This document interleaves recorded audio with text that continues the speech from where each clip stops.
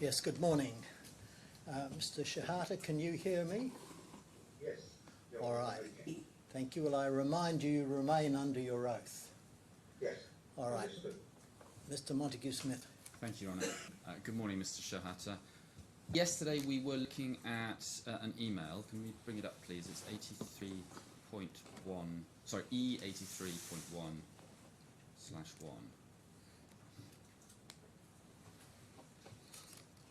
I think we're looking at a slightly different version of it, but this is, if you recall, we were looking at a screenshot of it. But do you recognise this one?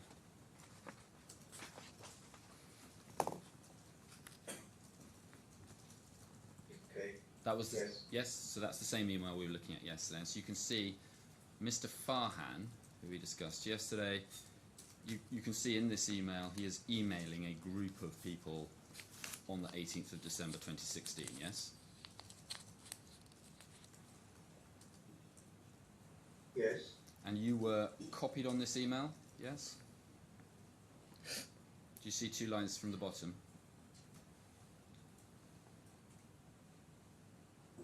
Yes. Seems to be yes. You don't remember that at the time? That was actually a time when I was in Germany. Right, I see. So you were away in Germany for a few months at this time, weren't you? No, for less than a month. For surgery, was it? Did you say? Yes. Thank you. Now, we can't see the heading here, but if we go down, for example, can we go down to please to page 53 of this? I'm not quite sure why the heading, sorry, the subject line doesn't appear. Do you see there, if we scroll, yeah, so we can see the subject lower down in this email, and I think you had a comment on this yesterday, because the subject there is Medica Plus multi-tenancy single instance project work progress, yes? Yes. And so I think what you were saying was that this email is all about Medica Plus, not about MCC. Was that your point? Mostly yes. Now, Medica Plus was not a multi-tenancy piece of software, was it? It depends on how the implementation technique would be. For example, in Saudi Arabia, Al-Khalif was not able to do it. However, I did it with the team in Malaysia, where we had multi-tenant connected together for a unified electronic medical record. When we talk about tenants in this context, we're talking about hospitals, aren't we? Yes. So if you could, can we bring up C422, please? So this is that table that we were looking at yesterday from your sixth witness statement, where you're describing the differences between M+ and MCC, and under the heading architecture, you describe one of the critical differences, in fact, the third difference that you identify, single hospital client server architecture, where all the user interface and business logic is on every PC. That's M+. And on MCC, multi-hospital cloud-based service-oriented architecture, where the user interface uses HTML5. So it's right, isn't it, that MCC was, and M+ was not, multi-tenancy software, yes? Initially, however, during deployment and implementation of M+, there were techniques that we utilized to connect multi-hospitals together. Where do you say that in your witness statement? No, it's a technical thing that I recall because, as a matter of fact, the customer of Malaysia had 3 hospitals, and they wanted to have what we call a unified electronic medical record number, as well as a sort of connectivity to enable clinicians to view what happened in other hospitals. So in that context and sense, it's a technique that I developed to enable them to do that without having to have a complete true cloud multi-tenant instance. installation, if you wish. You're simply inventing that explanation to quite try to try It's on record. to try It's to on su- record with the customer, actually. And if we go to page E60, page 28, please. E60, 28. This is the purchase order. Do you recognise that? Yes. And if we scroll down to the bottom right of the page, do you see there a list, the bottom of the page is a list of key features that you say were in MCC, yes? Yes. And do you see at the bottom right there, one bullet point from the bottom, multi-tenant administration, yes? Yes. So one of the developments which MCC made was that it introduced multi-tenant administration, yes? In MCC, there is a true multi-tenant, meaning that a single installation would cater for multiple tenant hospitals, if you might. In Medical Plus, we use something called the deployment tool, which enabled us to do the same, albeit in one data center, but across multiple hospitals, but separating each hospital from the other. In MCC, they were not separate, it was the same, just different instances of the database. Can we go back, please, to E83.1/58? So we'll go back to that email chain. And do you see there an email from Mr. El-Shanawi? Yes? Yes. And so this is on the 16th of December 2016, yes? Sorry, the 8th, I apologise, the 18th of December 2016. So that's 2 days after the email from Mr. Farhan, yes? Mm-hmm. Yes. And do you see what he said? If you scroll down, he says, kindly find attachment XL, which contains my modules, yes? Yes.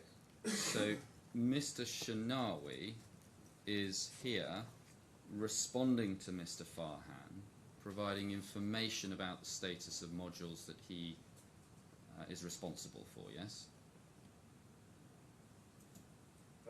Can you scroll up to Mr. Shinawi's email signature, Khalij here, for computers and electronics? Well, we're looking at it. So he's, yeah, that's not the question I'm asking you. What I meant was that he was one of the implementation team working under Mr. Thamer Abdulaziz as the Medical Plus implementation manager.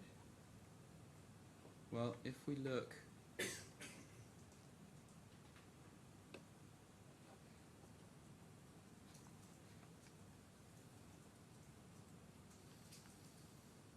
now, well, all right, I've heard what you say about that.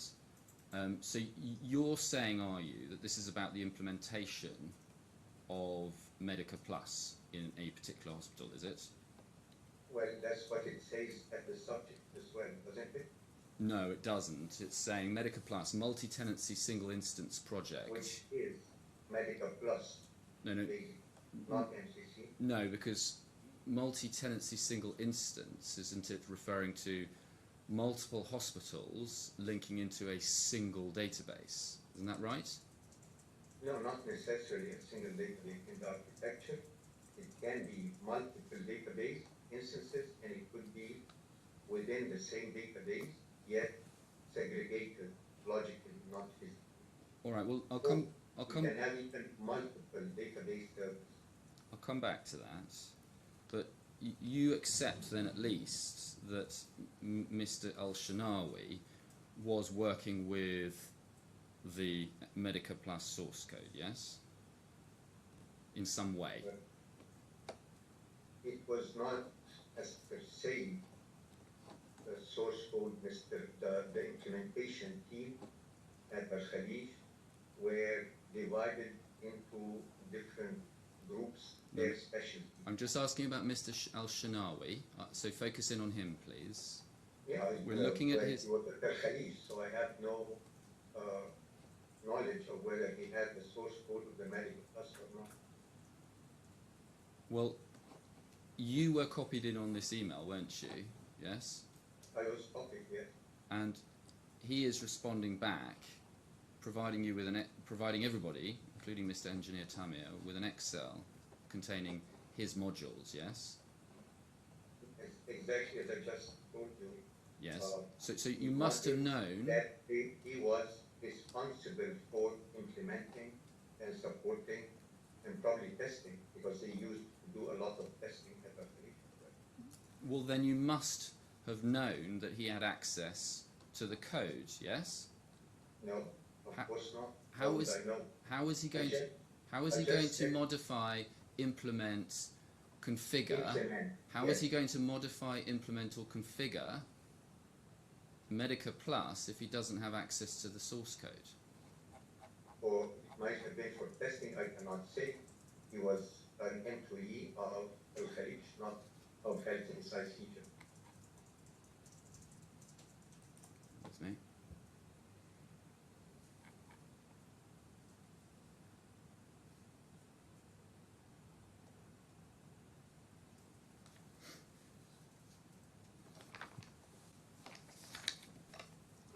Now, I'm going to show you one of the attachments to this email, which we'll find at 83.2/1.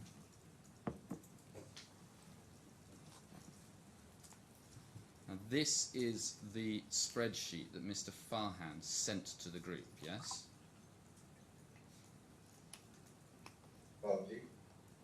And do you see there that the information that he is asking for, he's asking for people to list the functions, the function brief, and then there's another set of columns, yes? Now, VB6 is Visual Basic 6, isn't it? Mm-hmm. Yes. That is the language of Medica Plus, isn't it? Yes, mostly, yeah. There's .NET, and then there's HTML5, yes?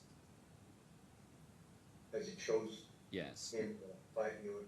HTML5 is used in Medica Cloud Care, but is not used in Medica Plus. Is that right?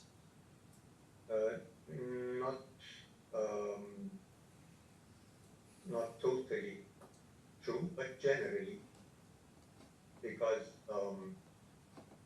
in the services for the pharmacy, for example, I integrate with a third-party medications and drugs database, and that is mapped to the medications that are allowed to be circulated in a specific country.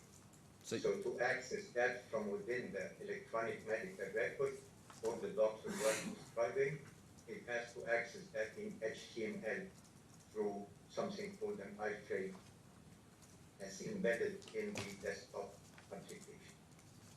Mr. Shehata, you are saying, therefore, for the first time ever in these proceedings, that Medica Cloud Care incorporates elements that are coded in HTML5. Is that your evidence? I think that you mean Medica Plus, not Medica Cloud Care. Right. Sorry, Medica Plus. Yes, you're right. Yes. Have you ever told any? Have you ever said in these proceedings previously that Medica Plus incorporates elements that are coded in HTML5? No, they're not our elements. I meant that these are calls to a web URL that is supplied by, for example, the drug database manufacturer or supplier, and it would have to display the information in HTML. Mr. Shehata, there is something called iframe that I embed and then call upon that HTML to be displayed within the desktop. Mr. Shehata, you're making this up to try and explain away this document, aren't you? This is the most absurd thing to say, Mr. Montague Smith. You're lying. You're lying about No, the no. use of HTML5 in Medica Plus. No, I'm explaining exactly how it worked then.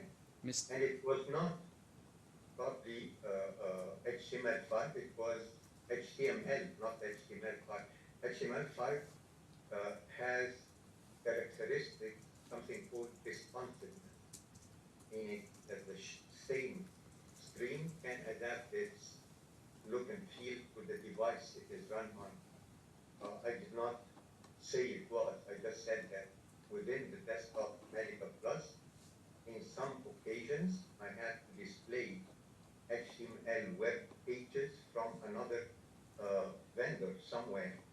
Sometimes it was guidelines from the NHS in the UK with regards to a specific diagnosis treatment, for example, and that was all available online on the web. So it has to be within an iframe in HTML format. Can we bring up C422, please?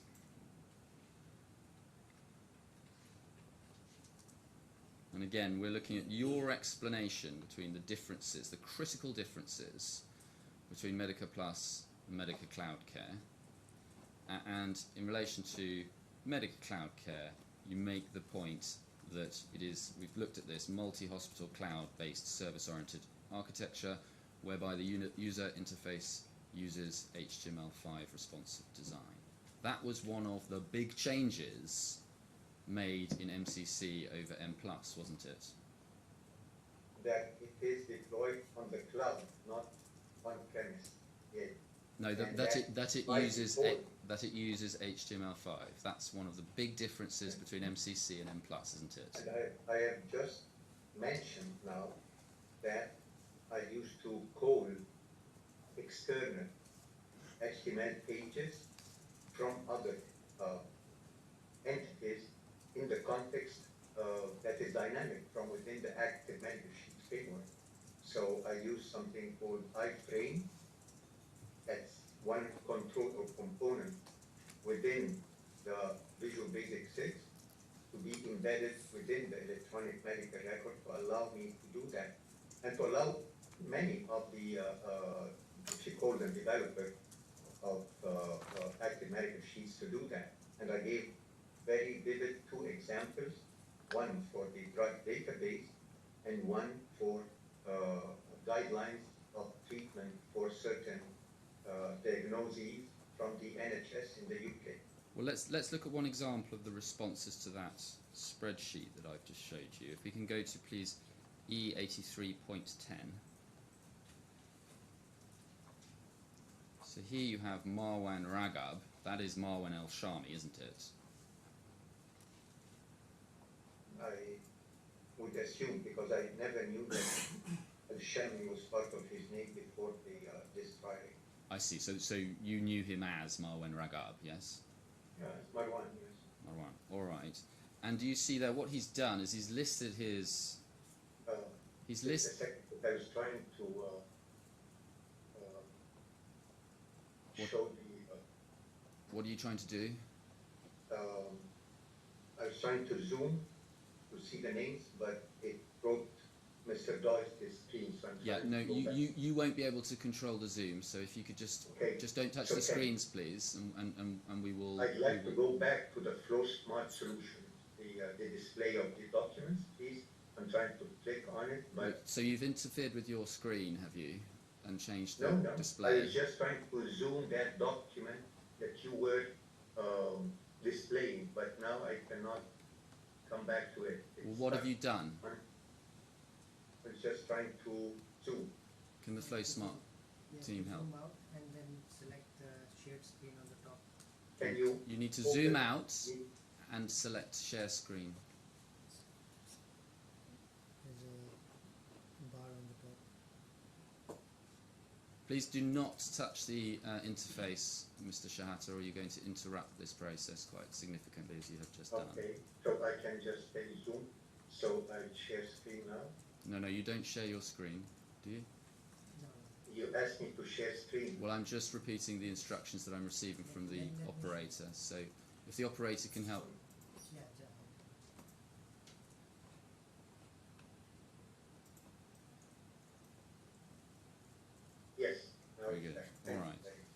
So this is an example of a spreadsheet responding to the request. Yes?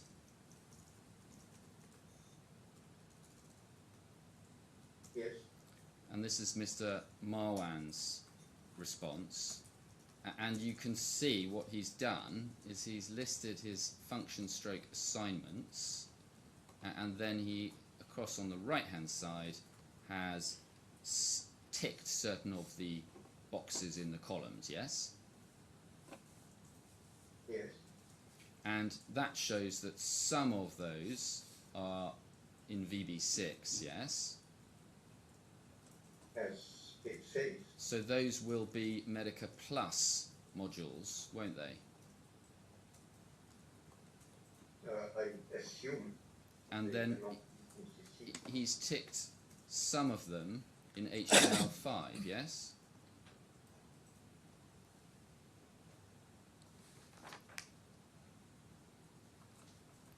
Well, look, you can see it, can't you, on the page at row 7, yes? And close 7, yes. Do you see that one of those is ticked as HTML5, yes? Yes. Are Yes. you aware what HTML5 is? I'll ask you some questions, please, and you don't need to ask me any, thank you. Okay. So But that is, where he ticks that the HTML... user No, interface, wait for the question. Please don't interrupt the questioning. Sorry.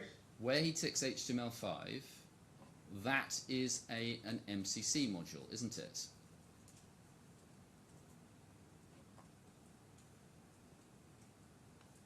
I think it meant that they are integratable, not the actual modules.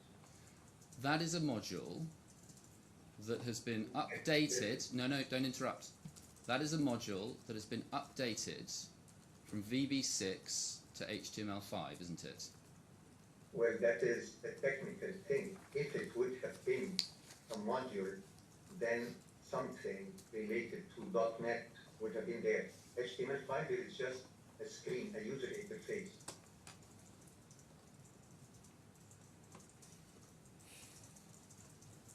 That row 7 shows a module that has been upgraded from VB6 and redeveloped in HTML5, yes? I stick to my answer. HTML5 is user interface screen, cannot do it on its own. Can we go to bundle E83.20?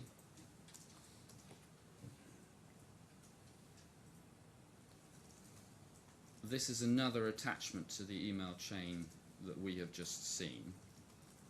Have you been shown this? Have you been shown this, Mr. Shehata? Please answer Yes. the question. Yes, thank you. 23rd, do you see it's dated No, 20? what I said is yes, I will answer the question. This specifies Medica Plus development progress report as it shows here. No, the question was, have you been shown this previously? It shows Medica. No, I did not see that before, and it says Medica Plus. So this document was produced some time ago, a few days, well, about 10 days ago. It was an attachment to the email chain. Has this been provided to you by your lawyers?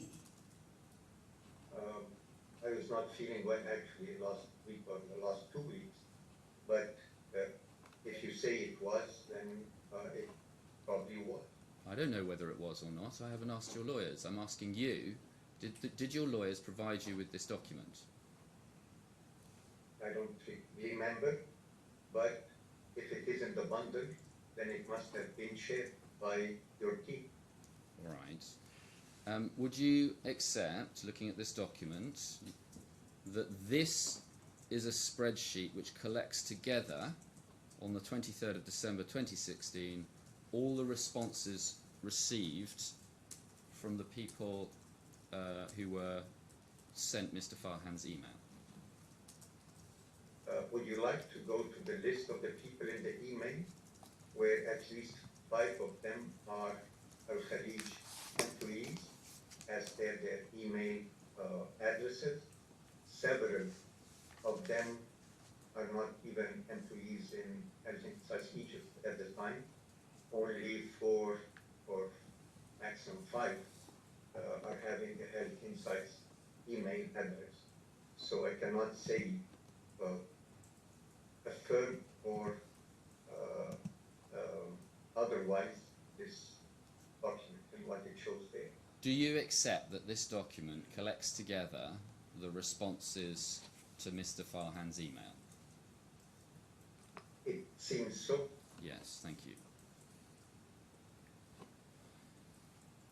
For the Medical Plus, And your point was that some of these people were at El Khalij, yes? at least, yeah, several of them. And some of them were at Health Insights Egypt, yes? A similar number, about 5 or so. The rest are other names from outside. And we can see from the heading, Medica Plus Development Progress Report, that this suggests that those responses from those people were reporting on the development of software, yes? Well, to start with, Mr. Farhan had no place or a job at Health Insights Egypt at the time. However, there was a lot of integrations and interfacing being developed for projects mainly in Saudi Arabia.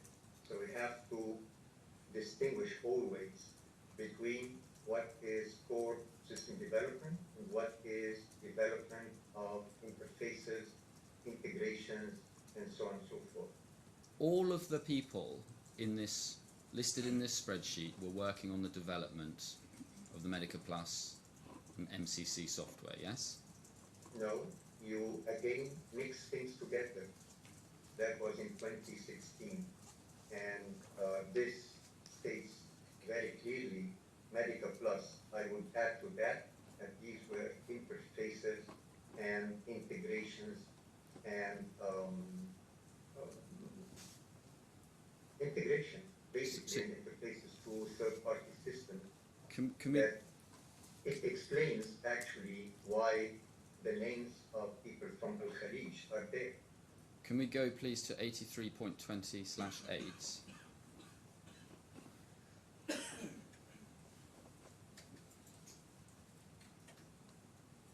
So this is Mr. Marwan's.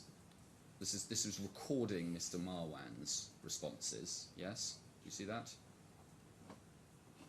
If you say so. Well, you don't accept that. I said if you say so. I did No. not say Well, do you that. accept it or not?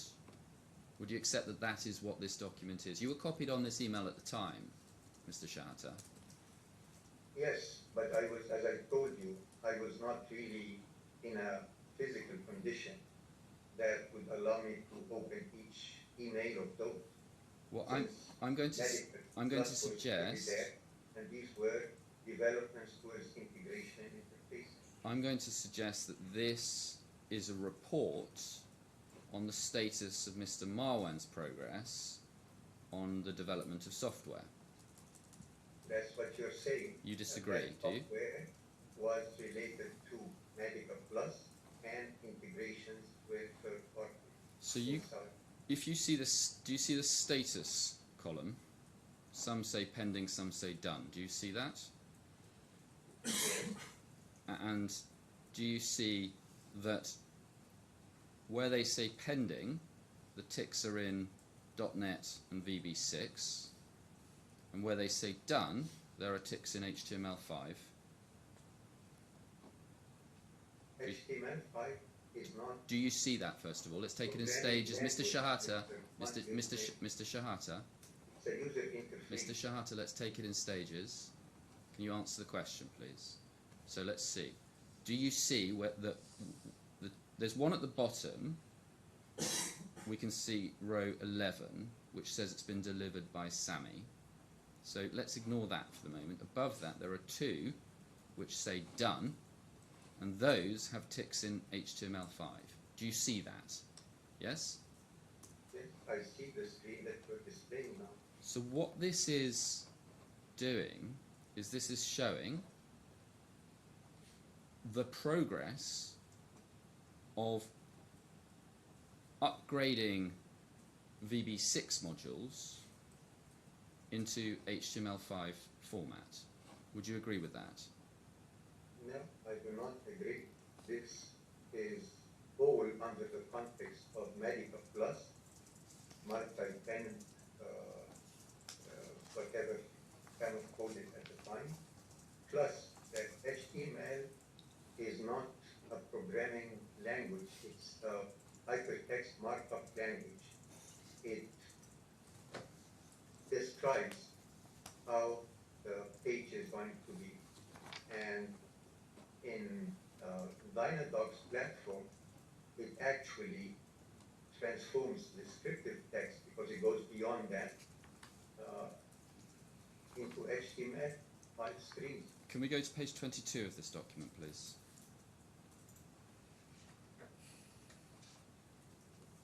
And do you see there, that's the report on Mr. Al-Shanawi's work, yes? Do you accept that? The name on top says Mohammed Al-Shanawi. I don't know if it is him or if that name was put on some document. But This is a document that you were sent at the time, yes? yes.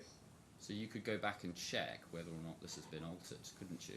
And you see the VB6 column, Yes. which specifies that this is Medica Plus screen. Well, no, because what's happened is that there are no ticks. So now it's not convenient to say that VB6 specifies Medica Plus module. No. But it is convenient now to say that under Medica Mr. Plus, Shehata, Mr. this Shehata, was I'm not here to .NET and I'm not here to HTML. argue with you, Mr. Shehata, and you should Yeah, not. yeah, but You you're- should be listening yeah, for my but questions.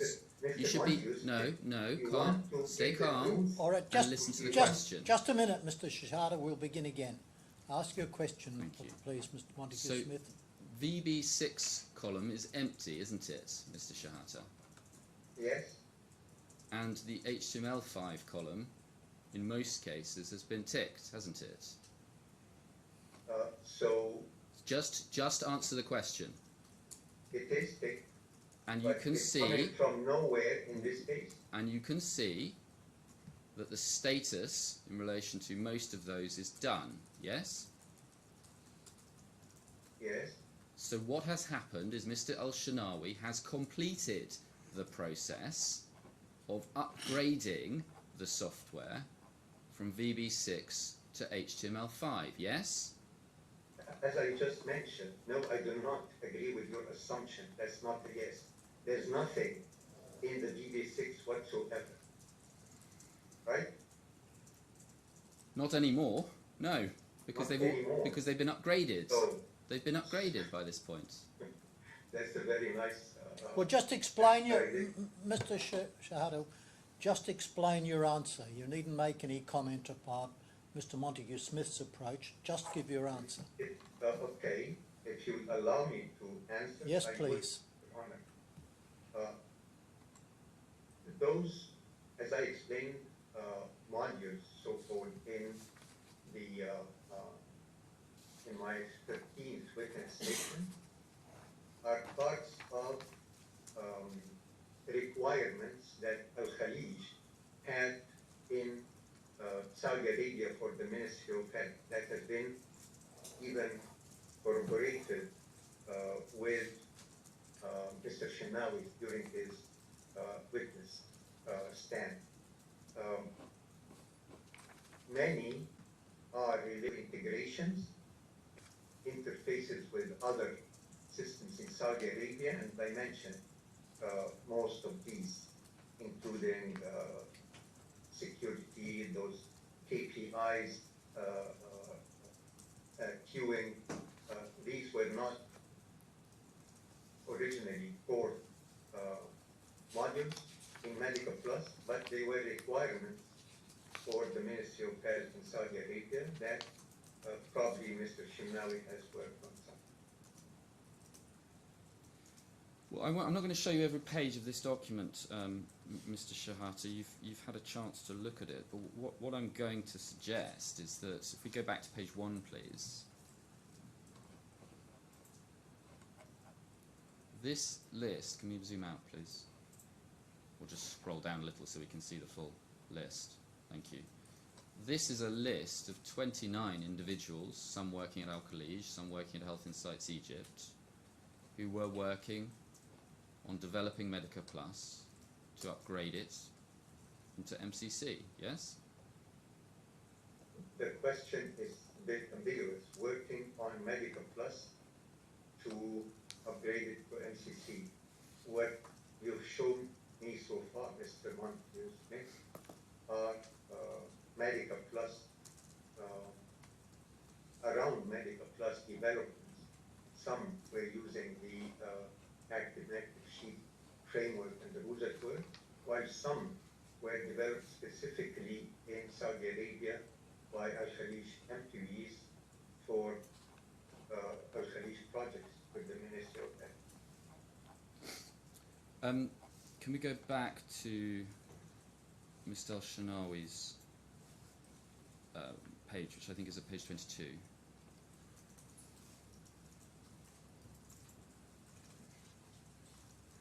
And one of the things we see there in row 2 is patient portal. Do you see that? Yes, I remember he said patient portal first version of something similar. So do you accept that he, for example, worked on the development of patient portal? I believe he worked on that for the sake of Al-Khalij, and they are marketing it as a separate product called TAM, T-A-A-M. It is available already, but it's not part of MCC. So patient portal is not part of MCC. Can we go to C424? Oh, just a minute, please. Was that a question? No, I was repeating the evidence that he gave. It's not part of MCC. Well, It is I'm not something sure that is called- his answer. Well, I'm looking at the transcript, Your Honour. Yes. So He believed he worked on that for the sake of Al-Khalij, and they're marketing it as a separate product called TAAM. I'm not sure it No, follows. but the next sentence, Your Honour. It is available already, but it's not part of MCC. Yes, but I'm not, well, Yes, it's I have- available for Al-Khalij. The I have one to in tell you, MCC that doesn't necessarily mean that to me. I see. So do you accept that patient portal was part of MCC? Another patient portal called Medical Telecare, MTC. And that has no even resemblance to what Mr. Shinawi has developed for us. So if we go to bundle C424, this is your list of modules of MCC, and halfway down that page, just below where we are, do you see listed there patient portal? Yes, and it has a name called MTC, Medical Telecare. Well, you've written it down as patient portal, Mr. Shehata. Yes. Like what exactly Mr. Shinawi has done, which is, as a commercial name, it's called TAM, T-A-A-M. Patient portal was part of MCC, wasn't it, Mr. Shehata? The Medical Telecare patient portal is part of MTC. I remember it because the colors that I put there, some were saying were a bit feminine, but nevertheless. And one of the things you say is, one of the things that Mr. El-Shanawi says he worked on is bed board, yes? Bed board? Yes. There is bed management, actually. Well, in your evidence, if we go to it, C1319, please.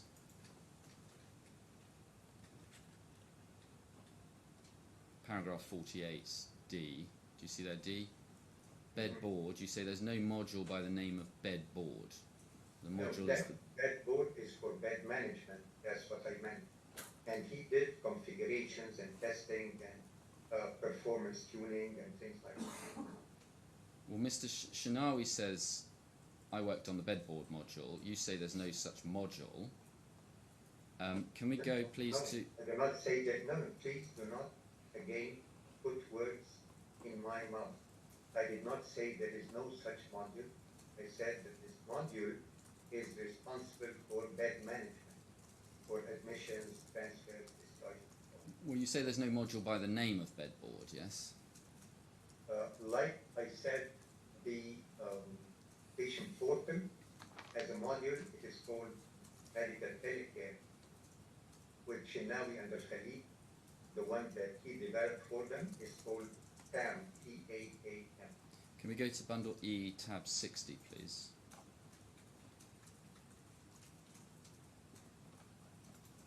Do you see this as a purchase order directed to you from Al Khalij from November 2013? You see that, yes? Yeah. And if we go over the page to page 2, please. Do you see there the list of modules at this stage of Medica Plus, yes? Mm-hmm. And do you see at row 6 bed board, yes?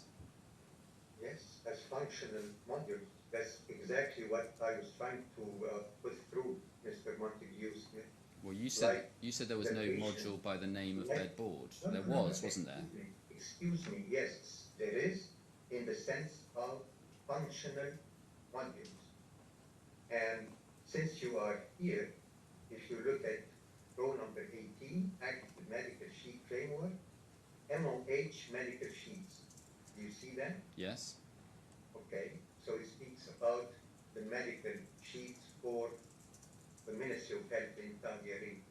Yes. So Active Medical You say- Sheets Framework you say- was a module of Medica Plus, wasn't it? Yes, it was, but it was under my control and development. Can we go back to E83.20, page 12 this time, please? In this screen, all are functional modules, not And- the commercial name of the Just- module when it is. Just wait for the question, please. Well, I just want to ask, what distinction are you drawing when you say they're functional modules? Meaning, when I say, for example, patient portal, it's a function that allows the patients to access their electronic medical records at a distance without having, over the web, mainly, without having to come to the hospital. That's a functionality. When Mr. Shanawi developed that, at least the first version when he says about, it's introduced with a title to the patient named TAAN in Saudi Arabia.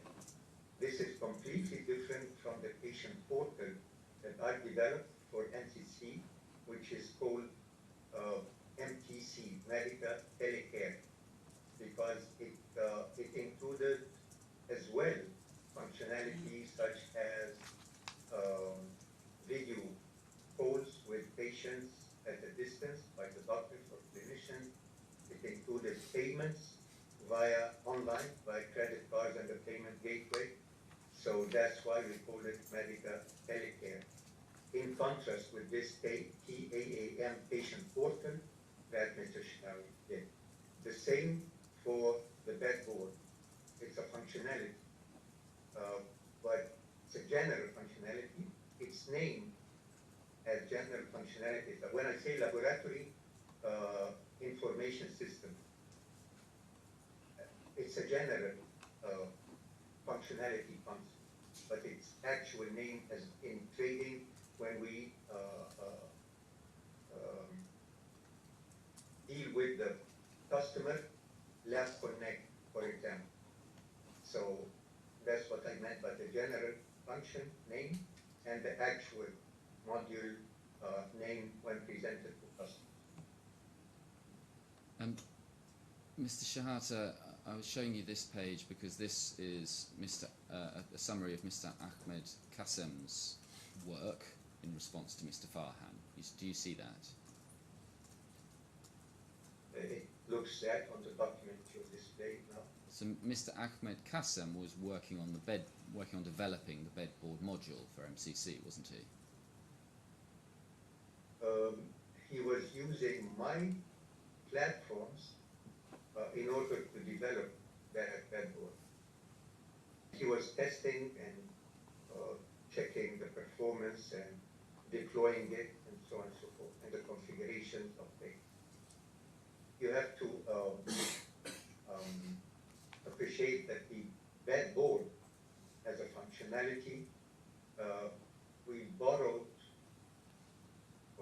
that in Malaysia from paper sheets that they have behind them in the admission office, and they were updating that constantly by hand, manually, to see which beds are available, which not. So I borrowed the same concept in the design of the bed board under Medical Cloud.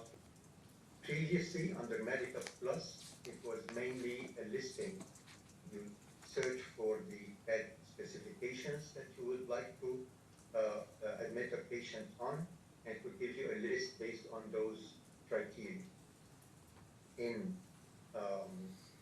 Medical Cloud Care and the late times actually of Medical Plus,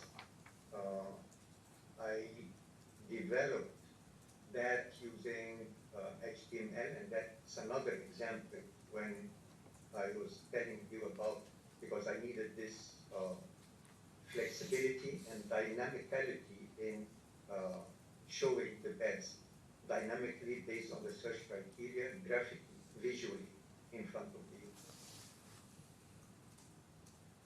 Have you finished, Mr. Shehata? Yes, sir.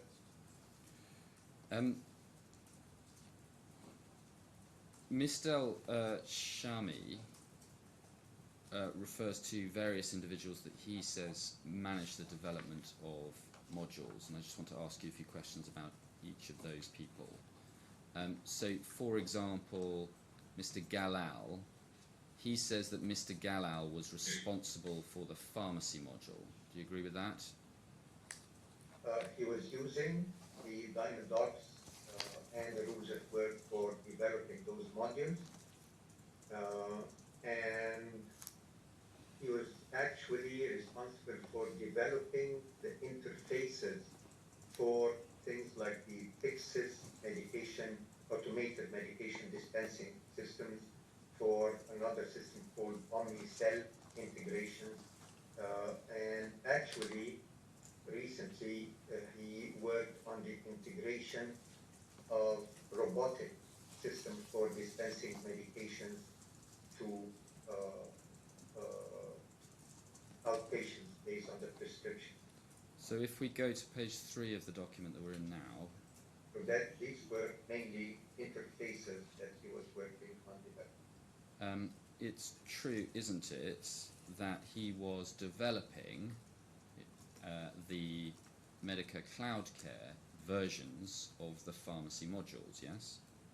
No, I just displayed that he was configuring and testing, and the development work was limited to the interfaces with external third-party systems, amongst which some are, I just mentioned them now, the Pyxis, the Omnicell, Swisslog, and things like that. Mr. Alewa was the billing module manager, wasn't he? He was responsible for the configurations of billing functions, including entering the contracts of insurance companies with a specific hospital, making sure that the corrections, the rules that he defines in the rules at work, are calculating correctly as per the contracts with the insurers. He was part of the Health Insights development team. Would you accept that at least? He was part of the Health Insights Egypt team that worked on integrations, configurations, testing, deployment, training, and so on and so forth. Well, if we go to E212,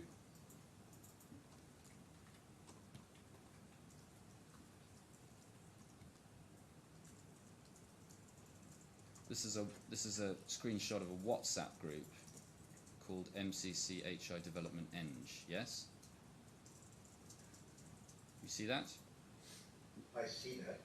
You're aware of that WhatsApp group, yes? I see that. Are you aware of that WhatsApp group, yes? Yes. And it's called HI Development Eng because it's a group of Health Insights Development Engineers, isn't it? That's your assumption, yes, but it was for performance tuning, testing, interface development, and so on and so forth, with integrations. Well, it's not called Health Insights Integration Engineers, is it? Now, there is no group called Health Insights Integration because integrations would have to be done mostly by programming, and just explain that in the course of the individuals that you mentioned in your previous question. And Mr. Alewa was part of this group, wasn't he? I don't know, I'm not looking always at all the individuals who are on the group. You're telling me you don't know whether Mr. Alewa was part of the HI Development Eng group? Well, if you have access now to see who created that group, then that would probably explain. You were in the group, weren't you? I was on the group, but I was not the one that created that group.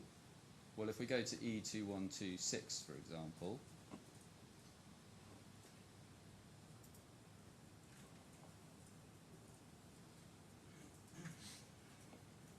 and scroll down a little bit, please. A little bit further down to the bottom. You're thanking someone for providing information, and then Mr. Alewa provides information, yes? Can you see what the text say? Well, he's in the group, isn't he? Yeah, I did not deny that he's in the group. I just said I'm not the one that created that group. So people were adding and removing people from it all the time. If we can go to E83.20, please. But look here, it says done but still testing. Well, he's just pause on the EP. He's providing you here in January 2022 with information about development and improvement of patient billing, isn't he? In his configuration and the rules that he has been developing to calculate the payments parts by the patient portion as opposed to the insurer portion. I'm going to suggest that he describes it as development and improvement of patient billing because he was developing and improving patient billing. But I take it you disagree. That's exactly what I told you. Patient billing is based on the rules at work. And that's why there is something that at the web called general rules and special rules. Well, just answer the question, because package rules. There's some doubt, at least from the bench, as to whether you're agreeing or disagreeing with some of these questions. So I'll ask the question again, and I suggest you answer it this time. I suggest that Mr. Alewa describes his spreadsheet as development and improvement of patient billing because Mr. Alewa was developing and improving the patient billing module. Yes? No, he was developing the rules with relevance to the patient billing. I just explained again, I'll say that again. There are general rules and there are specific rules, special rules, and there are package rules. Package rules are related to group services together under one package. So rules have to be checking the original, the base pricing of a service, whether it's included under the package or not, and what portion is covered at no extra cost or charge under the package. That's with regards. So this happens interactively through those package rules. General rules are for general charging, billing, quote unquote, to self-pay patients. Naturally, free of charge patients will never call the rules for their charge. Mr. Shehata, I've asked you to yesterday, and I'll ask you again today, just to listen to the question and answer the question. All right? I am answering the question. You're not answering the question. No, I am answering the question. He was developing the rules. under the rules at work that manages the payments and the portions for both the insurer and the patient using rules at work. Can we go back to page E83 to point 20 and page 1 of that document in the spreadsheet? So would you accept, if you look at row 1, would you accept that Mr. Ahmed Salah was acting at this time, that's the 23rd of December 2016, as the development manager? Yes, he was, as managing the testing, the configurations, and the development of the interfaces and integration. And I mentioned one that was working with him at the time is Mr. Mahmoud Nazem, Mr. Navigator as well. This document doesn't relate to a particular hospital, does it? I usually collected all the interfaces and integrations development. Mr. Shehata, answer the question. This document does not relate to a single hospital installation, does it? No, it is not to a specific hospital, but the developments done, I needed to have track of those because we encountered them again in other hospitals. The same analyzer model might be deployed in one hospital in Dammam in Saudi Arabia, such as in Fahd Hospital, and we might find it as well, the same model in Malaysia, in one of so this is not about the a single. development needs to be kept check on so that we do not redo the development again. So this is about making changes, the development of the software which will be deployed to multiple hospitals, yes? The interfaces and integration, if that's what you mean. The Medica. That's what Mr. Montague said. You have to understand first the structure, the architecture of the system, and then how would it be implemented somewhere. So in order to make it simple, I'm trying to explain that. All right. Well, again, Mr. Shehata, if you just listen to the question and answer the question. Looking at the sheet in front of us, we were talking a little earlier about Mr. Alewa. His responsibility at this time was ERP. Do you see that? I did not create or generate that spreadsheet, so if it says so, it is based on who created this sheet. Well, this is created in response to Mr. Farhan's email, and this is a contemporaneous document that you received at the time, yes? Should have, but I can't recall right now. And this describes Mr. Alewa as having responsibility for ERP, doesn't it? Which line is that? Line row 2, Mr. Alewa, if you go across, you see ERP. Okay. Do you see that? I see it on the screen. ERP is short for Enterprise Resource Planning, isn't it? Yeah, but what I know is that Mr.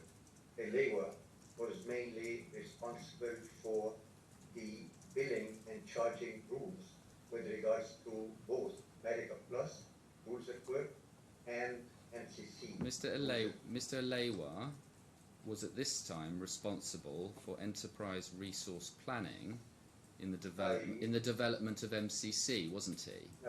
No, he was not. Enterprise Resource Planning is the system for managing and integrating various functions of a business into a single system. Would you accept that? Enterprise Resource Planning is a very wide term. It is, and that stresses the point that I mentioned earlier. No. Listen to the question. Listen to my definition. Yes, I will give you examples. Please bear with me for a second, if you would like.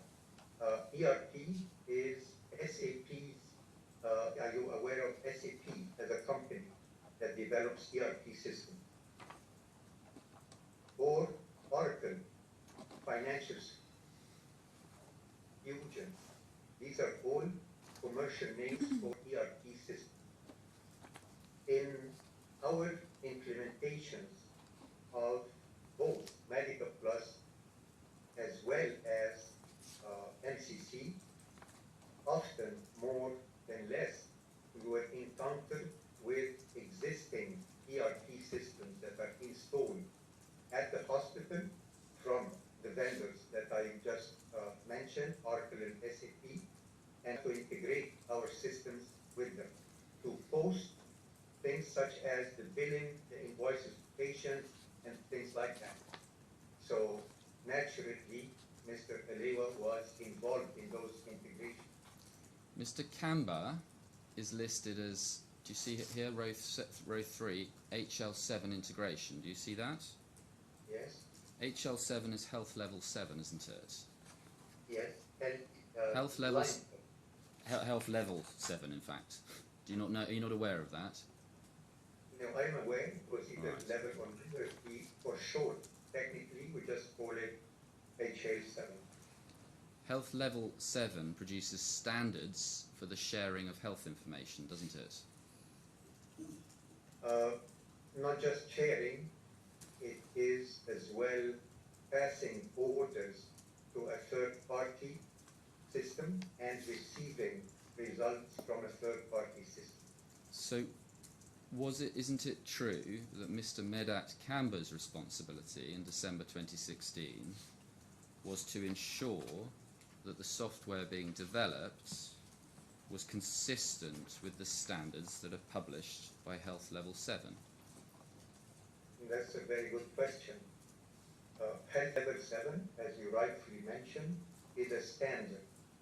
Sometimes there are deviations, and the standard itself allows for that in certain segments of the, it's a messaging system basically, in ASCII text, plain text.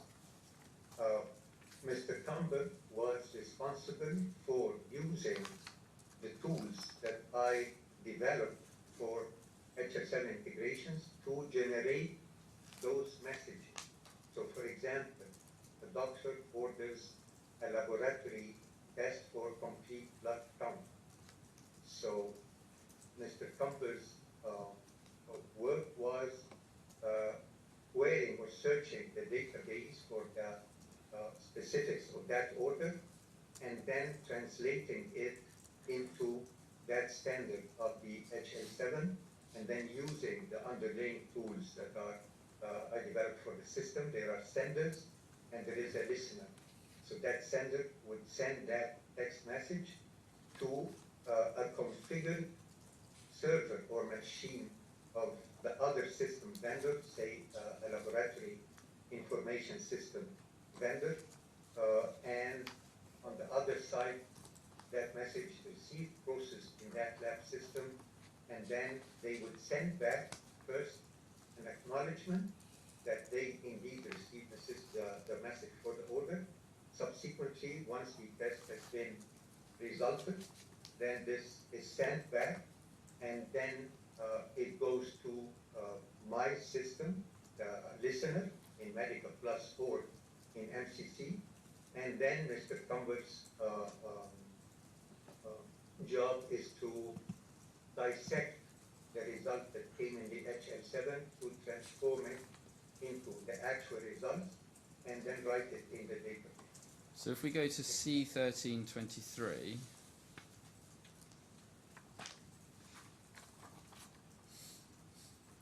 you say Mr. Kambar, his task was related to the integration of the radiology module, third-party imaging machines from various manufacturers such as Philips and so on. Are you saying, in fact, that his job was related to HL7 and not limited to the integration of radiology modules? HL7 in general, yes. I might have missed that because of the statement, but the radiology systems are integrated via HL7. So your position, he was responsible for integration across the whole of the functionality of HL7, yes. Of HL7. So when you wrote your witness statement, you were trying to minimize his role, weren't you? No. I just thought that this would be a more clearer example of what he does with regards to HSL. And then Everybody can we knows go that back?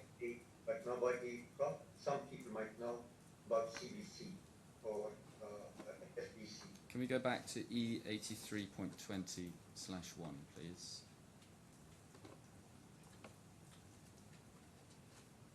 Do you see there at line 4, Mr. Mahmoud Nazmi? Yes?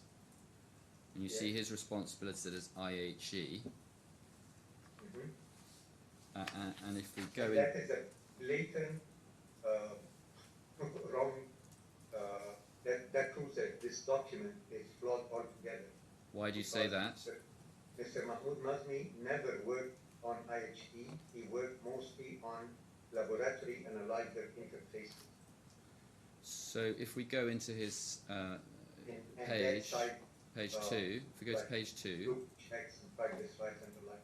if we go to page 2, that's the results of his responses. And so, just for everybody's benefit, the IHE is an organisation which publishes guidance on integrating information systems in the health industry. Would you agree with that? Yes, this is a public knowledge. Yes. So what Mr. Nazmi was doing is listed in this spreadsheet. He's working on integrating health care enterprise guidance, isn't he, into the whole of MCC, yes? Can you look at the second line, please? No, I'm looking at the first line. That was... I'm asking you about that. It was related. No, I'm not aware.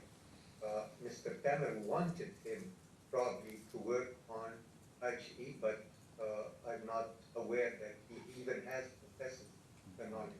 That's why I'm referring to line number 2, because he's working on laboratory analyzer interfaces. But he wasn't just working on laboratory analyzers, was he? Because actually he was working... I can assure you this is more than a full-time job. Well, he says, do you look at the far right of this row, at the top, row 1, he says status developing.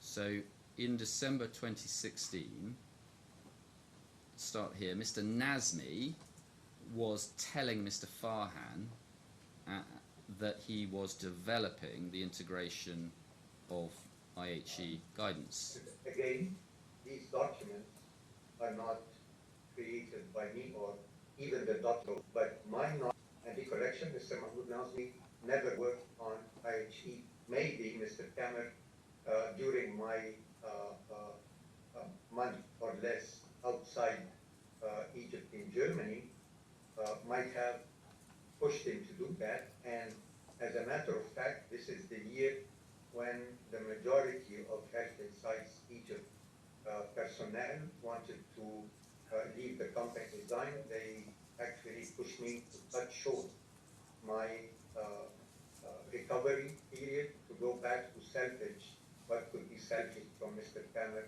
and Mr. Shehata. So your position is that this document is inaccurate because it wrongly describes the work being done by Mr. Nazmi? For this one, yes, I would say that. And can you think of any reason why in December 2016 Mr. Nazmi would falsely report what he was working on? I was not in Egypt at the time or interacting even with all the individuals I mentioned. I had more important issue to deal with regards to my head. All right. Now, maybe he might have been trying to develop something. I'm not sure. I don't know.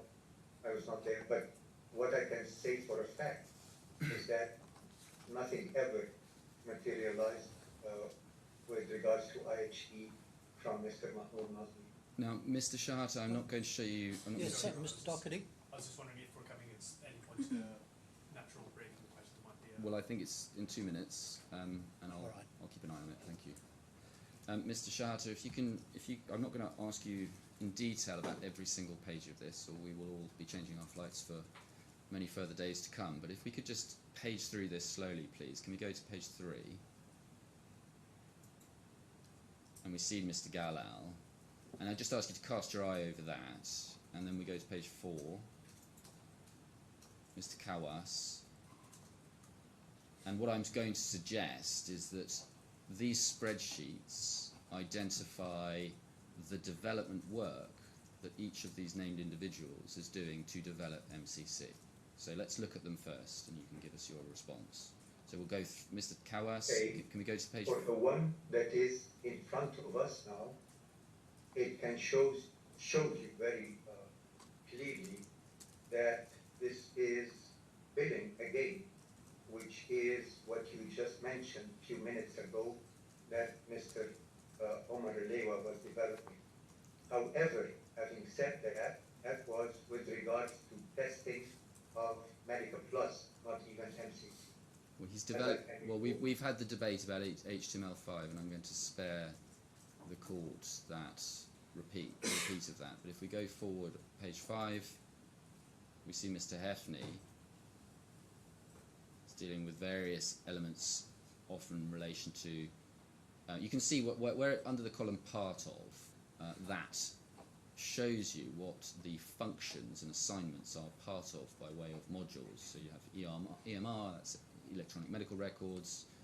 What's OT, please? Operating theatre? Usually it is the term used for the short. And let's go over the page, please. That's Wales Sultan. And over the page, please, Mr. Ahmed Mohammed Atwa. So you can see in relation to his, most of them are pending because they're still in VB6. Can you turn back to the page with Mr. Warsul, please? Yes, sure. And Yes. those were, again, Previous they were page. using the diamond box, if it was, that was meant for MCC, but at that date, in 2016, I think it was all referring to Medical Plus. Well, here's... However, Mr. Warsul, you mentioned something yesterday about him developing the Dynavox. Yes. I don't see anything here that mentions that. No, he developed Dynadocs later, didn't he? In 2018. Really? Yes. So how was then the other modules that were built on top of the Dynadocs and the rules that were developed before that, between 2015? They weren't built on Dynadocs, were they?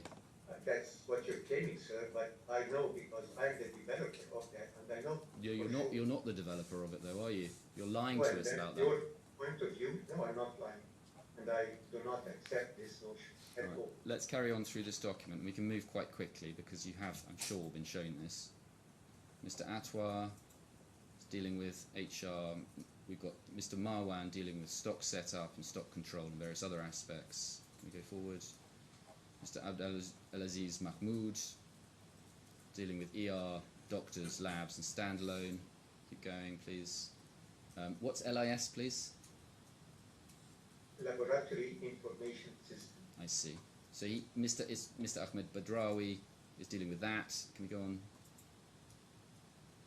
We've got Mr. Samaha dealing with electronic medical records and operating theatre.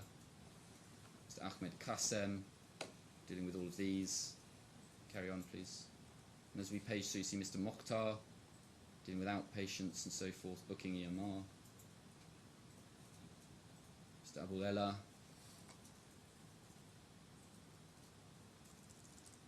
He's dealing with IHE and HL7 interfaces. What's that now?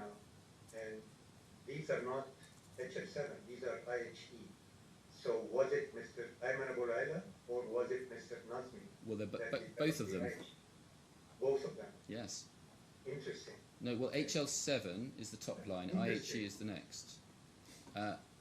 Next page, When, please. when Mr. Shehata, when you say interesting, I can't understand what you're saying. If it's just, if you're trying to give some substantive answer, you'll have to say so.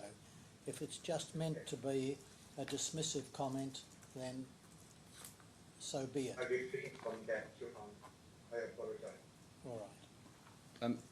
We don't have, as I say, time to look at each one in copious detail, but I do want to make sure you've at least had a chance to look at each one in a summary way. So if you go through the next one, Mr. Ahmed Mahdi, and he's dealing with a variety of different modules, isn't he? And page 16, Mr. Peter Rafat, dealing with EMR. Let's carry on, please. And just if we just keep clicking through, please. Just slowly, radiology. I would say that, again, all of them are developed on top of the Medica cloud care platforms, namely Dynadocs and Rules at Work. And the interfaces are, or integrations are developed using C#, but they're not relevant. The integrations are not core of the system. They are auxiliaries around, depending on each hospital or installation. So you say that these are all developed on top of the Medica Cloud Care platforms? Yes, the interfaces, of course, are not, except when they went through the Rules at Work. So you accept that this is development related to MCC then? No, I'm saying that they were initially, 2016, it could not have been MCC because MCC was not even implemented. It started being implemented in 2017 in various hospitals in Malaysia, Egypt, and so on. And then the interfaces and integration requirements started coming, but not in 2016. So this couldn't be the integration of MCC then? That's your evidence? At the time in 2016, no. We might have been preparing some integrations that were already there, like the ones that Mr. Shinawi and the team that was working with Thamer in Al-Khalij might have developed. I have no idea what they were developing there, but the platform, a lot of that, and then they had to move it. Maybe they were preparing for that. I had no idea. I was not at Al-Khalij at the time. All right. So just to put those two things that you have just said together, you said, I would say again, all of them are developed on top of Medica Cloud Care's platforms, and then you said they couldn't be integration of Medica Cloud Care. So if they're not integration of Medica Cloud Care, they must... well, hang on. They must therefore be the development of Medica Cloud Care, mustn't they? No, I didn't say they must therefore be. I didn't say that. No, I know you didn't say that. I'm saying that. That logically Yes. follows from what you said, doesn't it? Would I be allowed to answer that? Please answer. Okay. Medical Plus has been in operation for many years before MCC was even introduced to customers to convince them that this replacement needs to be done.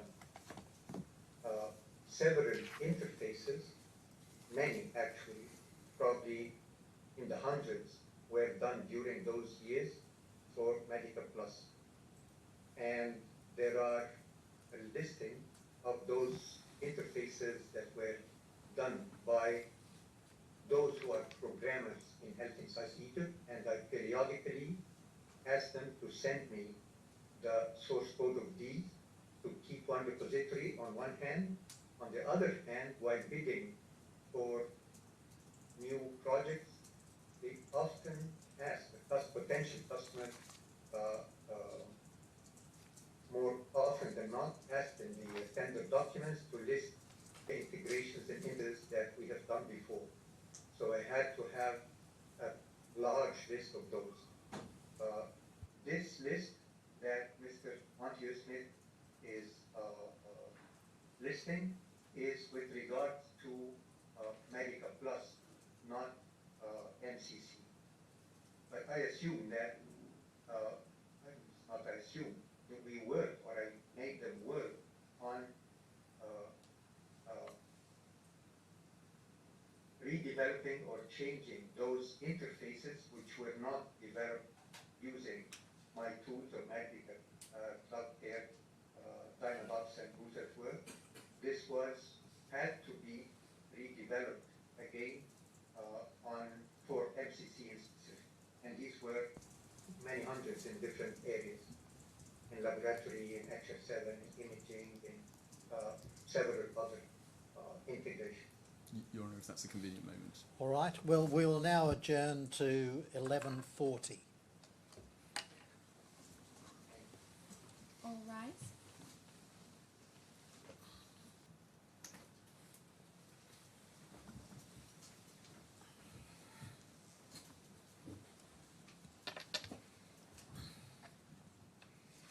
Can we bring up document E209?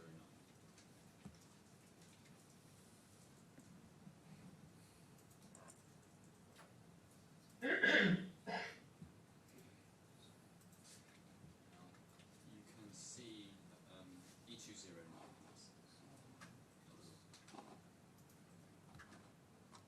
Sorry, Mr. Shehata, I'm just having a slight technical delay, so we'll get to you.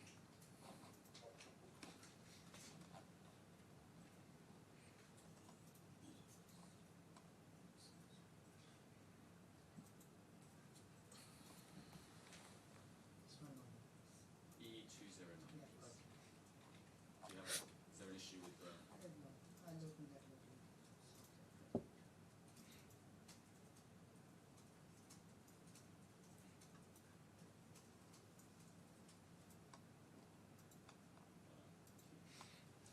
Zoom out on that, please.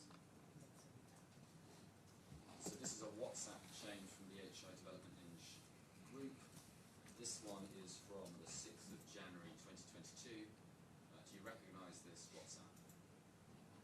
And you zoom in with me. I think the volume has gone down on you, Mr. Ah. Shehata. Are you further away from your microphone? No? Okay, very Can good. you hear me now? We can, thank you very much. All right, so I'm going to ask you about this. So do you see there on the 6th of January 2022, you sent a WhatsApp to this group. Do you remember that? I might have, I have no recollection now, but let me read my part of it. Well, I'll read it out to you. So you don't remember sending this WhatsApp? Do you No, accept? no, I'm trying to read to understand what was there. I see. Well, you say, please list here the modules you are responsible for, and if you are doing any work on them right now, and the due date to finish urgently. Do you see that? Yes, Do you accept you sent that WhatsApp, Mr. Shehata? yeah, in the WhatsApp record, it must be there, I will not delete it. Yes. And so would you accept that modules were distributed amongst the members of this group, and those members were responsible for those modules?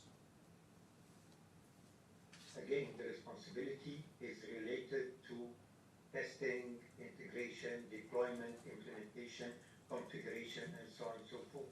Would you accept that they were developing those modules? They were responsible for that?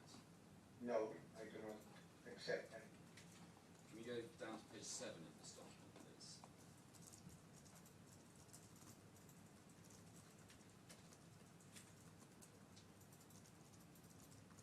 Seven, please. Thank you. We can scroll out. This is a later message you send, 6th of January 2022. Do you see that in the middle of the page? I'll consider, if no active development, that you are now free to be assigned tasks. So you were asking them to provide you with information about whether or not they were actively developing the modules they were responsible for, weren't you?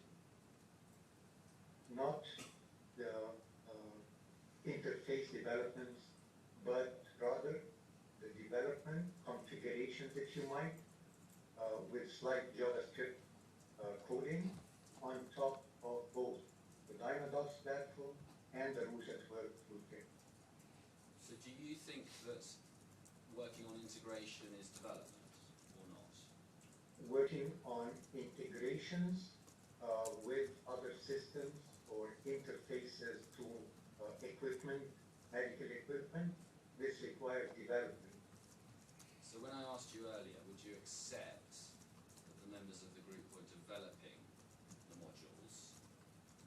And you said, no, I don't accept that. Yes, because these are not the modules, these are the integrations and interfaces.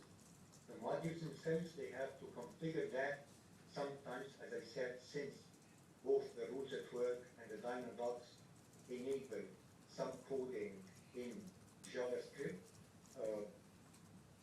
The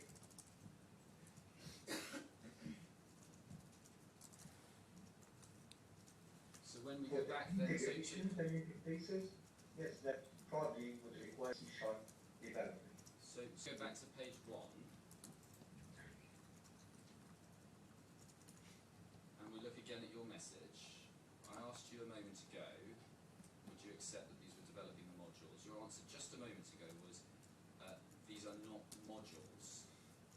These are integrations and interfaces. No, I said two things, Mr. Montague-Smith. I said that for the main core modules, they were on top of the Dynadocs and the rules at work. However, for interfaces and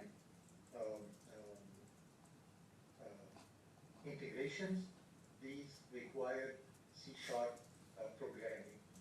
If you would like to call both development, I would do, because I know for sure the nature of how the platforms are being used, and as opposed to the nature of programming an interface or an integration. Mr. Shehata, I asked you whether or not this group of people was developing modules. You first said they weren't developing, and I showed you where you asked about development. You then said they weren't modules, and I showed you where they asked about modules. Let me ask you the question again. Do you accept that the members of this group were developing modules of MCC, even in 2022? They were developing on top, if you call it developing, on top of the Dynadocs platform, as well as the rules at work toolkit for core modules maybe. But the services they used, I developed all of those. However, for interfaces and integrations, they used C# to do that. Mr. El-Shanawi explained what he said was the process for creating MCC modules. So what he described, I'm going to explain it to you and see whether you agree. What he described was sitting with the Medica Plus code, using the workflows and business logic from Medica Plus, and effectively replicating that using HTML5. That is how MCC modules were created, isn't it? Can I answer? I've asked you a question. That is how MCC modules were created, is it not? Not exactly as you characterized it. I disagree with this characterization. If you want me to answer, I can. Mr. Shehata, I'm asking you questions. I'm not going to tell you how to answer those questions. Okay, so Well, let's I start disagree. All right. I disagree and agree at the same time. I already said that the active medical sheets framework and the rules at work were used in Medica Plus core function development. By develop, I say configuring something. So to move the same to MCC, naturally you'd have to open that module, if you might, in Medica Plus that is on top of the active medical sheets and framework, follow the steps that are going for the workflow, and then try to replicate that using the tools that are much stronger that are available in the Dynadocs and the rules at work toolkit for MCC, which I developed. And the business function of the modules which were being developed was the same as the business function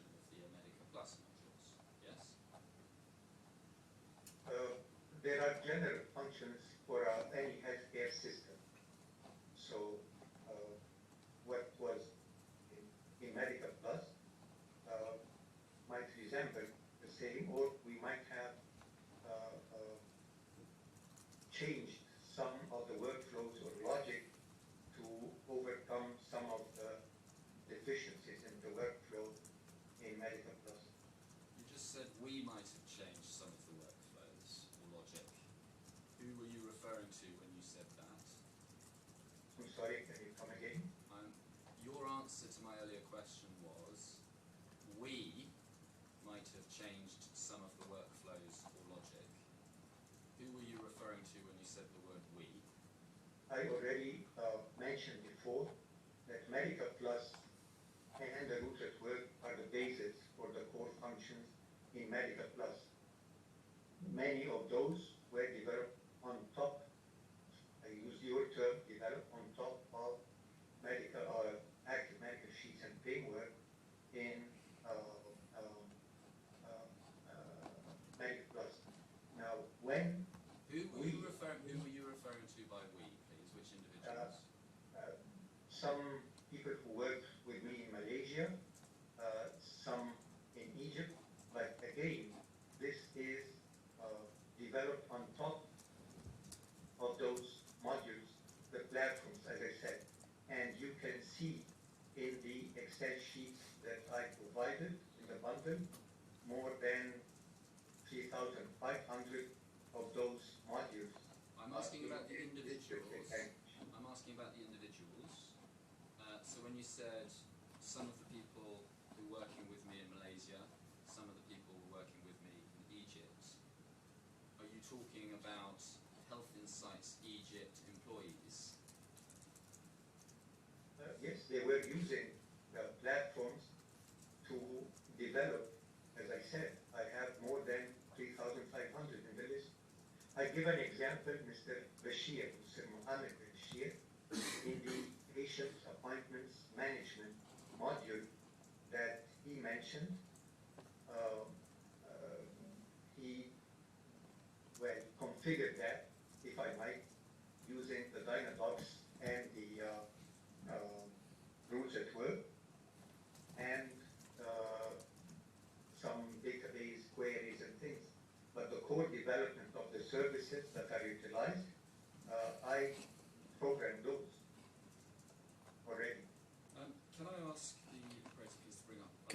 sorry. Just before you move on to that, Mr. Shehata, are you able to give a simple explanation of what you mean by on top of when you say the modules were developed on top of the Dynadocs and rules at work? Okay.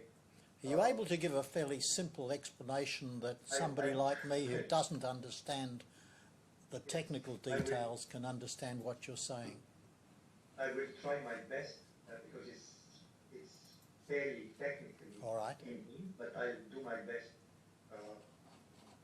The rules at work, the Dynadocs first, allows for drag and dropping components that are part of this Dynadocs platform, which allows, I would call it the designer, Mr. Montague would like to call it the developer, fine with me either way. So they drag components and put them on the screen, and then they start linking them to each other in order to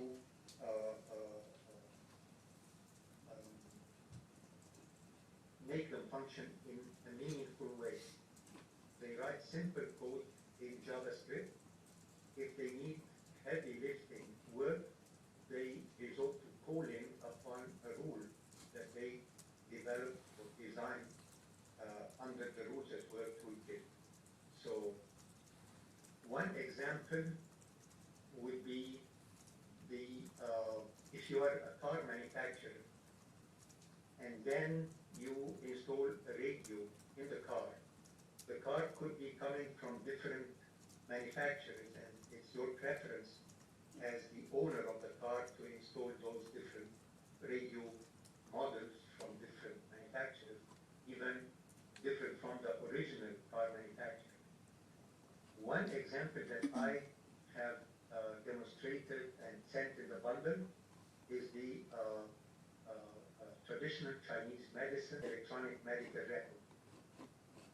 This included very custom parts that are relevant only to Chinese medicine, the acupuncture points and what they relate to, what's their name in English and Chinese, and what do they do exactly, how many minutes they should be in, so on and so forth.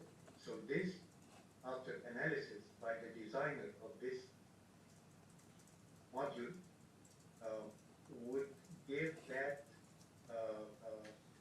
look and feel of this Chinese medical, traditional Chinese medicine, electronic medical record. However, in other tabs, it calls upon other parts of the system, underlying services that I developed. Say, for example, attaching paper documents that the patient has made some lab tests outside, but the practitioner would like to link those to this visit with that patient. So the designer would drag and drop this component inside the Dynadocs designer and then size it and do things, but then it will do the work for them. If you say add new document or display existing attached documents, it will do it for you. That's the low-level services that I've done, and I configured them within the Dynadocs platform, and that's why it's way powerful, more powerful than the previous active medical sheet upon which the medical professional designed. Thank you. Mr. Shehata, that some of the modules could call upon functionality from... Yes, naturally, because everything is callable. And so in MCC, some of the modules require the functionality of forms, yes? If Some of the modules require the use of forms, yes? some do, and some, like these low-level services that I developed, the core services, are not having a form or a user interface. Yes, so some do not need to use forms, yes? The core functions, like, for example, Just listen to the question, Mr. Shehata. Some okay, do, I some wait don't. until you finish your question, and then I I will. finished my question, but you started answering a different one. Some modules do not use forms, yes? Those modules, some of them are core, and I developed them. Where a module needs to use form functionality, it may well integrate into it the Dynadocs module, yes?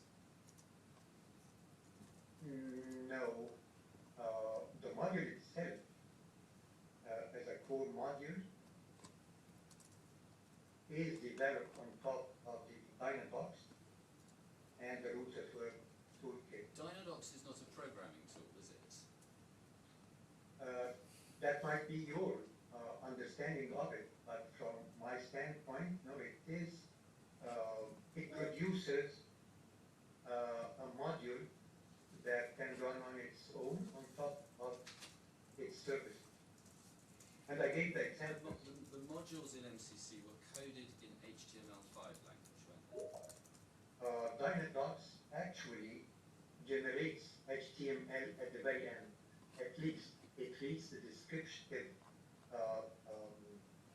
specifications of that module from a text file or JSON file that is saved in the database, and then it deciphers that descriptive text into HTML display.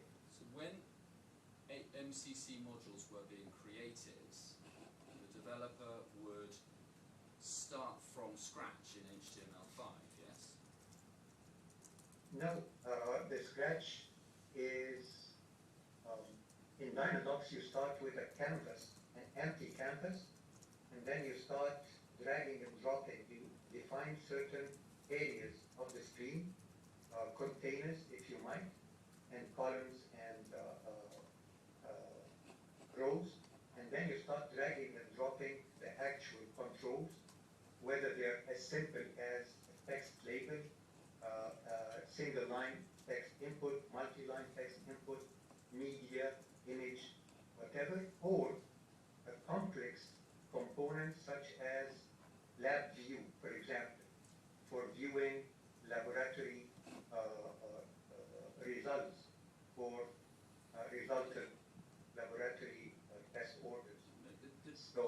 truth is that when a developer was developing, like Mr. Al-Shanawi was developing a module, he would start from scratch in HTML, and depending on the module, that might call for integration, and therefore calling on the functionality of other modules. But he would start Precisely, from that's what scratch. Dynabox and RuleSet work. But he would start from scratch in HTML5, wouldn't he? As I said, there's an empty canvas in the Dynadocs, and then the designer of this module will start defining the regions in that canvas or screen, if you wish, and then start dragging and dropping those controls, labels, grids, whatever in that link based on the functionality of that specific module. So it starts with an empty canvas that then the designer fills. Can we look at bundle C, tab 7, page 3, please? This is Mr. Bashir's statement. And if we can look at paragraph 13. Thank you. Now, Mr. Bashir, if we go down a bit, please, so we can see the whole of paragraph 13. Thank you. If you can get that on one page, that's even better. It goes over the page. All right. So, Mr. Bashir, thank you very much, identifies effectively 3 stages of the development process of software. So first, it requires business analysis. Second, it requires actual coding, actual development. And third, it requires implementation of the software. And the way he describes it is that that implementation provides feedback for the business analysis stage. Would you agree that these are all part of the development process of complex software like this? I would add 2 parts.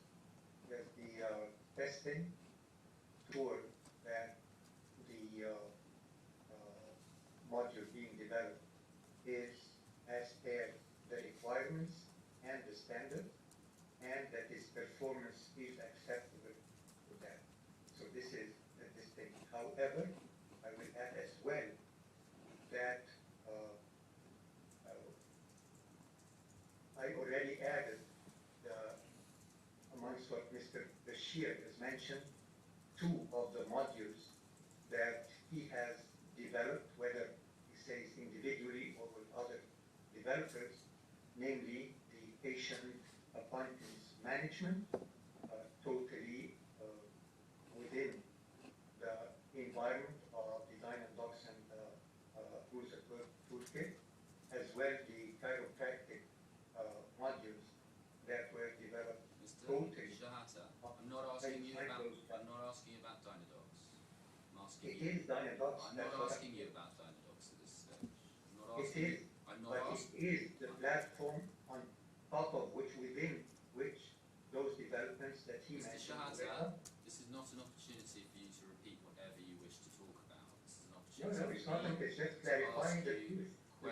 Oh, just a minute, Mr. Shehata. We'll start again. Yes, Mr. Montague-Smith. Thank you. I think you agreed with me.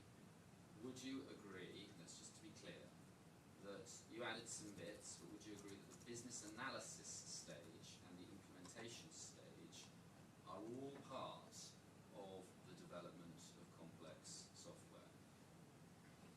The implementation part is not related to the software development lifecycle.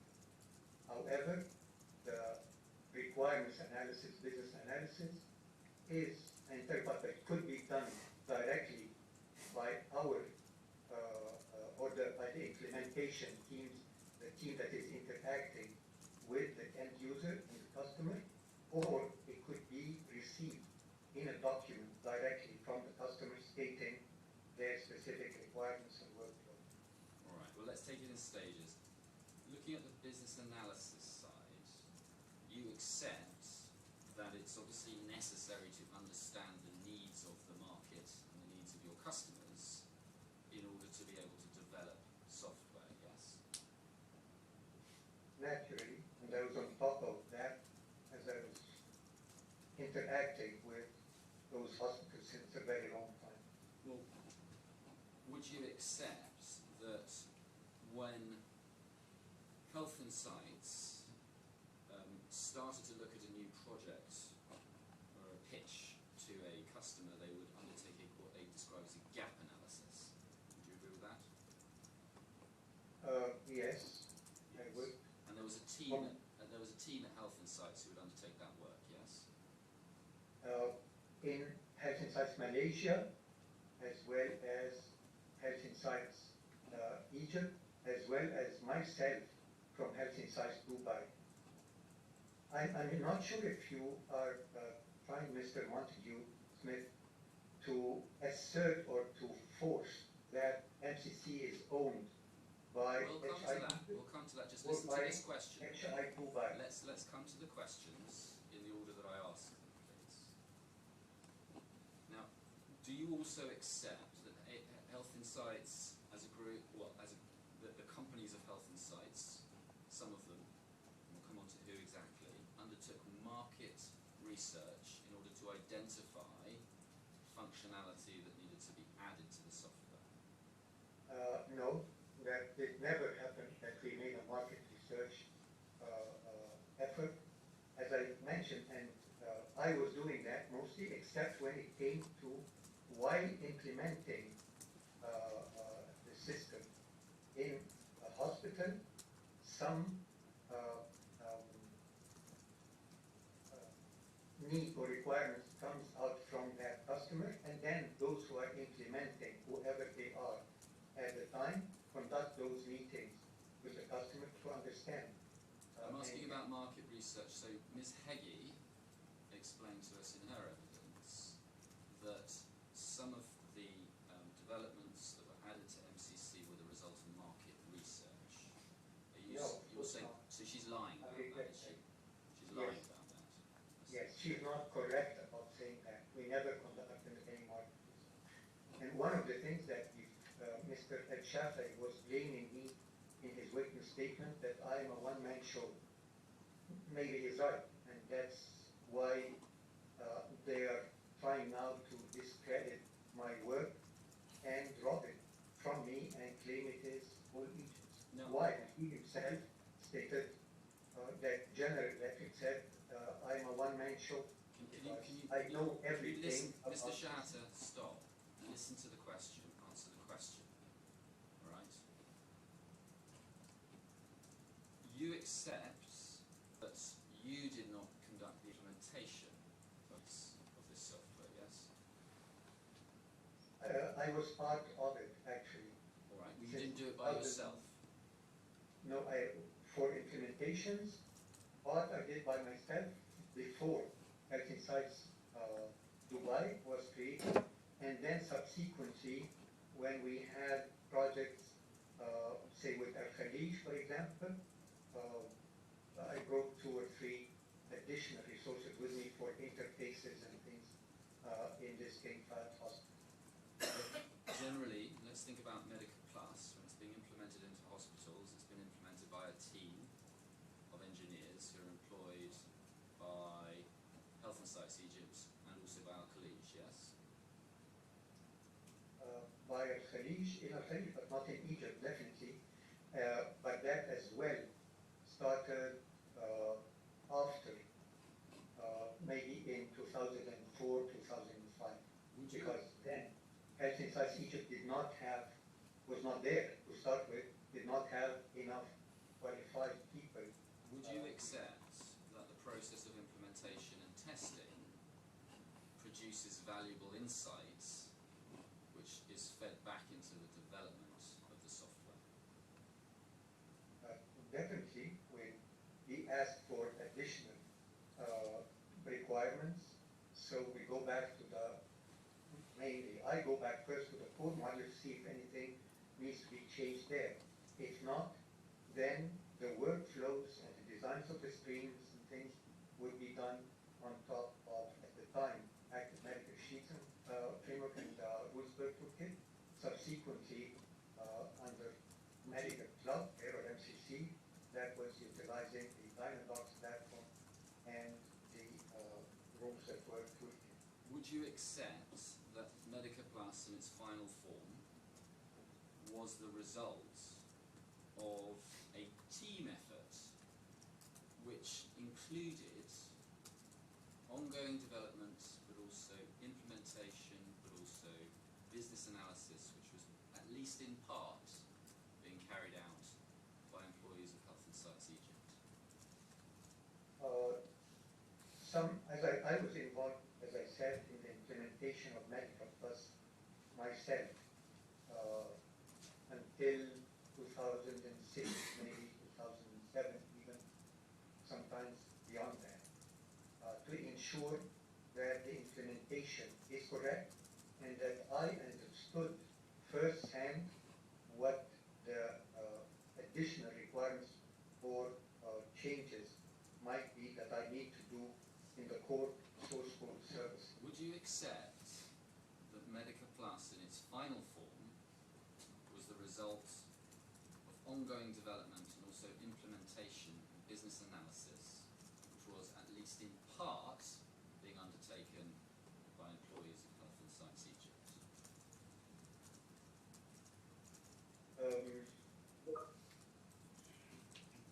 I often was communicating directly with the end users and their management to... I'm not asking about your role, I'm asking about other people within Health and Sites Egypt. Explains why... Well, do you say yes or do you say no? And then you can give your explanation. They will be involved in creating reports, for example, changing or modifying reports, modifying an active medical sheet or anything like that, maybe modifying a rule based on the end user requirement. That all goes into creating the workflows, yes? For the modules. Within these platforms. Is that a yes? Can you answer the question, please? Within these platforms, that's the workflow, utilizing the rules at work. But all of that work that's being done by HI Egypt employees goes into the workflows used in the modules, yes? The workflow... Can you answer the question, please? Yes or no? Yes, I'm Thank you. explaining, utilizing the rules at work, because that's how it was marketed. That you can change your workflow without changing the software or having any updates. So when that was the mottos that were put in our marketing about it. When the modules of MCC were developed, they incorporated into them workflows which were the work product of Health and Sites Egypt, weren't they? No, they were the work product of the core module services that I developed. Dynadocs does not create workflows, does it? Rules at Work did. Rules at Work doesn't create workflows. In both Medica Plus and MCC. You need to a workflow is the overall design of the module which defines its functionality for the user. That's what a workflow is, isn't it? No, that's called a storyboard. The workflow is, for example, does the patient needs to go to the cashier point to pay first before being seen by the doctor? It's called pre-billing or pre-charging. Or does the patient, just having the appointment, go directly to the clinic, being called upon, being seen by the doctor, or order for that patient, the prescription there, and then he goes out to the cashier point to pay. That's the workflow. And then this could be changed using the rules at work toolkit. But all of that workflow is the result of the business analysis and the implementation and the discussions that have been had with the customers, yes? It is implemented in the rules at work. That's why it's changing Answer the question. from hospital to another. Bear with me.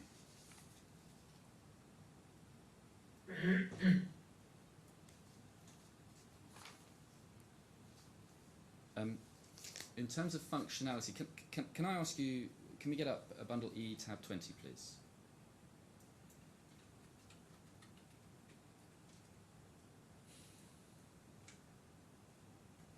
And you see there, that is a document from 2003, so this relates to Medica Plus. You recognise this? That's one long time ago, but yes, I think that was Happy Clinic. Yes, correct. And you can see if you go down on the page, please, the scope of the project is to deliver Medica Plus. Do you see that? The first bullet under scope of project. Do you see that? So, do you admit now that Medica Plus? Mr. Well, Shehata, Mr. Shehata. Just a minute, please. Oh. Mr. Shehata, you've got a counsel who has got the opportunity to make arguments and submissions on your behalf. But it's not your role to ask counsel whether he admits something.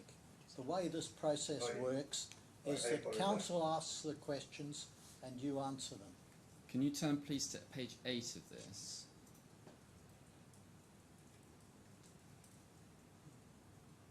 And you see there, that is a price list for Medica Plus modules, yes? Do you see that?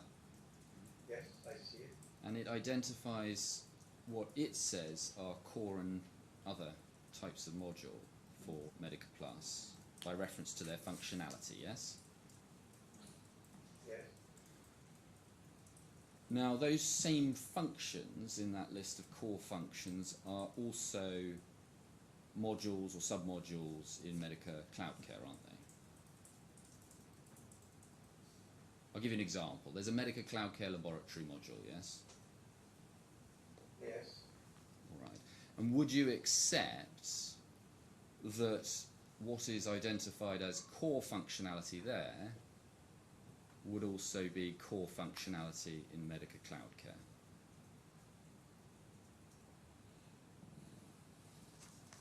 Yes? Thank you. All right. Created this one actually. Well, we've discussed that, so we will move on. I registered it for ethnic size provided 2003. Yes. Can we go, please, to Bundle E, tab 125?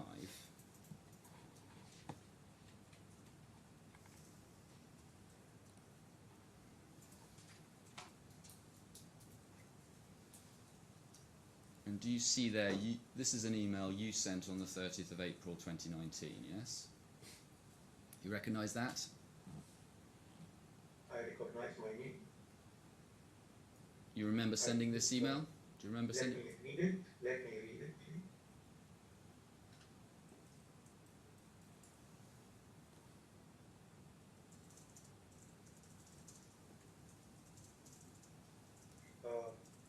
There was an attachment there. Is that? There is an attachment. Do you remember the email? I can't recall now. I see. All right. It looks Well, like the attachment starts at page 2 of this document. Do you recognise that document?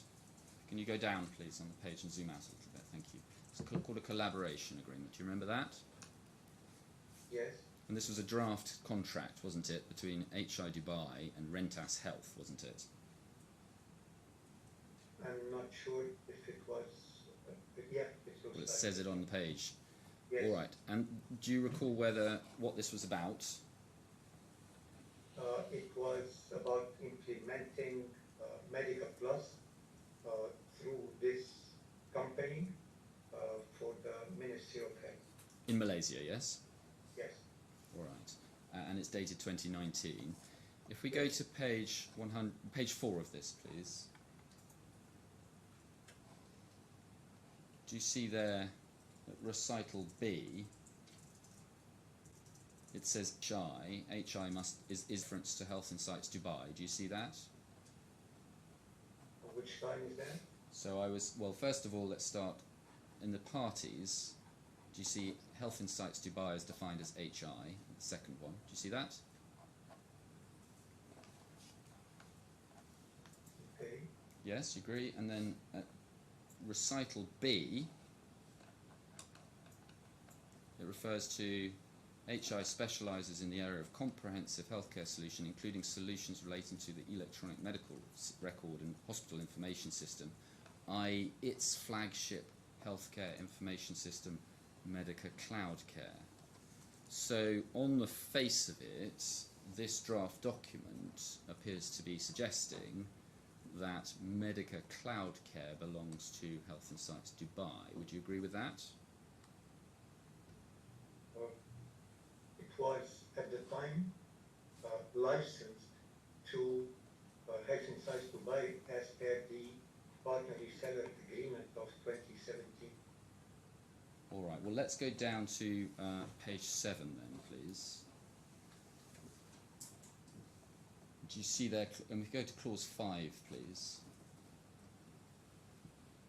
And I'll look at this, this has been marked up, but if we look at clause 5.1, which hasn't been changed, you can see clause 5.1 says, well, the heading is ownership and use of intellectual property, and it says Health Insights hereby grants RHSB a royalty-free exclusive license to use HI's intellectual property. So this is not just saying that Health Insights Dubai had a license, this is saying Health Insights Dubai owned the intellectual property in medical cloud care, wasn't it? Well, no, this does not specify explicitly the HI's intellectual property of medical cloud care, because the only intellectual property that was held at that time until now, till today, is for Medical Plus since 2003, as per the deposition of the US Copyright Law. Well, this document suggests that's not true, doesn't it? This document suggests that Health Insights owned the intellectual property in Medical Cloud Care, yes? Of Medical Plus, that's the only one that was owned as intellectual property by Health Insights Dubai. But this document is Medical about... Cloud Care was being distributed by HI Dubai under the partner reseller agreement. So they were able to enter into agreements with third parties as per this partner reseller agreement. You accept this document is about Medical Cloud Care, don't you? It's partially about Medical Cloud Care, partially about Medical Plus. Where does it say Medica Plus in this document? No, it just refers to the intellectual property. No, it goes back. If we go back to page 4, I've shown you this before, but we can go back to it. This document is about, at recital B, the implementation of Medica Cloud Care, isn't it? See? At the beginning, that's why I said it partially referred to this, but when it comes to the intellectual property, it was referring to whatever is the intellectual property of Dubai, which was only at the time the Medical Plus. So your position is that this document is a collaboration agreement for the implementation of Medica Cloud Care, but despite that, the terms dealing with ownership and use of intellectual property is about a completely different platform. Is that what you're saying? Well, they wanted to develop, I recall now, that is a Malaysian company that had some connection in sort of the other with the Ministry of Health at the time. And they wanted to develop something specific to the Ministry of Health. I think maybe at the time it was the primary care centers distributed across Malaysia. So they wanted something to be labeled only under their name, not to be the Medical Cloud Care or anything else. That's why you see in the intellectual property phrase, if you can scroll down to it, please, it says royalty free. And of course, that's because they wanted to develop that system that they wanted on top of the Medical Cloud Care components, namely the active medical sheets and the rules that were put in. Can we go back to page 7, please? And clause 5.3 now.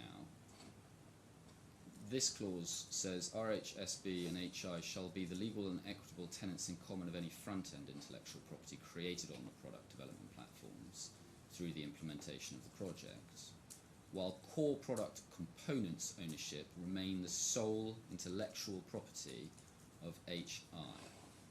So what this was saying, wasn't it, was that anything that was supplied by Health and Sites Dubai under this agreement would remain the intellectual property of Health and Sites Dubai, yes? Which was under this partner reseller agreement from 2017. This is 2019. Yes, exactly. And this is about medical cloud. This is about medical cloud care, isn't it? Yes, that's why HI Dubai had since 2017 the partner reseller certificate to allow it to enter into agreements in Saudi Arabia, UAE, and this was an opportunity probably for Malaysia to create a win-win for all partners. You drafted the sentence I just read out to you from clause 5.3. I did not draft that. That was drafted by those, what's their name, RSTP or something. You say you didn't draft that. No, I received that and then I started commenting. Can we go back to page 1, please, of this document? This is your email. You say, please find attached the collaboration agreement after revising the copyright section. The section I just showed you was the copyright section. So you drafted those amendments to the copyright section that I just showed you, didn't you? That's the amendments, not the original agreement. The language I just showed you, and the language I was asking you about, we go back to page 7, was in the amendments, wasn't it? I can't recall, that's quite some time back, but... If we go to 5.3, please. What I shared what If you I don't received. recall, you don't recall, but I thought you told me, I read out the words, while core product components ownership remain the sole intellectual property of HI. You said you didn't write that. That wasn't true when you said that, was it? It's not me that wrote that, it's using Mr. Montague Smith. That was the draft that was sent, and I made those amendments, if you might, and sent it to my partners in HI Dubai. The amendments are the bits in red, aren't they? No, there has been several, might have been several amendments, I can't recall. However, this whole agreement never materialized at all. Yes, but the reason you incorporated text, the effect of which was to say that MCC was owned by Health and Sites Dubai, was because you knew at that time that MCC was owned by Health and Sites Dubai, didn't you? No, I knew that Health and Sites Dubai had a partner reseller certificate from Health and Sites Malaysia to utilize the licenses, the implementation service, and so on and so forth of the medical cloud, but not the ownership. Can we go to bundle E130, please?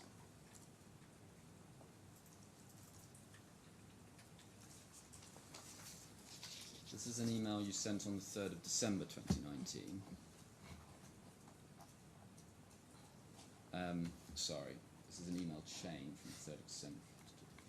And then if we go down, please, to page 4 of this. Thank you. So again, this is an email that you sent on the 3rd of December 2019. I'm just going to read some sections of it to you, and then I will ask you some questions. You say, as agreed, we were working in licensing model for the system to protect our intellectual rights. The update was sent to Al-Khalij team, who responded by refusing to apply it to the hospitals that are now running MCC and asking for an open version.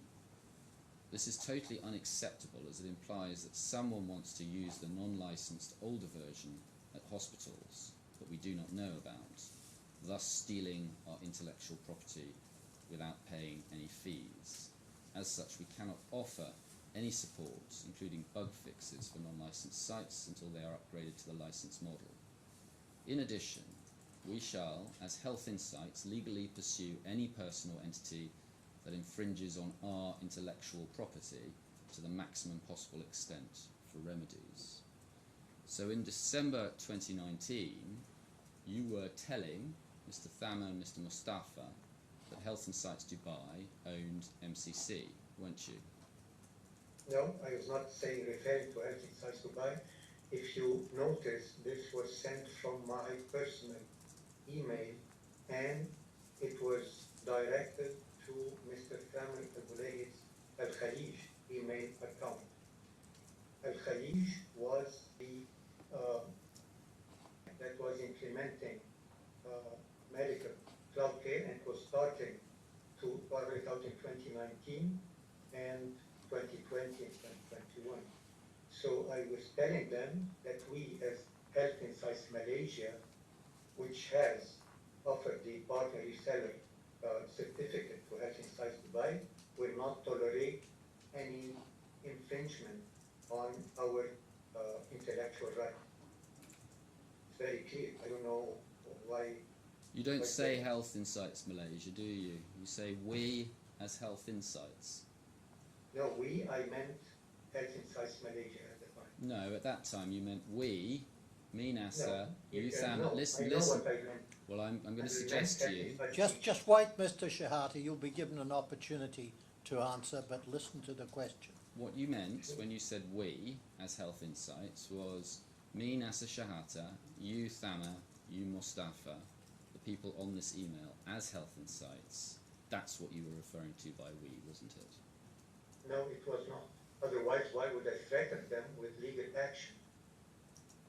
You were not threatening them with legal action. You were saying Health Yes. Insights Dubai owns Medica Cloud Care. Anyone who uses it without a license will be pursued by Health Insights Dubai. That's what you were saying. No, what I was saying is that Health Insights Dubai has a partner reseller certificate from Health Insights Malaysia, and we are in the course of implementing a licensing to protect our interests as Health Insights Asia. What proves that is that later, when the claimants have decompiled the source and went and registered it in Egypt, they actually cracked this licensing mechanism, and now they are implementing it anywhere and everywhere without even licensing. I used to get from the implementers emails with the files to generate the license for them, then the system would work. That's not happening anymore. Well, They cracked the whole license. They are utilizing it economically at Al-Khalij and at Health Insights Egypt without any regard to any neither copyright nor licensing. when you say in the first line of this, you say as agreed, we were working in licensing model for the system. That was an agreement following on from a discussion you had with Mr. Thamer and Mr. Mustafa, yes? It was because I was not thinking about the licensing of the MCC. Medica Plus used to have a licensing that I controlled. Medica Cloud Care, I started working on that with other. I'm not asking you about working on Medica Cloud Care. I'm asking you specifically about this sentence. You say as agreed, right? So there was a prior agreement between you and Thamer and Mustafa, yes? The agreement is. There was a prior agreement between you, Mustafa. Protecting. No, there was discussion. He has to answer the question. He's not answering. He was answering the question. He wasn't answering. Right, ask the question again, please. There was a prior agreement between you, Thamer, and Mustafa, yes? Can you clarify what agreement do you mean? There was a prior agreement that you would work on the licensing model for the system prior to this email, and that was an agreement between you, Thamer, and Mustafa, yes? It was not an agreement as such for developing something. We discussed that Medica Plus used to have the licensing model that I was giving them whenever they were implementing it. However, for the Medica Cloud Care MCC, I had not at the time yet developed a similar licensing agreement. So I was informing them. They had a concern that the Ministry of Health might just make copies from one hospital to the other. So I told them, okay, I'll work on that, and I'll supply that, and that was what is meant by this agreement. Well, you said, as agreed, we were working in licensing models. So this email that you sent refers to a prior agreement to work on the licensing model. Are you saying that there was such an agreement, or there wasn't such an agreement? I just answered you, Mr. Montague. Well, answer it again, Mr. Shehata, to make Yes, the answer I clear. told them I'm working on that in Malaysia, and it will be implemented. However, there was the obstacle of the hospitals that were not having this license. So if they are, and that should be the responsibility of Al-Khalij, if they refuse to implement those, then we will, as Malaysia, Health Insights Malaysia, prosecute them to the most possible manner for protecting our intellectual property. The reason you had that agreement with Mr. Mustafa and Mr. Thamer was because they had an interest in protecting the intellectual property rights, yes? No, their interest was that the Ministry of Health's IT personnel would not copy the software from one hospital that's under the 23 or 24 or now 67 hospital contracts with Al-Khalij and go and implement it covertly in another hospital, since there is nothing to prevent them from doing that. And when you say the system is to protect our intellectual rights, you don't say my intellectual property rights, do you? Yes, because by that time I have already licensed MCC for the benefit of Health Insights Asia since 2005.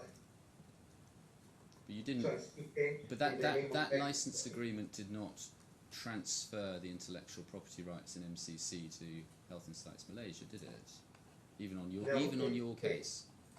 It's the economic rights that were transferred. I remain the author and hence the owner of MCC. And that was not contested, by the way, by the claimants. Even Mr. Thamer said, yes, he is the author, but we, the financier, is the one that owns. Can we go to E64? Just please? before you Sorry. go there, I see it's signed Nasser Shehata, CEO Health Insights. Which Health Insights companies were you the CEO of at that time? 3 of them, Your Honor. You were the CEO. Malaysia, Dubai, and Egypt. Have you remained the CEO of Health Insights Malaysia? Only Health Insights Malaysia. Are you still the CEO of Health Insights Malaysia? Till now, yes. So All right. you say at this stage you were telling Mr. Thamer, Mr. Mustafa, that Health Insights Malaysia owned the intellectual property, and you say that that is the result of the license agreement. Can we go to that? It's at page E64, please. One clarification for. And His so, no, Honor. wait for the question, please. Please, I do want him to clarify this, yes?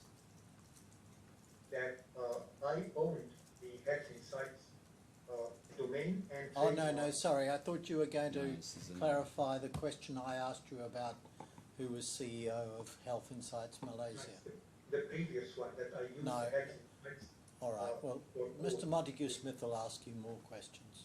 Thank you. So this is the licensing agreement you were referring to, yes? This is the one you've produced.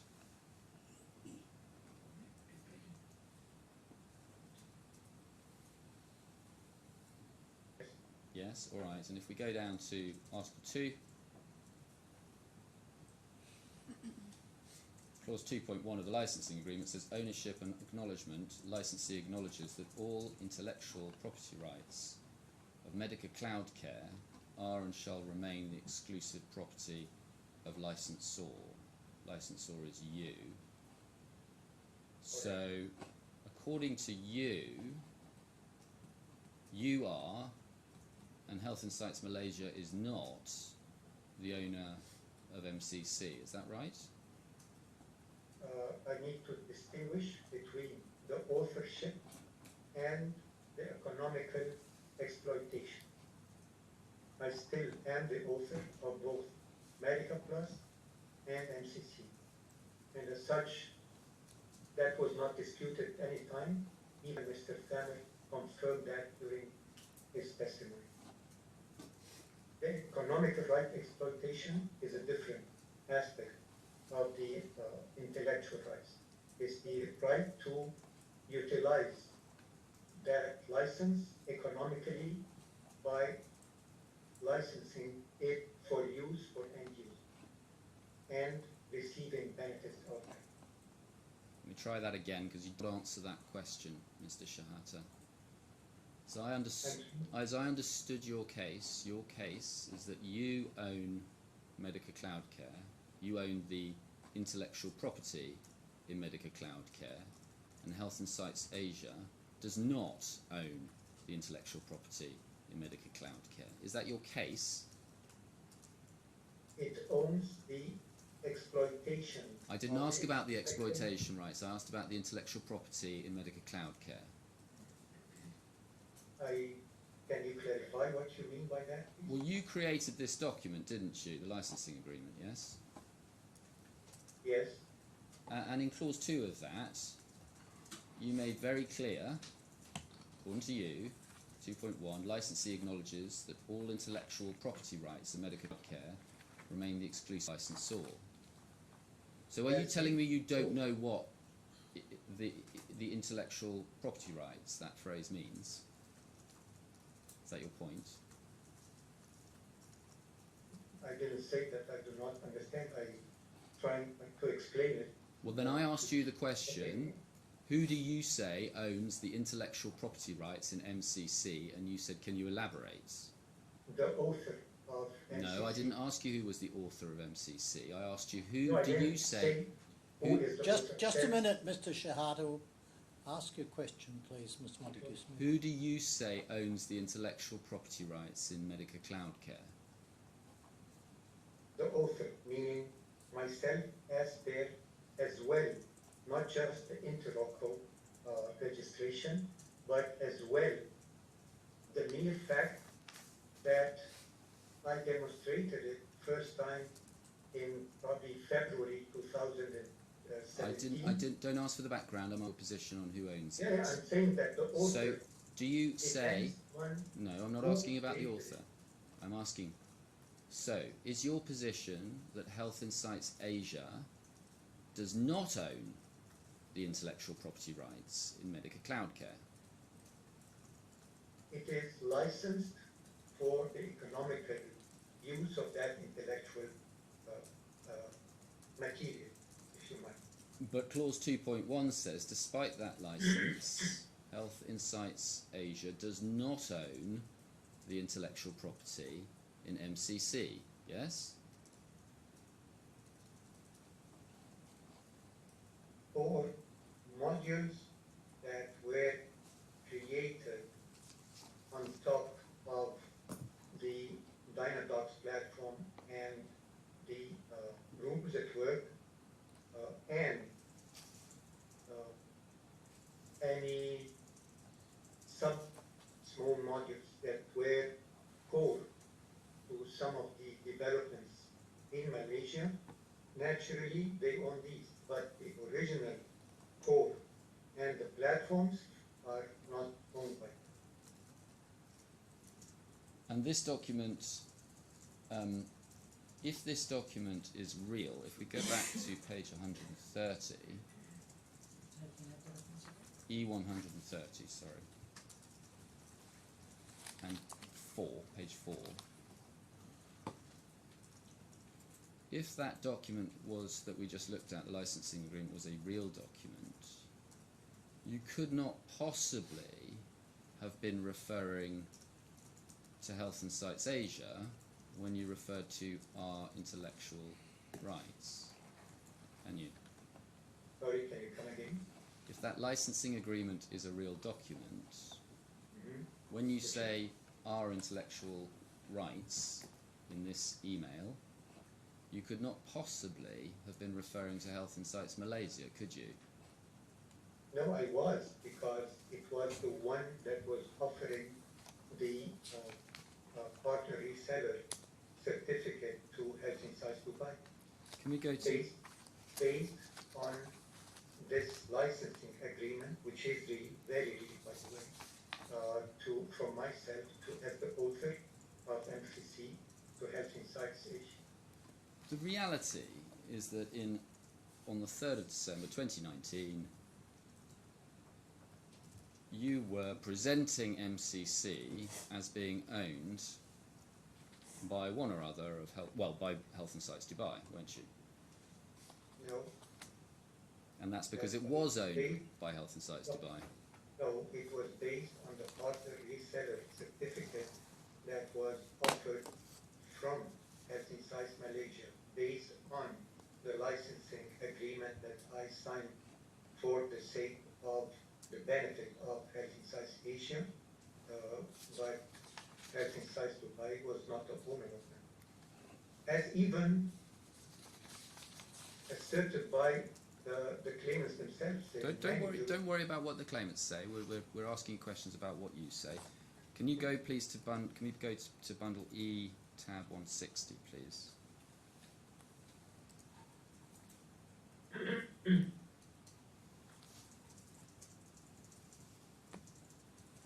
Now, I think we've looked at parts of this earlier, but if we go down to page 2, please, you'll see the context. And you see there an email from Mr. Thamer, and he says,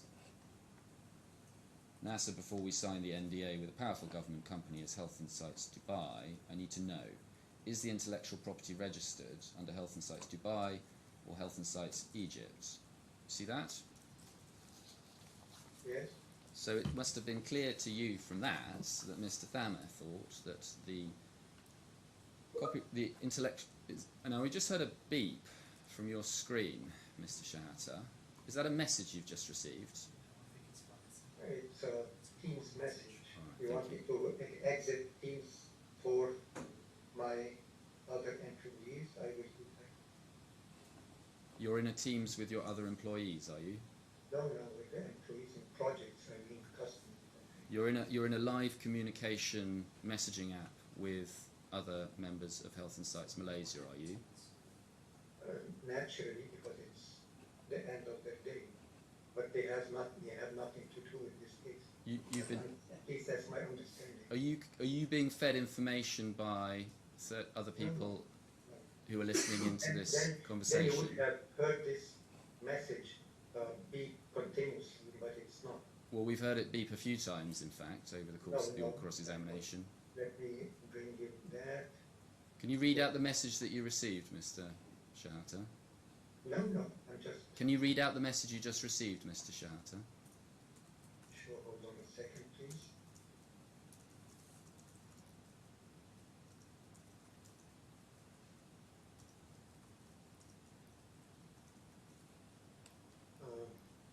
Sunway from Danish Raja. Hi, Mr. Surin. This issue has been fixed in UAT and pre-prod with package number such and such. Thanks. Can you close that messaging system, please, whatever it is? Make sure you're not receiving any messages during the course of this evidence. Sure, sir. Let me make sure that it's not closing the Teams link that I'm doing. Let me ask you about this document that we're looking at now on the screen, please. So, as I say... Hold on just a second, because I need to close this.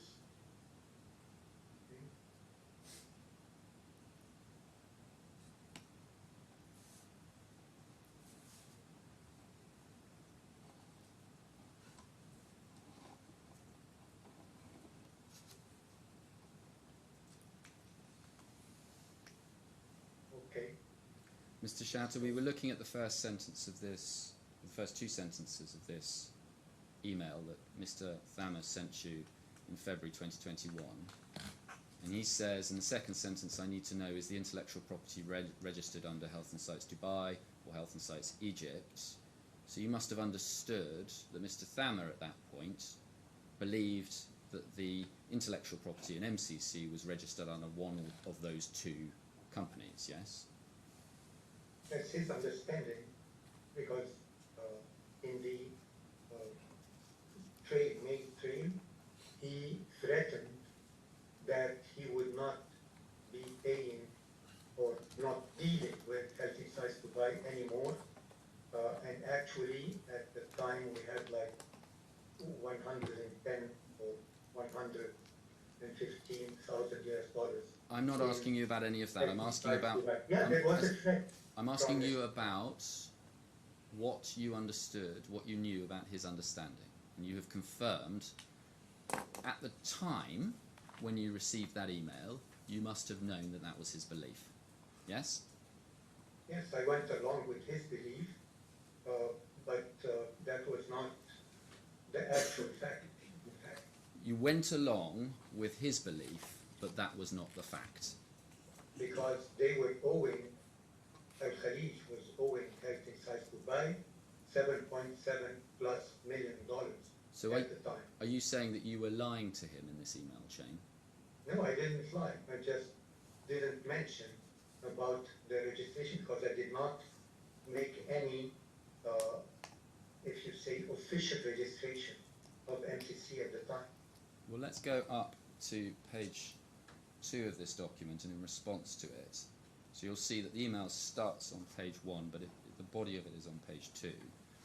And you respond, Medica Plus was registered very long time ago under Egypt First with the body of Ministry of Communications. And then you say, we have been working on preparing for MCC for worldwide registration, but it has proven quite expensive and required a lot of effort from the team at a time when they were all very busy. We can start looking at it later once the team is having time.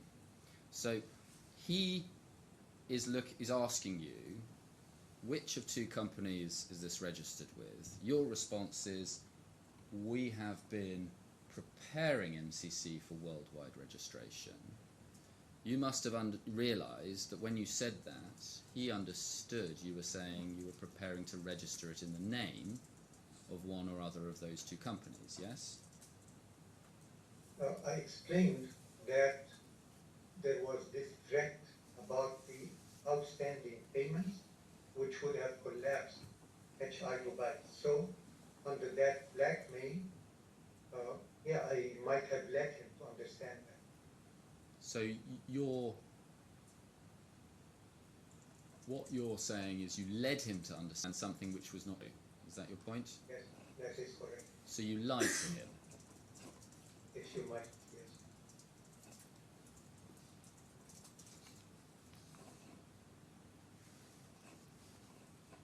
You also said that the team is working on it. It's proven expensive. So you were telling him that the Health Insights team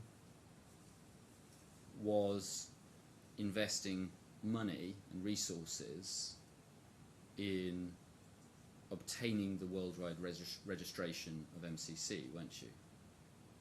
No, I did not mention the team in Health Insights. If I did, then I must have meant Health Insights Asia. Well, just as you'd led him to believe that the registration would be in the name of Health Insights Dubai, do you see that this email would lead him to believe that the team you are talking about was the Health Insights Egypt team? I never mentioned here Health Insights Egypt whatsoever in any occasion, did I?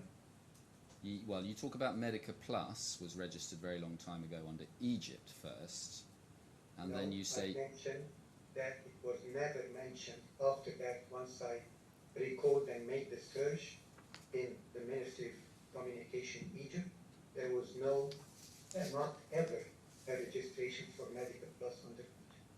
So Medica Plus was registered for the benefit of Health Insights Dubai, still is in the US Copyright Office in 2003.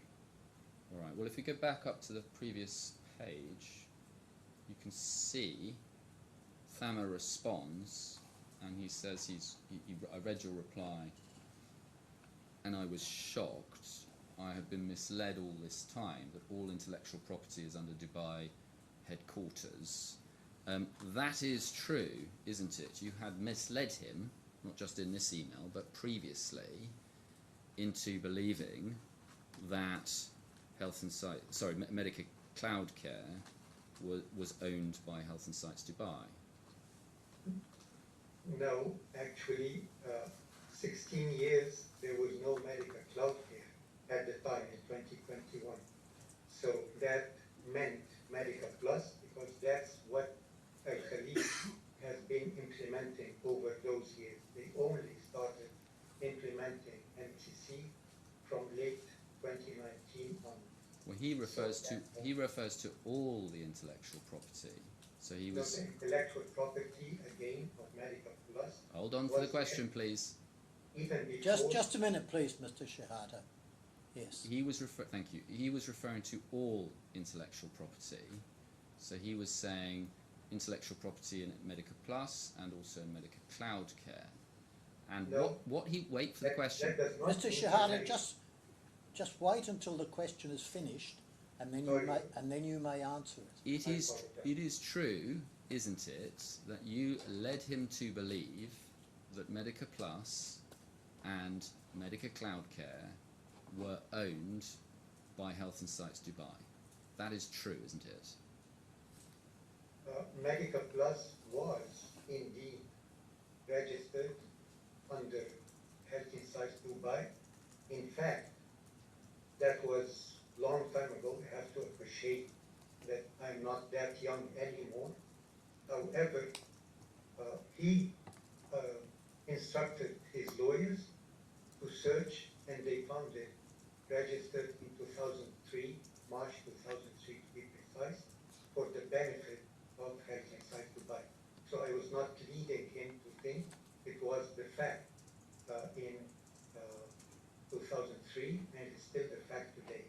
However, Medica Cloud Care or MCC was never registered under Health and Sites Dubai. Otherwise, there would have been no need to give Health and Sites Dubai a partner reseller certificate to allow it to do that. However, if you read down the email that reply from Mr.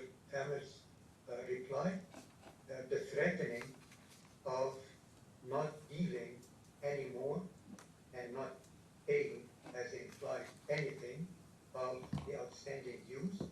And as I said, the bank account at the date was having only 100+ thousand US dollars.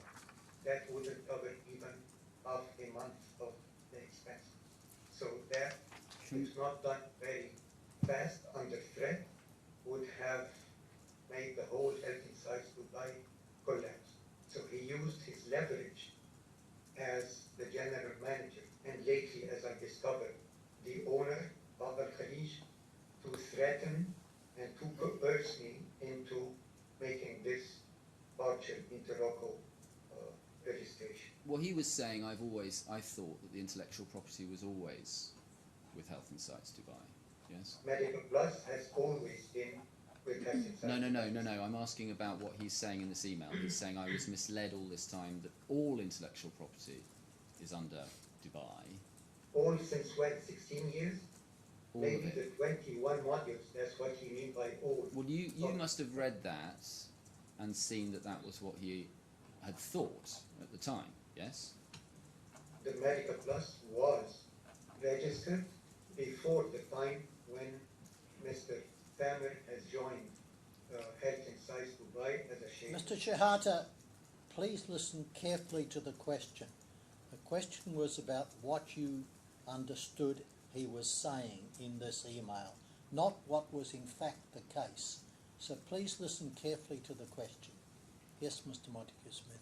Thank you, Rene. So he was saying, and you must have understood him as saying, that you had told him that all intellectual property, including MCC, was owned by Dubai. Was that how you read that? That's what it reads. Yes. But it does not specify the specifics of which software he was speaking about until down in the email, where the threat comes very bluntly. So I had to lead him into doing that. I actually did that partially in March 2021. But if he's threatening not to place any more business with Health Insights Dubai until he gets a certificate showing that the intellectual property is owned by Health Insights Dubai, he must have known that he was talking about the intellectual property of MCC, yes? Yes, he mentioned it. Right. And you don't go back on this email and say, hold on, I never told you that MCC was owned by Health Insights Dubai, do you? Under that threat, having less than half a month of cash to sustain Health Insights Dubai, while Al Khalij owned it $7.7 million, no, of course, that was not I just needed the money to come that was owed to Dubai so that I can sustain the operation. Well, I'm going to suggest... Otherwise, the whole company would collapse in less than a month. I'm going to suggest the reason you didn't go back and say, I never said this was owned by Health Insights Dubai, is because all along, all throughout your relationship with Mr. Thamer, you had told him that Medica Plus and then MCC were owned by Health Insights Dubai. No, I said that M Plus was, I never verbally mentioned that MCC was a property of HI Dubai. That's what they assume in, I don't know how or why, but it's up to them to assume whatever. They claimed many things that turned out to be totally untrue. Well, you lied to them in this email, didn't you? The one that we've seen at 162. You lied to them in that email, didn't you? About who owned Medica Plus, yes? That email that you are showing us now? No, if we go down to page 2 of this, when it said we've been working on preparing for MCC for worldwide registration, you accept you lied to them about that, yes? I didn't read, that's not a lie, it's misleading, if you might, because we are in Malaysia, we're working actually in that. So you think there's a difference to you between saying a lie and saying something that's misleading?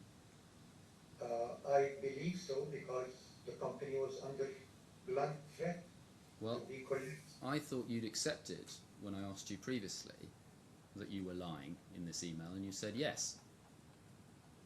Yes, I said, whether you call it a lie, I call it misleading. Well, The end thing is that I was forced to deposit it at the Interlocal partially for the benefit of Health Insights Dubai.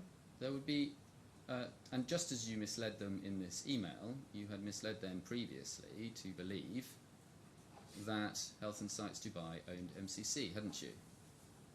I'm sorry, can you come again? Just as you misled them in this email, you had misled them previously into thinking that MCC was owned by Health Insights Dubai, hadn't you?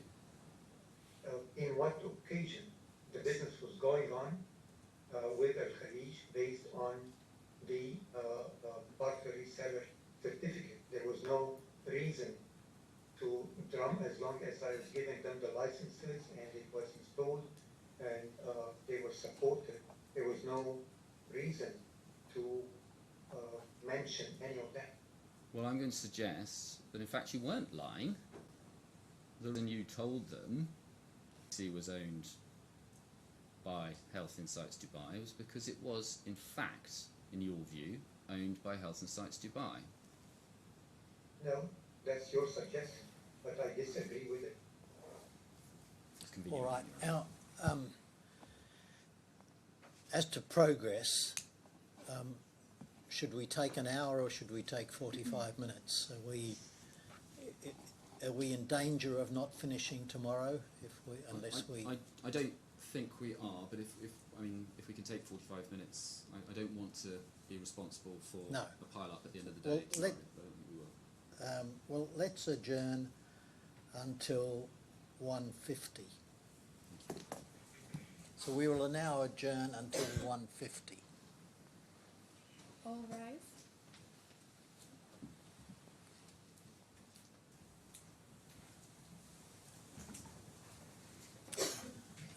Mr. Montague-Smith, I propose to sit for approximately an hour, take a 10-minute break, sit for another hour, take a 10-minute break, and then see how we're going. Thank you. I'll make the time. Unfortunately, it was late, so there was a problem at the other end. All right, Mr. Shehata, please, could the operator please bring up bundle number E161? If you can go down to page 2 of this, please. You'll see at the bottom there's an email from you to Mr. Al-Shafai. But we've looked at the email you're responding to briefly, but we'll look at it again. It says, this is Mustafa asking you, underlined, about what you had said, Medica Plus was registered. And then he says, please send me a copy of this registration document. And so I'm going to ask you about your answer to that email. So you say, firstly, in the second paragraph, Medica Plus was registered under Solutions Plus, and when Health Insights was first created, the source for Medica Plus was transferred to Health Insights. And then you say, in any case, we have already started the process of making proper intellectual property registration under Health Insights Z LLC, so that's not an issue now. There you were talking about the process of registration of Medica Cloud Care, weren't you? No, as it says, Medica Plus, and then the first claimant actually was the one that informed me about that old registration that I made in 2003 for the benefit of Health Insights Dubai under the US Copyright Office. Yeah, but when you say we have already started the process of making proper intellectual property registration under Health Insights Dubai, I'm asking you about the process of registration that you had started. This email is dated 22nd of February 2021. You are talking here about the process of making proper intellectual property registration of MCC, aren't you? I can't recall right now, but again, I was under direct pressure with $7.7 million owed by the Khalij and threatening that no payments would be done. So I was actually blackmailed to do that. I'm not asking you about your reasons for doing it. I'm asking you specifically about what you were talking about in your email, and I'm asking you about what you meant by we've already started the process of making proper intellectual property registration. I'm suggesting to you that what you were starting the process of registering was Medica Cloud Care, yes? No, I do not recall at the time, but I was, again, informed later on by the first claimant of the pre-existing registration of Medica Plus under the US Copyright Office for the benefit of Health Insights Dubai. Well, in March 2021, you did in fact register software in favour, at least parts of MCC with Interoco, didn't you?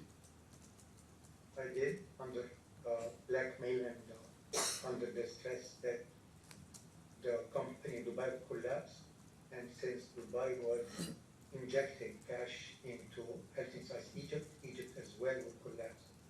So all what I've been building over many years would collapse because of this blackmail, and no money that is owed to Health Insights Dubai would be paid Well, I'll come back to that. But therefore, what you're talking about when you say we've started the process must be about your registration of MCC, yes? It might have been. You did a Medica Plus in favour of Health Insights in February 21, did you? No, Medica Plus was already registered since 2003. Yes. So when you say we're starting the process of making proper intellectual property registration, you're talking about Medica Cloud Care. Again, under blackmail from the claimants, I had to be giving them the impression so that money would be paid that is owed and that was withheld under the threat of no, I will not answer or deal with Health Insights Dubai anymore from a claim. And when you are discussing... That was for money owed for previous services that are already rendered, not for any new dues. But again, you are giving here, aren't you, Mustafa in this case, the impression that Medica Cloud Care was owned by Health Insights Dubai. No, I'm not giving the impression that it was owned by Health Insights Dubai. It's just as a response to Mr. Thamer and subsequently Mr. Mustafa asking for the registration of Medica Cloud Care under Dubai. As time passed through, it was obvious the plan that they've been plotting all along. Well, let me ask you. No, please listen to my questions and answer those. You don't need to make speeches at this point. So the blackmail you are referring to. If we go back to page 160, page 1, E160, page 1.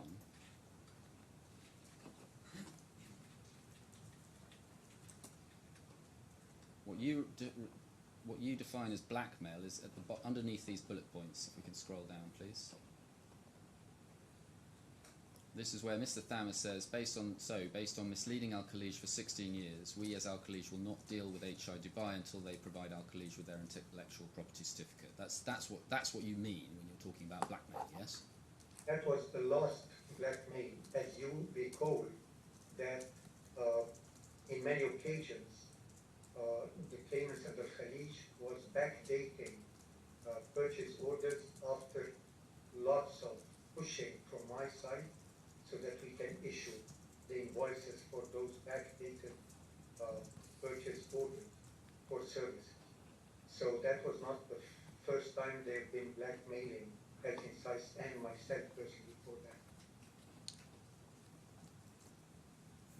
Well, can you point to any other documents which you would refer to as blackmail? The backdated purchase orders. The backdated purchase order contain a statement that amounts to blackmail, do they? No, but it was delaying any dues to Health Insights Dubai until they supply us with the purchase orders so that we can start invoicing those services. And that took many. It's in the WhatsApp chats that they have actually shared, which includes cutting down on the purchase orders by millions, actually, after services were already rendered. And I assume that this is blackmail since they control Al-Khalij and hence control at least 90% of its revenues from Al-Khalij. That is very obvious blackmail. What Mr. Thamer was saying... Because I had, for example, purchase order for the same services for the same period for $5 million US, and now they say no, that will be reduced to $4 million. What Mr. Thamer is saying here, Mr. Thamer is saying here, is that we'd understood that Health Insights Dubai had the intellectual property. Until you prove it, we're not going to deal with them anymore. Yes? He says we understand, but that was never discussed in any shape or form with the claimant before this email. When I asked you about this document before, you accepted that that was their understanding and your belief about their understanding at the time. Well, I cannot get into their minds to know their specific understanding, but I never discussed the ownership with not MCC before. Can we please bring up document Q3, page 1?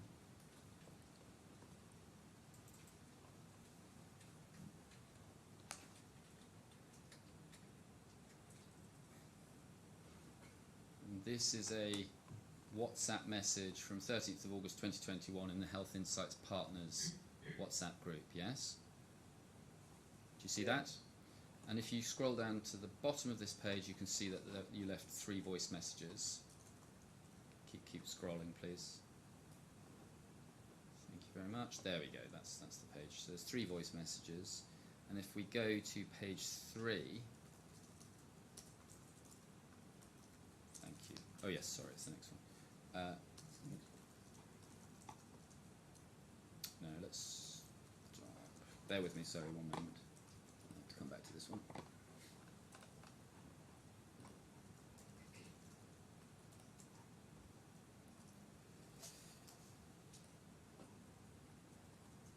So it should be Q33 and oh dear, that's what I've marked this up.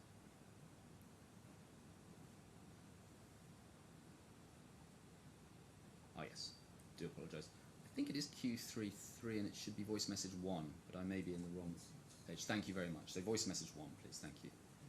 And you say, thank you very much. You say, regarding the project in Egypt, God willing, may it work out. We're all pushing for it. I set it up in Dubai to avoid the gossip and disputes, so that when it comes to copyright, they will not start saying that it is obtained from Egypt. You tricked me and deceived me. I'm not willing to get into that stage again at all. So you're referring to the complaints that Thamer and Mustafa had made that you had tricked them about the copyrights. Do you remember that they did make those sorts of complaints? And they did that already in February and March. Yes. And they said you tricked us into thinking the copyright was in Egypt. Sorry, in Dubai, when in fact it was in Egypt. That was the nature of their complaint. There was no copyright in Egypt at all. And then if we go to the bottom of this, you say, therefore, sorry, the bottom of the top box. Stay in the box. Thank you very much. I do apologise to the document man. I'm failing to give remote control instructions very well. You say, therefore, I do not recommend doing it in Egypt unless you really want to, but then no one should come after me saying, what did you do for me here? You tricked me while I am not even in Egypt. That, of course, was never intended, and it was not at all the purpose when doing the copyright. You yourself saw that I had actually forgotten that I had registered the copyright in the US back in 2003. Yet there were accusations of betrayal and words, and such words. Honestly, I'm exhausted. So what you are saying here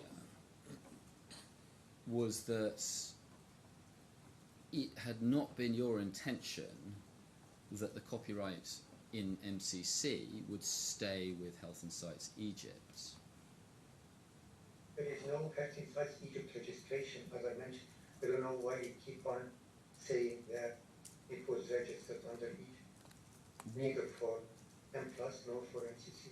What you're saying is that you had always intended that the copyright would be registered with Health Insights Dubai, yes? Medica Plus was under Health Insights Dubai already since 2003, and at the time when this exchange of messages happened, I believe in August 2021, I have already registered a small, very small part of MCC under Dubai, under FED. Well, what you are saying here, the impression you're trying to give here, was that it was always your intention to register MCC with Health Insights Dubai, isn't it? No, that was not my intention. That happened under threat to extract the dues from Al-Khalij, controlled by the claimants, to Health Insights Dubai, which unfortunately did not materialize. You also told. And as the author, it is in my capacity as the author, and that's not disputed by the claimants, even now, to change, since I did not get paid anything for the authorship of this of MCC. I'm not asking you about what you got. I'm asking you about what you said in this text message, and I've asked you. Yeah, You've given your relevant, answer, and we all won't go relevant, back to relevant. it. You also told Wessam Heggie that MCC belonged to HI Dubai, didn't you? That was wrong. I meant M plus, actually.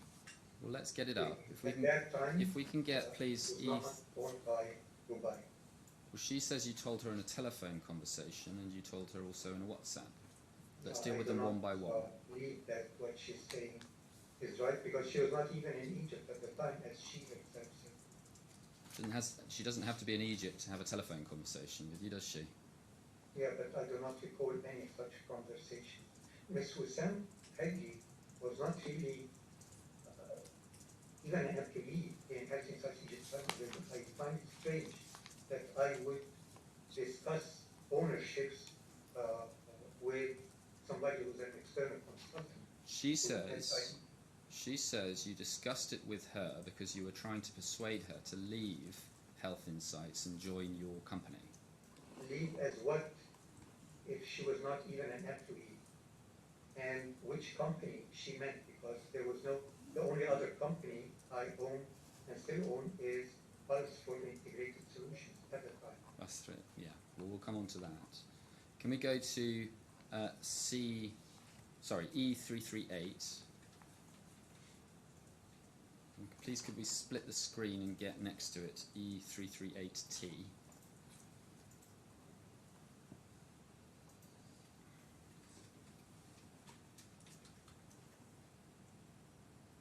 And if you see at 7:45 a.m. on the left-hand side of the screen, do you see about a third of the way down? That is Miss Heggie saying to you, is MCC owned by Dubai? Yes? Yeah, she was asking. And you so that's the one, just for Your Honour's benefit, where the translation has gone slightly wrong. You can see it on the right-hand side. We did this through the translator when Ms. Heggie was giving evidence. And your response is on the left-hand side, and you say, or how would you describe what you've said there? Presumably. Presumably.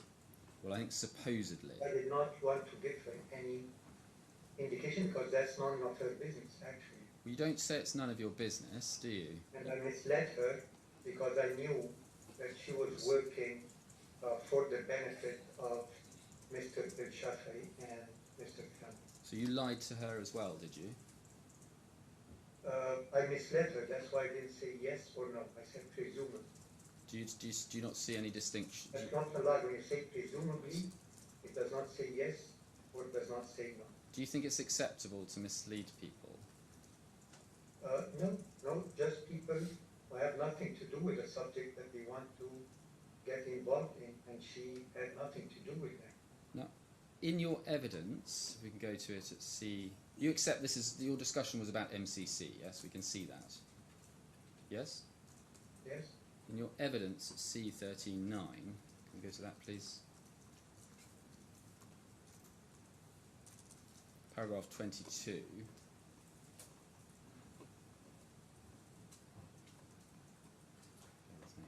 Sorry, paragraph 24. You say in paragraph 22, Ms. Heggie asserts that I have said that HI Dubai owns MCC. That is not what I have said. I referred to M Plus and not MCC. That's not true, is it? No, it was my intention, because as I said, I will not lie.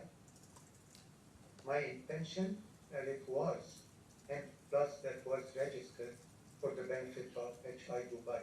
You say she won't say MCC, but my, if you call it misleading, reply to her, as this is none of her business, was related to M Plus. I'm talking about the evidence that you gave to the court in your Yes, latest witness I statement. meant it. 10 days ago, 11 days ago now, you wrote a witness statement telling the court, I referred to M plus and not MCC. Yes, because In that's the one I know. fact, as we've just seen, you referred to MCC, didn't you? No, she was the one that referred to MCC, not me. And I replied, presumably, I had in mind M plus, but I didn't want to give her a straight answer on MCC. So if we go back to E338,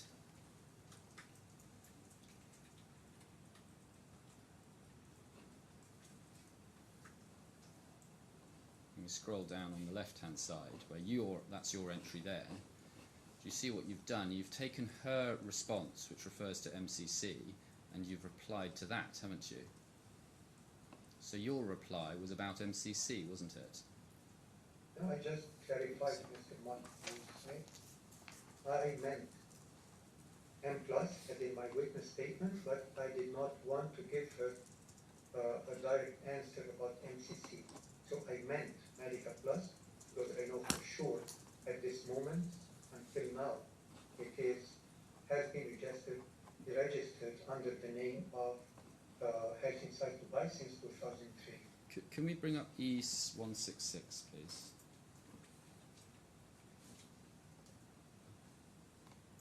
Now, this is one of the Interroco certificates, and we'll talk about those in a minute.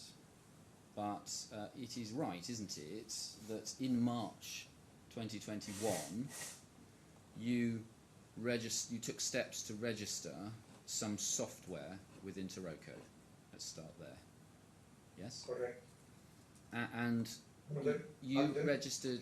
And black name. Well, yes. All right. But you registered that software with Interroco in favour of Health Insights Dubai, didn't you? Can you scroll down so they can Well, see let's just establish the facts that you're aware of. If you can't, I'm not asking you about the certificate yet. I will establish the fact once I see. No, I'm not showing you a document. I'm not showing you a document. I'm not even asking you a question about this document yet. I've got it up in readiness of questions I'm going to ask you in future.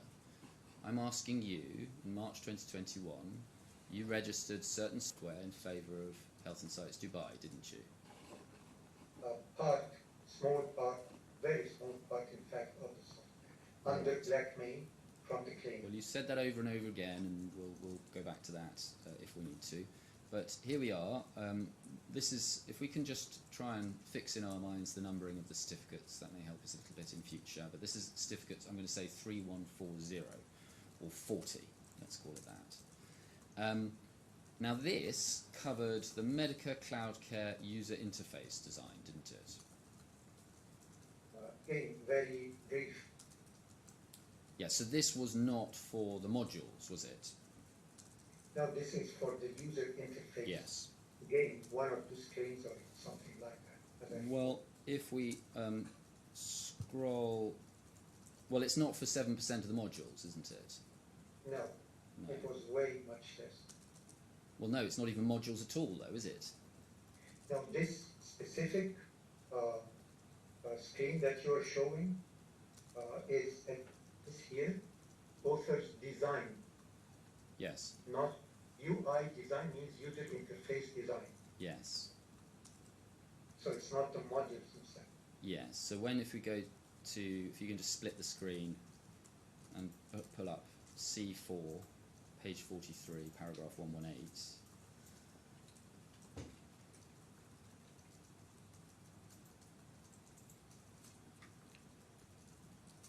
You say,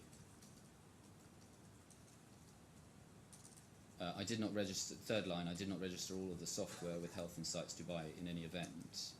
And then you say it was only about 7% of the modules. That's, yeah, looking back, just on the basis of this document alone, that's not true, is it? Because you also registered the UI design. No, I registered, I think you have access already to 3 such certificates. Yes, but you're saying in your statement it was only modules and only 7% of the modules. You've confirmed. Exactly 7%. Very difficult to give a percent. You've confirmed that the certificate on the left is not just modules. So when you say it was No, only the 7% of certificate them, on the just left wait for the is- question, please, Mr. Shehata. Because I did Mr. not- Shehata, Shehata. Mr. Shehata, just wait, please. This process is not going to be completed unless you allow Mr. Montague-Smith to finish his question and you answer it after he's stop interrupting his questions. Right, Mr. Montague-Smith. Thank you. So when you said 7%, you only registered 7% of the modules, just on the face of this document, we can see that that was false because the certificate on the left of your screen is not for modules at all, is it? As I said, this is the certificate for some parts of the user interface. There is another certificate for the source code. Can we? So, and it is not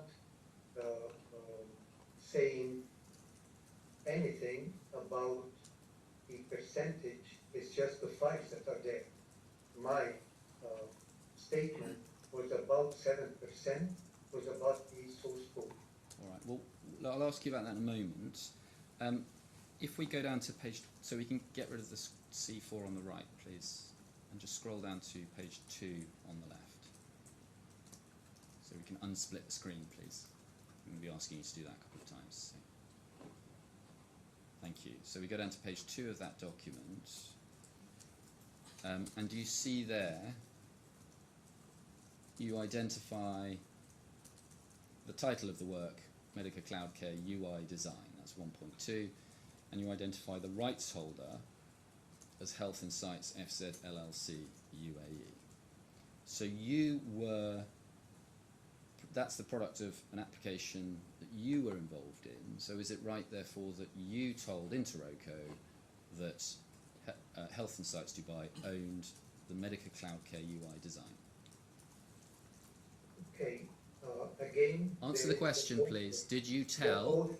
Did you... No, I'm not asking you about that. Look at what is written, Mr. Montague-Smith.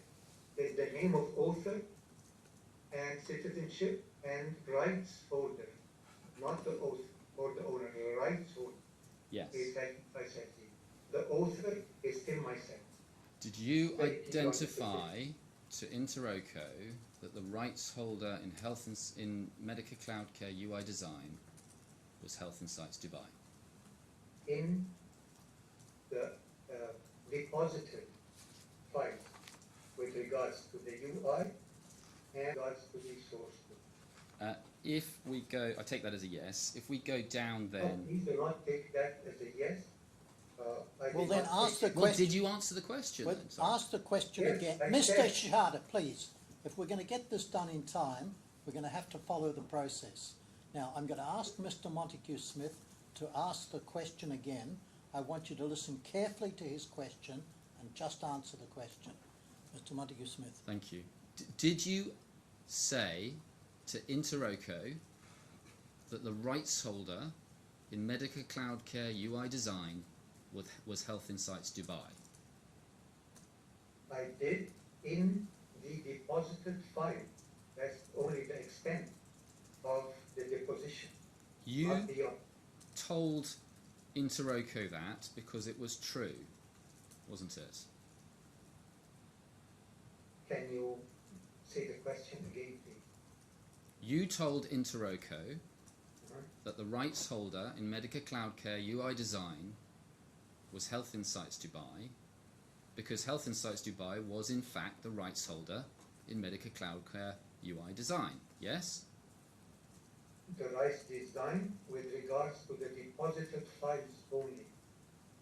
So that, but Yes, I told, it's not I tell them, I sent them the files actually, and you told and them, under blackmail.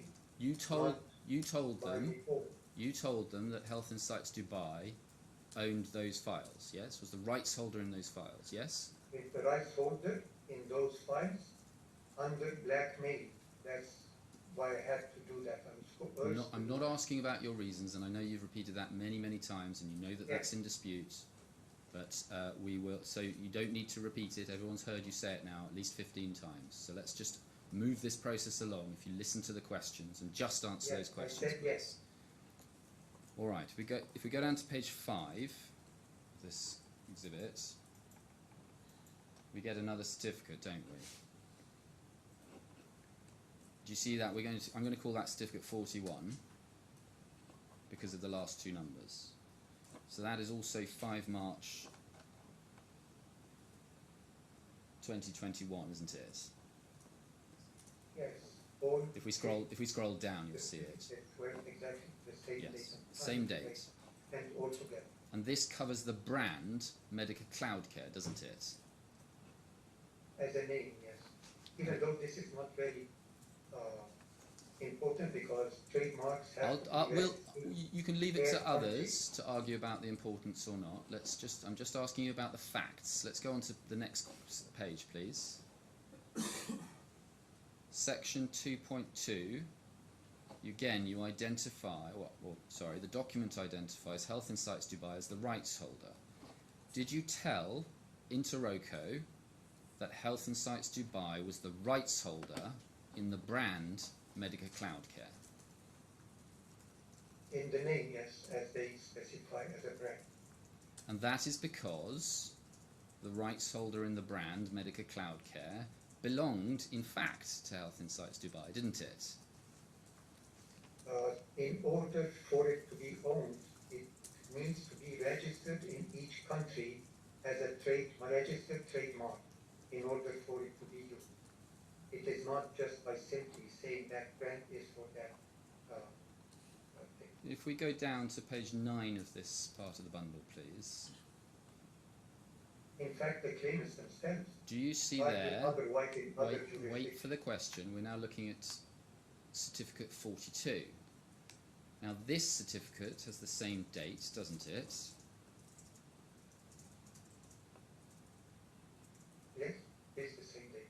And this certificate is in relation to Medica Cloud Care source code, yes? In relationship to a very small portion of non-coherent, actually, because that was under threat for MCC. Well, that's not what it says, is it? What it says is Medica Cloud Care source code. Relevant to the deposited files, and the deposited files are available online from Interroco itself. Well, if this had only been part of the source code of Medica Cloud Care, then it would have, for example, a small number of modules, then it would say there, it would identify the modules which were being deposited, wouldn't it? If you scroll probably down, you find some names there or something. But it is, in any case, available online, and it shows which files exactly have been deposited. Well, if you go down to page 10 of the exhibit, this part of the exhibit, again, the rights holder is identified as Health Insights Dubai. We'll come on to what this covers, but would you accept that whatever was deposited, whatever was covered by this certificate, you told Interroco that the rights holder in that material was Health Insights Dubai? Whatever files were deposited, yes, I do, under, of course, threat from the claim. Well, whatever's covered by this certificate, yes? Whatever's covered on Interroco's website, you can download whatever was deposited from their website. And you were telling Interroco that Health Insights Dubai was the rights holder in that material because Health Insights Dubai was, in fact, the rights holder in that material, weren't you? No, I was telling that under blackmail from Mr. Thamer and subsequently Mr. Mustafa that they will not pay Health Insights Dubai dues until I furnish them with registration of copyright certificates. And if you go down to the bottom of the page that we're looking at here, and can we zoom in on that description, please? This is a description of what was deposited, isn't it? The zoom function is, yeah, thank you. Brief, in a proper, complete deposition, of course, it will be much larger than that. And what was being described as being deposited was a program called Medica Cloud Care, yes? It was already there in the title. Yes. Doesn't say part of Medica Cloud Care, it says Medica Cloud Care, doesn't it? It doesn't matter. The judgment on that lays with the deposited funds, which are available online. And the description is a cloud web-based hospital management information system that manages the patient registration, appointments, admissions for care, changing of services, operating theatre management, diagnosis, recording, immunisation, recording, investigations, medication orders, medical records management, medical reports management, store management, consumables, recording, patient measurements, doctor's accounting and administration management. Then it says the system can be run from any browser with zero installation on the client devices and can be run from any device that supports HTML5 browsers. So the description in the certificate is of Medica Cloud Care. It is not of some small portion of the modules in Medica Cloud Care. Do you agree with that? Again, the definitive reference to that lays in the deposited files, which are already available online for you and for the judge as well to see. We'll come on to that. Well, look, if you look at the programming, the computer type talks about web servers and the programming languages. It says the server-side components are written in Microsoft C#, while the client side is written in JavaScript and HTML5. That is a description of MCC, not simply of some of its modules, isn't it? No, that is a bit tricky here. The underlying components of Medica Cloud Care, the Dynadocs and the rules at work, are written in fact in C#, and they render the modules in HTML at the client side on the browser. If we go to page 47, sorry, not 47, I'm talking about page 11, please. In row 9, you can see their reference to the deposited work. And at 9.2, online web address of deposited work, you've deposited the materials, and the link that describes those materials is interoco.com, all-materials, computer programs, 3463-cloudcare source code.html. So you created a link, didn't you? I do not have the access to their website. This is Interoco's portal. Once the deposition is there in the issue certificate, for purpose of transparency, they put it on their portal using this. I do not have access to deposit anything on their link. Well, before you registered this code, one of the things, the source code, one of the things you did was you gathered it in from the Health Insights team, didn't you? No, I gathered only interfaces and such elements and integration source code that was done for different hospitals in different countries. Well, can we get up E327? I had Can we get up? previous versions of those, but I was making sure that I had the latest. Can we get up version. E327, please? This is a document produced by Mr. El-Shanawi, and Mr. El-Shanawi provides you with a 4 GB file, and then he says source code last update, and then he says engineer Ahmed asked to send the code. So that's true, isn't it? Engineer Ahmed asked him to send the source code for the modules that he was working on, yes? The modules that he was working with regards to interfaces and integrations. Engineer, Because it has to be asked to engineer Ahmed, not to me. I see. So you say you don't know. No, I say that, again, I am collecting periodically the source of the integrations and the interfaces to make sure that I have the latest iterations of that. That happens periodically. do you see below this, if we scroll down a bit, you say, this is your message to Mr. Al-Shanawi, can we have it officially on the laptop, inshallah, so that Dr. Well, Ahmed Saleh, Nada Galal can verify it, inshallah. So you actually were involved in collecting in the source code at this time, weren't you? Yeah, with regards to the security and the logins and how it is handled, that was mostly Dr. Wael, peace be upon him, late Dr. Wael, that was responsible for the security parts, encryption and all of that. Well, you personally asked Mr. Al-Shanawi to produce the source code for his modules together with screenshots, didn't you? The screenshots, and that was available for anyone. You personally asked Mr. Al-Shanawi to produce the source code for his modules together with screenshots, didn't you? Correctly, I asked him for the screenshots. You And when they shared the WhatsApp exchange, when I first said the source code, directly after that, I apologized and said, sorry, not the source code, just the listing. But that's because you were asking him in this direct communication to provide the source code on a laptop, yes? Which laptop? I mean, Well, you say you want it on a laptop. I'm reading it from your text message. Can we have it officially on the laptop? No, but it could be that I asked it if you see the... No, let's talk about this. Don't change the subject.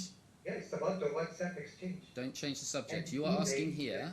He sent with a large compressed file of screenshots. Mr. Shehata, you're under oath. You are asking him for something on a laptop. What you are asking for on a laptop is the source code, isn't it? No, it was the screenshots collected in a large file, plus the source code for integrations and interfaces, not just from him, but from several others of his colleagues. And then after this, he provides you with the screenshots. Can we get up document P2, please?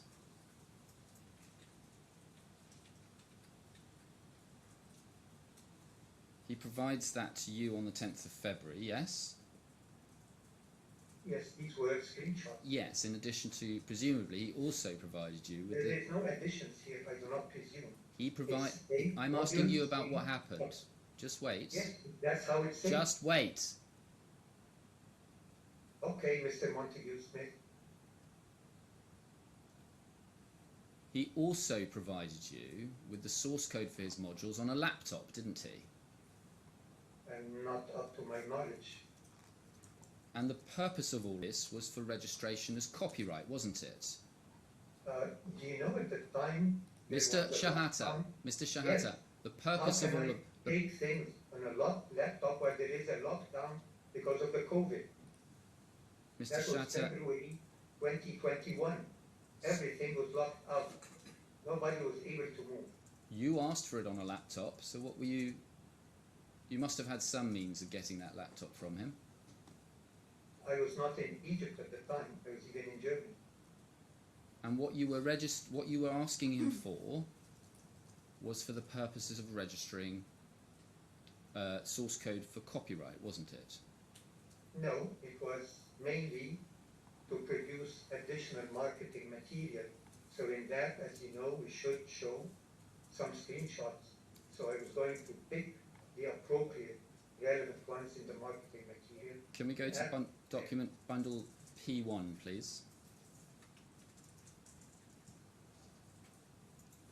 And if you go down to P2, you will find the original, page 2, page 2. And then we've got the translation. Do you see that in the original, in fact, if you scroll up, you can see who it's from. And this is you asking Mr. Al-Shanawi, please send me the main menu code and screenshots for the copyright. So you were collecting in this code for the purposes of registering it with the Copyright Office, yes? I don't recall the purpose of that specific WhatsApp exchange at the time. As I said, there are several occasions where I was asking developers who are developing interfaces and integrations to semi-code, and specifically the login, because the engine itself was not developed by Mr. Shinawi, so I wanted to see how it matches the requirements for the login to the manual. Can we get up E95, please, and turn to page 2?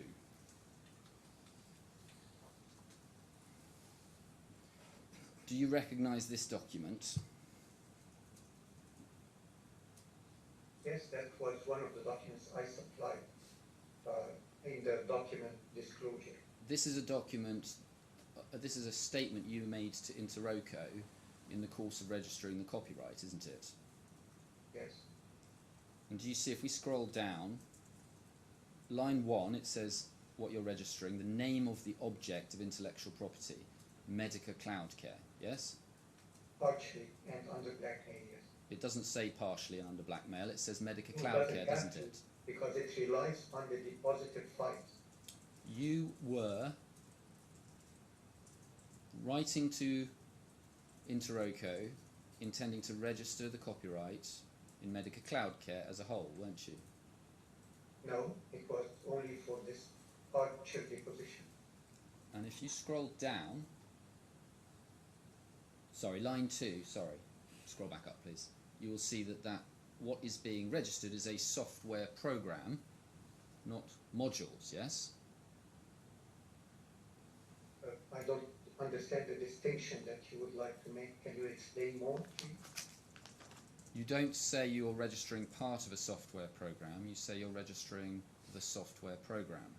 I don't say, I'm not obliged to say anything in the deposition. I can deposit a song, a novel, a page of a poem, and copyright that. It does not comply me to put the whole deposition,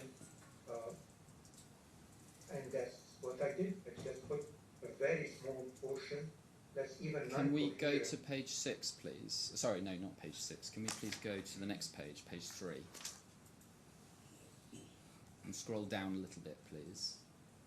Do you see there in row 6, the materials to be registered attached to the application, and you've just put software source code? Yes? Yes, and it is there. The files that are deposited are source code. What you're saying there is you are depositing the source code for the software being Medica Cloud Care, yes? Again, partial deposition of software files that constitute a small portion of the Medica Cloud Care under blackmail from the claimants. So you then, if we look at row 7 underneath what we've just looked at, that says electronic archive of the full source code, doesn't it? So you deposited the full source code. Wait, Mr. Shehata, just wait till the question is finished. Sorry again, my You deposited the full source code, didn't you? No, I did not deposit the full source code. You can download it from the link that is there. You can see the listing of the files that were deposited. The reason you deposited the whole of the source code and asked for it to be registered in the name of Health Insights Dubai is because it was owned by Health Insights Dubai. No, because I was under blackmail by the claimants as per the email and their previous actions in not paying dues from Al Kharij to Health Insights Dubai. Well, there would be no point in registering the user interface, the brand, and only 7% of the modules in Health Insights Dubai, but to retain ownership of all of the rest of it, would there? What was the purpose there? Blackmail. Well, you were never going to satisfy... So the reason you did it, you say, is to satisfy Thamer. Thamer was not going to be satisfied with registration of 7% of the modules, was he? Thamer, as he himself said, just wanted a certificate. He does not understand any technical intricacies of the deposition or the software. wanted to convince him to pay the money owed by Al Khalij to Dubai, as per his email itself, the blackmail email. And if we go back to page 2 and we look at paragraph 5, you were telling Interroco that the legal owner of the intellectual property rights in what you were depositing was Health and Sites Dubai, yes? Yes, I did. And you said that because it was true, didn't you? No, it was not true. Otherwise, I would have put the author of it as Health and Sites FC LLC, but this says the legal owner. But if you look at the author name, it's myself. Now, if we go back to... bear with me one second, please. Sure. If we go back to E160, you keep saying that you registered Medica Cloud Care with Health and Sites Dubai because you were being blackmailed. And Yes. I asked you about this particular bit, and I asked you whether or not the bit underneath the bullet points was what you meant by blackmail. We will not deal with Health and Sites Dubai. Just pausing there, that statement cannot be what caused you to start the process of registering MCC in favour of Health and Sites Dubai, can it? Let's read that paragraph. Finally, me as a partner will no longer deal, talk, or respond to the CEO or partners until this issue is resolved, meaning it would be registered under Health and Sites Dubai. And as far as I am concerned, I don't have any ownership in M+ nor MCC, as everything is under HI Egypt. Right, but that email... Let's go back. No. I'm not here. You're not here to read out emails. You're not here to read out emails, because the point that I'm making is if you go down to page 2, the email you're reading is a reply to an email from you in which you say we've been preparing MCC for worldwide registration. So the email that you call blackmail comes after your statement that you are going to register MCC in favour of HI Dubai, doesn't it? Initially, I meant under HI Malaysia because it's the rightful owner, as demonstrated in many documents. And then the next email that he replied was exposing that no, he wants it under Dubai, and that's where the blackmail happened. No, but you accepted that in this email you misled him into thinking that you were registering MCC with HI Dubai. You accepted that earlier, Mr. Shehata. Yes, I accepted that earlier, yes. So you're telling him that you were going to register MCC with HI Dubai cannot have been caused by the email that you complain about, which you describe as blackmail, can it? No, it was, definitely. It came before it. It can't possibly, as a matter of logic, Mr. Shehata. That was a response to their email. If you scroll down a bit, you will see the emails. Right, so you say in the emails below that there's blackmail, is there? In that, and previously as well, in the backdating and reduction of purchase orders for sums that were reduced by at least 20%, and in delaying those purchase orders until they would see what fits. I'm sorry, Mr. Shehata, I don't understand that. The usual understanding of blackmail is that you're forced to do something under threat of something else. Now, with these purchase orders, they were delaying the purchase orders. What were they forcing you to do, and what was the threat? I don't understand why you say these purchase orders were blackmail. Because they were blackmailing HI Dubai in the sense that they were not giving Al Khalij dues to HI Dubai except after pushing them several times, and then it resulted in them reducing the money that they owed to Dubai. At the time, the bank statements of HI Dubai in many of those occasions were showing shortages in cash. Sometimes would not cover even That's half what a you month. meant by blackmail, is it? Yes. All right, thank you. And those discussions, can we go please to bundle E, tab 186?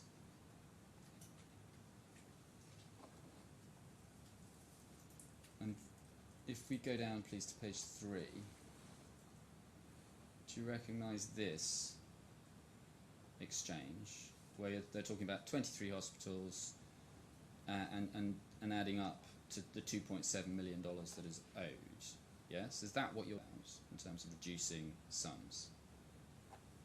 That's what I have lately on the WhatsApp group, but my phone was stolen actually in 2019, so previous exchanges were there. But when you're talking about blackmail and reduction in sums that are due, is this what you're talking about? I said in the exchange that I find it unfair, plus besides the WhatsApp messages, there were several phone calls Yes. between me and the second claimant that had the same meaning, and So- he was irritated that so I would ask. If you These go are down, only- if we go down to page 5, please. There's a bit there, if you can scroll down a little bit. And if you see at 110 on the hand side, this is the bit that you say, I think that the reduction of supply orders is unfair. Is that what you're talking about, Mr. Shehata, therefore?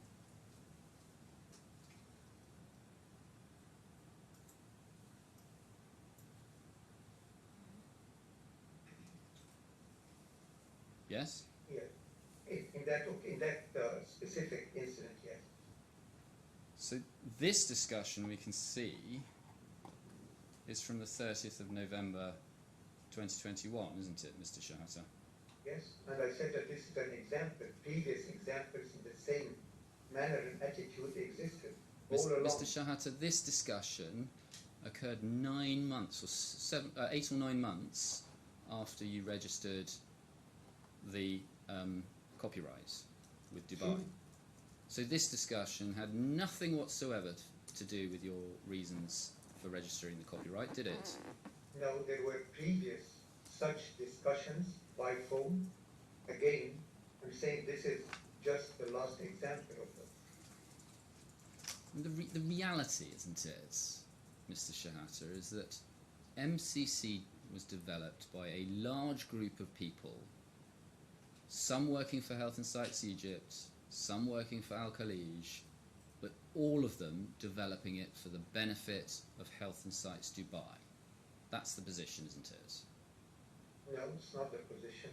They were working on implementation, testing, integration, and interfacing codes and the likes, or developing some in Khalij, I would assume, as Mr. Shinawi mentioned, some specific requirements for the customers of Al Khalij.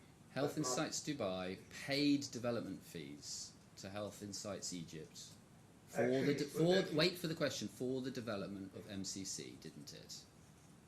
No, it did not. Actually, I'm happy that you brought that again today.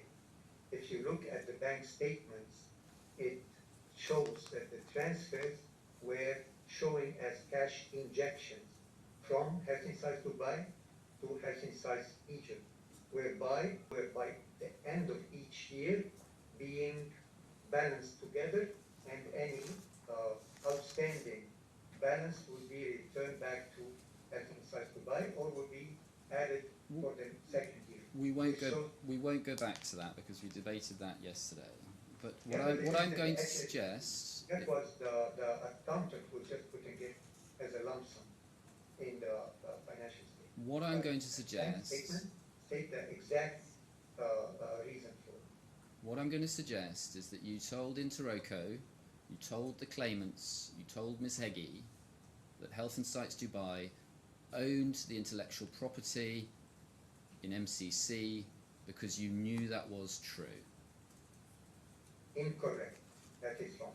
And what you describe as Mr. Thamer blackmailing you is simply needing concrete proof that HI Dubai owned MCC before he committed the company to contracts which required that. Actually, not. That was not a contract in that email. That was an agreement with a company that was supposed to be replacing Al Khalij as the agent for the system MC in Saudi Arabia. And I hate to say that because it might create bad feelings between this gentleman and them. His name is Mr. Dr. Bandar Al-Hubbani. He is the CEO of this TCC company. And during those discussions, actually, Ms. Thamer and Mr. Mustafa visited him in his office in Riyadh. And after the meeting, I was sent a message that he doesn't want to meet those two individuals ever if there would to be any cooperation with Health Insights Dubai for MCC. I would like to remind you as well that Al Khalij started implementing MCC in Saudi Arabia sometime during 2019. They never asked for any intellectual rights for it or proof of it. 2019, 2020, this only happened at the beginning of 2021 after their debt from Al Khalij to HI Dubai exceeded $7.7 million US. And this is where all that blackmail became very prevalent. All right, Your Honour, if that's a Yes. convenient moment. All right, we will now adjourn until 10 minutes past 3. All rise.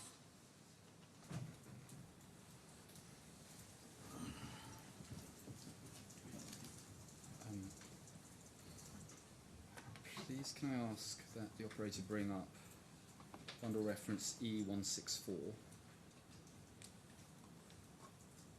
Split the screen, please, and bring up E166.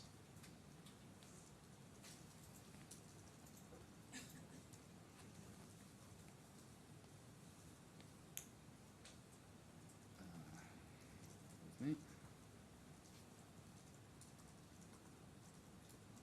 And can we go, please, to, on the right-hand side, E1669, please.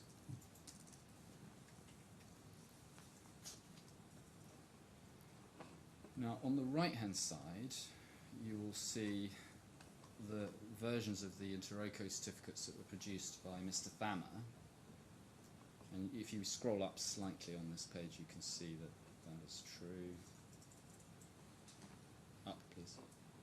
Oh, well, up, please. Sorry, you're scrolling down, but if you could scroll up, that would be good. Thank you. You can see TAA2, page 45. So that's the exhibit to Mr. Thamer's witness statement. On the left-hand side is the version that was produced by you in your 6th witness statement. Now, do you see that we see here that the reference number for both is the same, and ends 142. Do you see 3142? And do you see they both relate to the Medica Cloud Care source code? Yes. Yes. Can we then go, please, to the next page of each document?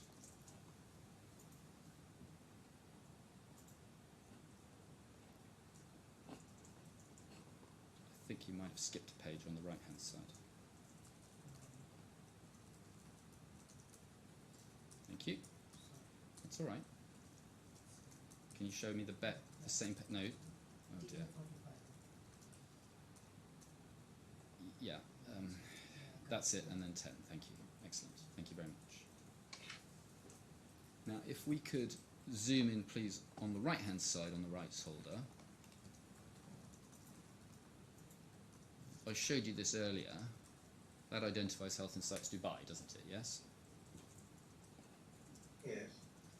And if we look at the document on the left-hand side,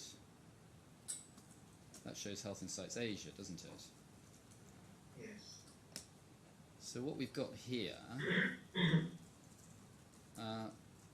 it appears, two certificates bearing the same number and the same date for the same subject. One identifies Health Insights Dubai and one identifies Health Insights Asia. Now these two documents cannot both be real, can they? One was real between the 5th of March 2021 until sometime, I think, in December 2021. Let me pause you there. Which one are you talking about? The one on the right-hand side that was produced under the blackmail of the claimants, when it was very obvious that the claimants will not settle their debt to Health Insights Dubai. I acted with my authority as per the board resolution when the claimants entered into Health Insights No, Dubai. I think you've misunderstood the question, Mr. Shehata. No. If we go back on the left-hand side and go up, do you see the date of the document that you produced is also the 5th of March 2021? Yes. On the left as well as on the right? Yes? Yes. So if these documents are accurate, there would be two certificates on the same date with the same numbers in relation to the same software, but identifying the rights holder on one as Health Insights Asia and the other as Health Insights Dubai. Yes, that's true. So they cannot both be genuine documents, can they? No, they're both genuine documents. One was produced at the time when, under blackmail, I was forced to register this partial deposition under the name of Health Insights Dubai. When the debts were obviously not going to be paid, under my authority as the general manager, as per the board resolution on which, or just after which, the claimants have invested in Health Insights Dubai, it was under my authority to assign it this specific deposition to Health Insights Asia, the rightful owner of. Well, no, I think what you're The thinking... one that is current is the one that is referenced under the Interroco public search. No, what I think you're referring to is if we could get rid of the document on the right-hand side and bring up E251 there.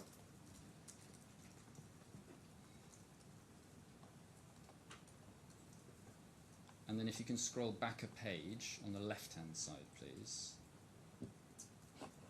You're talking about two different certificates because the date on the left is March 5, 2021. The date on the right is December 14, 2022. The certificate number on the left is 3142. The certificate number on the right is 3917. So the certificate on the left is not the document by which you later registered MCC in the name of Health Insights Asia. It appears to be on its face a document that you presented as being March 2021, but which appears to indicate registration in favour of Health Insights Asia at that date. That's what the document shows, isn't it? Now that these are two different depositions, if I might, I just clarified that, I think yesterday, that each version that you deposit has to have a different deposition number, and that's what specifies that. The one on the left is the one from the initial deposition of 5th of March 2021. Yes. The one on the right is December 14th, 2022.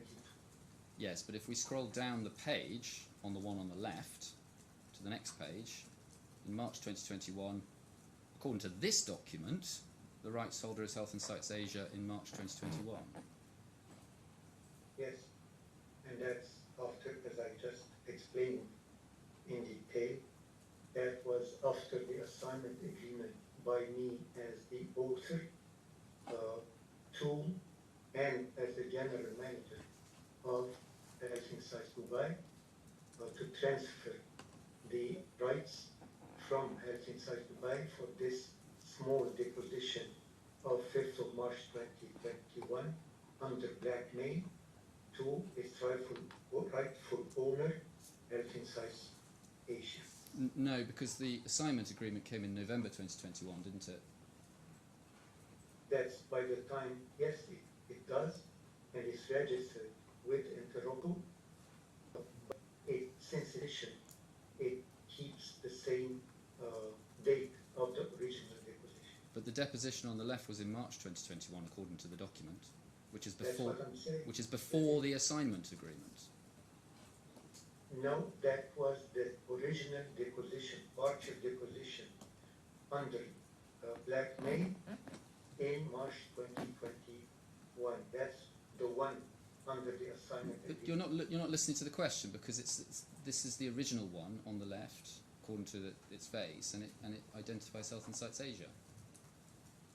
Exactly, after the assignment agreement. No, that comes before the assignment agreement.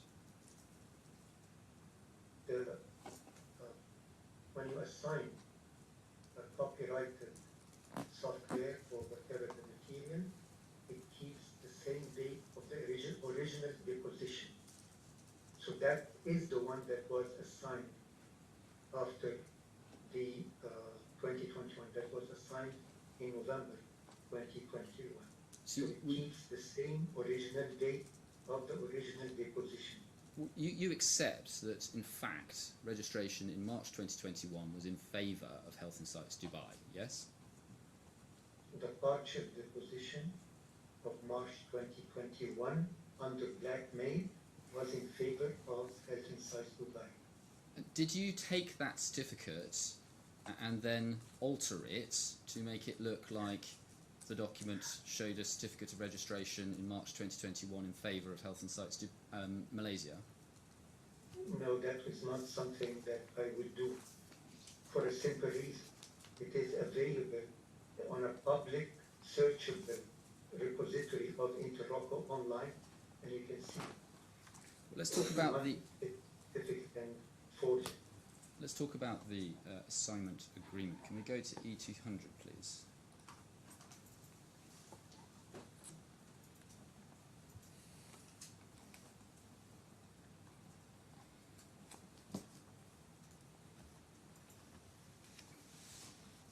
Now, this is a summary of the assignment agreement on this page, is that right? Yes. And this is a document produced by Interrogo or a document produced by you? It is a document produced by me and Health Insights Asia based on formulation from a template, if you might, from Interrogo. So, what is being transferred in an agreement, which we'll come on to, is summarised in this template, yes? More or less, I would assume, yes. If we look at the intellectual property object, what is described is medical cloud care UI design, composite copyright work, drawing, brand, medical cloud care, and then software program, medical cloud care source code. So the summary of this document, of the agreement, assignment agreements, summarises what is being assigned as the medical cloud care source code, doesn't it? the deposition of the portion that was the same files actually that were deposited in March 2021 under blackmail by the claimants. If we go to the assignment agreement itself, page 2, you recognise this as the assignment agreement, yes? Yes, You signed this document, didn't you? I signed it on the part of Health Insights Dubai. You drafted it. Did you draft it as well? No, I think they were legal lawyers that were doing that. There was no negotiation of this document, was there? No, there was not negotiation on this one. So you just dictated the terms, did you? The lawyer put the terms. Well, the lawyer isn't going to come up with the commercial terms, is he? He's not going to come up with a price, for example, is he? No, that was specified for the interlocutor later on. Sorry, Interroco specified the price in the assignment agreement, did they? No, we did not. That's not what I said. I said I specified it to Interloco. I put the price there. So you came up with the price? Yes, for this very small portion of the deposited files. All right. Under threat, that were deposited under threat from the claimants. And if we go, please, to page 5 of this document, you see the warranties there, yes?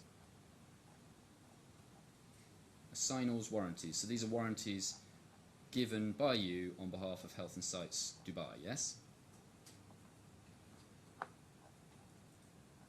Yeah, if it is there, then yes. And 4.1.1, the assignor is rights holder of 100% of the works and proprietary rights to the works, yes? Yes, the files that were deposited. So you accept that the files that were deposited were 100% owned by Health Insights Dubai, No, yes? no, you get it wrong. This assignment is for the files, 100% of the files that were deposited, not 100% of whatever else might have been there and not deposited. Well, that's actually what I asked you. I said you accept that the files that were deposited were 100% owned by Health Insights Dubai, yes? The deposited ones at the time under threat, blackmail from it. Yes. And at 4.1.2 on this page, you also give the following warranty on behalf of Health Insights Dubai. Works are not derivative works, nor is it based on the work protected by the copyright or any other intellectual property rights of any other person, nor is any part of the works a copy of another product or other protected intellectual property product of any other person. And this is usually a template that is put legally in that regard. And you gave that warranty on behalf of Health Insights Dubai because it was true, wasn't it? Because it does not infringe or anything. It was, I was the author.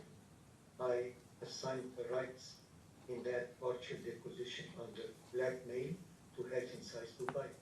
And then I assigned it as the author to Health Insights Asia. And So, if we go to 413, the works are original work, developed and created by the author, no other persons were involved in the development and creation of the works.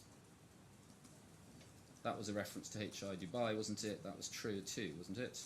no, it was referring to me as the author, which was stated already in Health Insights Dubai's initial partial deposition files under blackmail from the claimants in March 2021.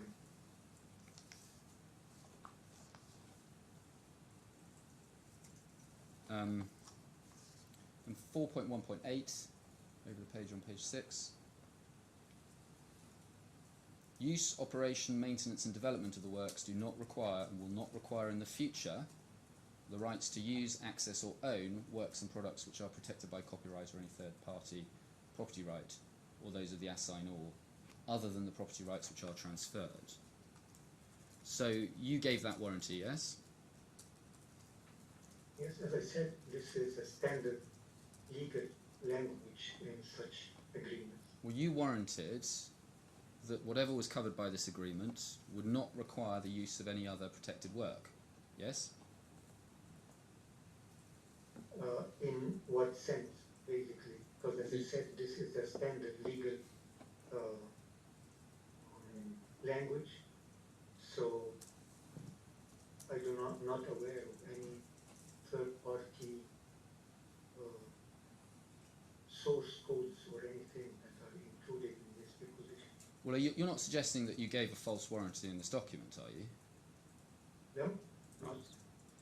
So, if all that was transferred under this agreement was a tiny proportion of the modules of MCC, it would require the rest of MCC to be functioning in order to make use of those modules, wouldn't it? That was not part of the deposition, which was the That's not the question. That's not the question. That's not the question. If you only have a tiny proportion of the modules of MCC, you cannot install them and make them function in a hospital system, can you? True, except that already HI Malaysia, Asia, has all the source code of the whole system from before. But what you're warranting here is that what's covered by this agreement doesn't require the use of any other protected work. Exactly. But it would require the use of other protected work if it was only a small proportion of the MCC modules, wouldn't it? No, the other protected work was already, to make it function as a whole, was already the property of HI Malaysia and myself as the owner. Would you accept that MCC as a whole is worth more than $500,000, Mr. Shehata? As a whole, at the time, but as a whole, it might, but it was not ever evaluated as such professionally. We can make a contract right now, Mr. Shehata. Can I buy MCC from you for $500,000? That's not MCC, that's a very, very tiny scattered files. I was asking you about the value of MCC, Mr. Shehata. The value is $8.5 million, isn't it? MCC as a whole is probably worth more than $500,000, but that is not the case here of this transfer agreement. I'm not asking you about that. I'm asking you about something different. I'm asking you about the value of the whole of MCC. You accept that it's probably... Okay, No, we're just talking about the value of MCC. That's what I'm asking you about. You said it was probably worth more than $500,000. Are you unsure about that? It is an exercise that people, I'd like it to be worth billions. Well, what do you think it's worth? First claimant. What do you think it's not worth? about thought, Mr. Well, I'm asking you what's in your head, Mr. Shehata, and that is important. Don't worry about what's important. I will ask you the questions and you can answer I them. cannot evaluate out of the blue value of the software. There are many factors involved, and there are specialized offices, firms that does that. It depends on the lines of code and the potential. If somebody came to you today, and asked you to buy MCC from you for $500,000, you would laugh at them, wouldn't you? If it was the full MCC, Yes. not the one that is. Mr. Shehata, listen to the question, Mr. Shehata. Stop talking about subjects that I'm not asking you about. I'm asking about the full value of MCC. Stop going back to your arguments about what was covered by the agreement. We're talking about something different. You're just wasting the time of me, the judge, your own counsel, and everybody else in this courtroom. So listen to the question. If somebody offered to buy MCC from you for $500,000, you would refuse, wouldn't you? For the whole MCC, I would refuse. For $1 million, you would refuse, wouldn't you? It depends. For the whole of MCC? Mr. It Shehata, depends do you on want... many factors. Mr. Maybe Shehata. I may need for cash. Mr. So Shehata, I would accept that, maybe. I don't have a You number. you selected a price under the assignment agreement of $500,000, didn't you? Yes?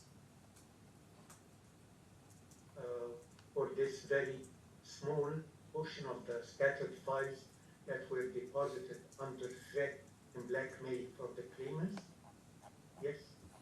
So, was that based on your assessment of the value of that small proportion of files that you say was transferred? No, it was based on the fact that cash was stripped out of the company and I needed cash to be injected in the company in HI Dubai. As I did actually in 2016 with the purchase order. You have to remember that the claimants didn't leave any cash. Mr. Thamer himself declared that whenever I need money, I'd have to beg them for it, and then they'd see what they can do. They might produce me a purchase order or something. That's not the way to run. This was in November 2021. In July 2021, a company called Valaris had made an offer to purchase, or a non-binding offer, to purchase Health and Sites Dubai, hadn't they? Yes or no? Yes, it was to And they had offered... purchase Health and Sites Dubai plus Health and Sites Egypt. Yes. Actually as an implementation. And they had offered something in the region of $75 million, hadn't they? And probably at the time as well, that included my other company, Pulse for Integrated Solutions. They had offered to purchase Health and Sites Dubai for total consideration of about $75 million, hadn't they? No, that is incorrect. Volaris is different from Idalus. So I think Volaris was previous to the Idalus offer. So there were two offers, were there? Yes, Volaris offered less than $10 million for the companies. I see. So how much did Valaris offer? I think at the time, if I can recall correctly, about 27 million dirhams, AED, UAE dirham. If we go to page E179, please. I think we've both got it wrong. If we go to 179/2.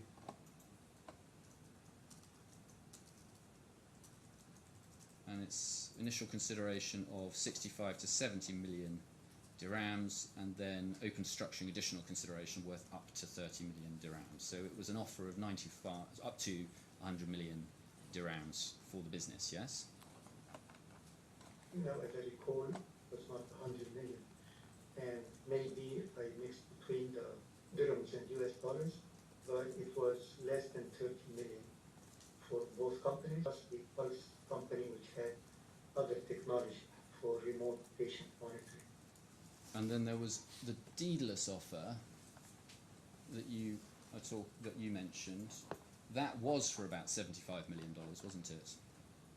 No, actually, again, that was for Pulse and Health Insights Dubai with its projects in Saudi and the implementation in team in Egypt, altogether were for between 40 and $45 million, but then I would be offered shares in Didaros personally, and I'd move with them. Well, can we look at page E180/1, please?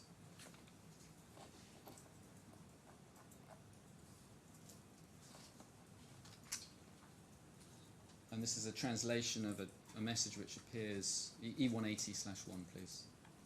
And this is a translation of a message which appears at E180/2. And if we go to E180/2, you can see that it's a WhatsApp that you sent, yes? And it's 15th of August 2021, yes? Do you see that? So let's go back, if we may, to the translation. Do you see at 9:43 a.m., we can just zoom in a little bit on that, you are saying, that is why I advised selling now, but all of these companies carry out 100% acquisitions, not even majority stakes. by the way, the latest offer from Daedalus is 65 million euros, not dirhams, which is equivalent to $75 million. I still advise accepting it now. So, first of all, the offer was about $75 million, yes? That was for both the Health Insights Dubai, Egypt, and Pulse for integrated solution. But you're advising Mr. Thamer, Mr. Mustafa, to accept it. So it must have been an offer which they could accept, yes? They were not accepting any offers for any sales, but that's it. But Daedalus, the CEO, I talked to him actually, and I gave him Mr. Thamer's email, and he communicated with him, offering him 40 to 45 million. The difference here belongs to Pulse, and he wanted either the whole deal, including the Pulse for integrated solutions, or none. So I was trying to convince them with that. MCC was pretty much the only product being offered by Health Insights at that time, isn't it? Yeah, it's the RIM Pulse remote patient monitor, medical device, and software from Pulse as well. Well, we saw the offer of 100 million dirhams, so at least that must have been just for Health Insights, yes, not Pulse. Yes, that was 30-something million.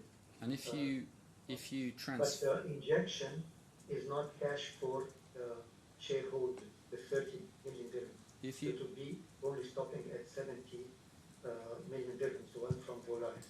if you extract MCC, if you take MCC out and away from Health Insights, there's not a lot of value left, is there? Now there is the projects that are with Al Khalij that belong to Health Insights Dubai. And that is what Daedalus is basically about. But they wouldn't be able to service those projects if they didn't have MCC, would they? Where Daedalus is known for acquiring companies for presence, for their cash flow and things. So they would have, but that's why they asked me to have a share swap in Daedalus. Can we bring up C418, please, paragraph 83?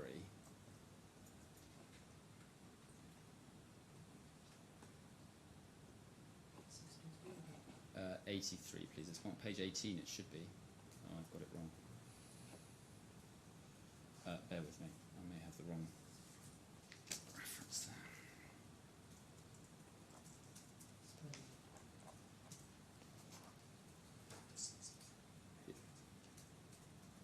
Yes, I was right with the page, wrong with the paragraph number. It is, in fact, page 18 of this, please. Paragraph 63, you're absolutely right.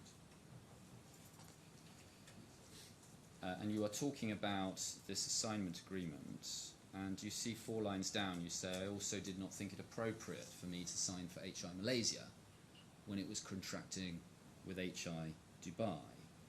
It wasn't appropriate because you were a director of both companies, yes? Because it would look very strange at the interlocal. Look very strange. That was doing that anyway. Well, you don't say it would have been unacceptable to Interoco. You say I did not think it was appropriate. So I'm asking you about that. I'm suggesting it would not have been appropriate for you to. The reason you said it wouldn't have been appropriate is because you were a director of both companies and shareholder in both companies. Yes. No, it was very much known that I was shareholder and in Health Insights Malaysia since 2012 by both payments.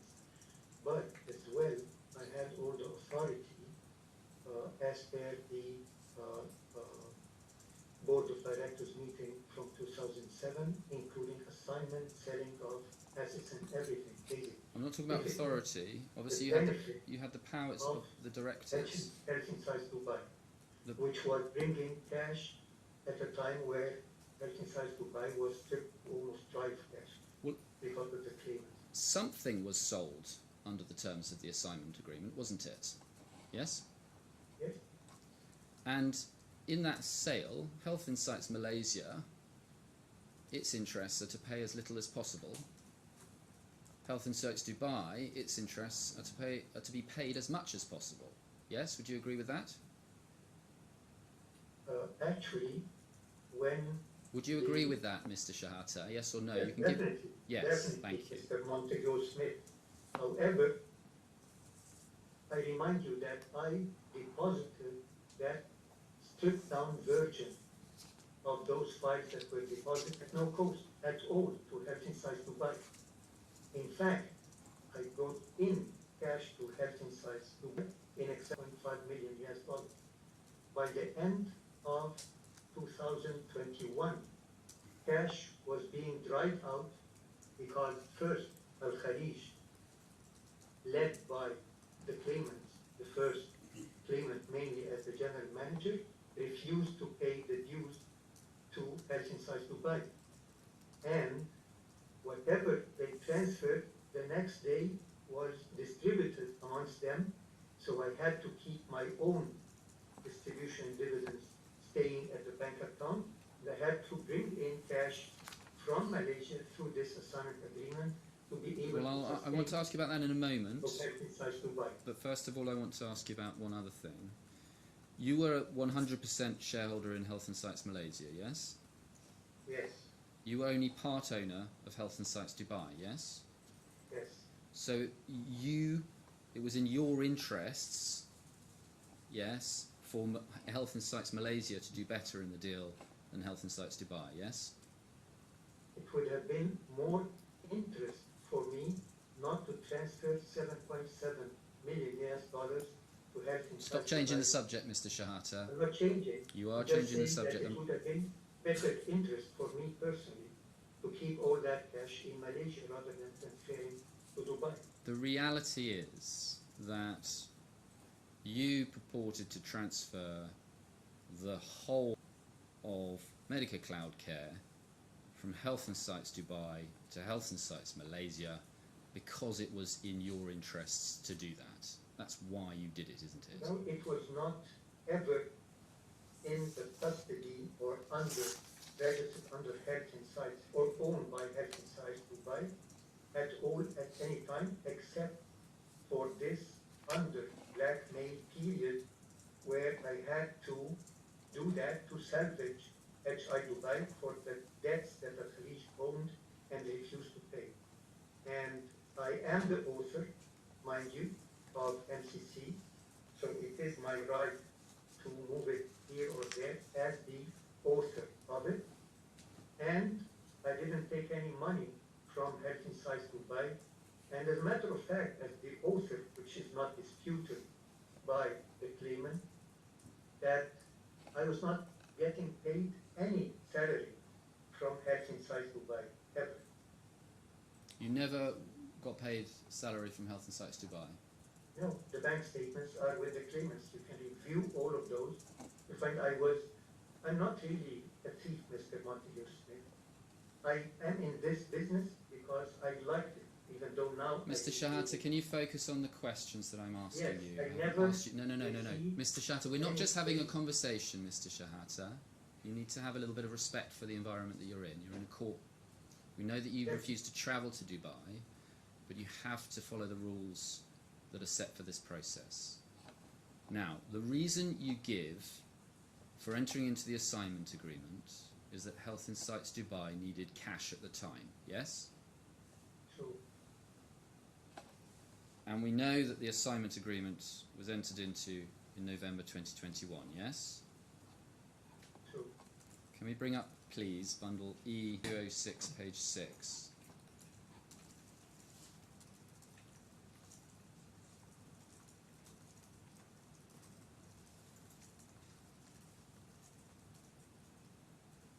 Now, these are the accounts for 2020 and 2021.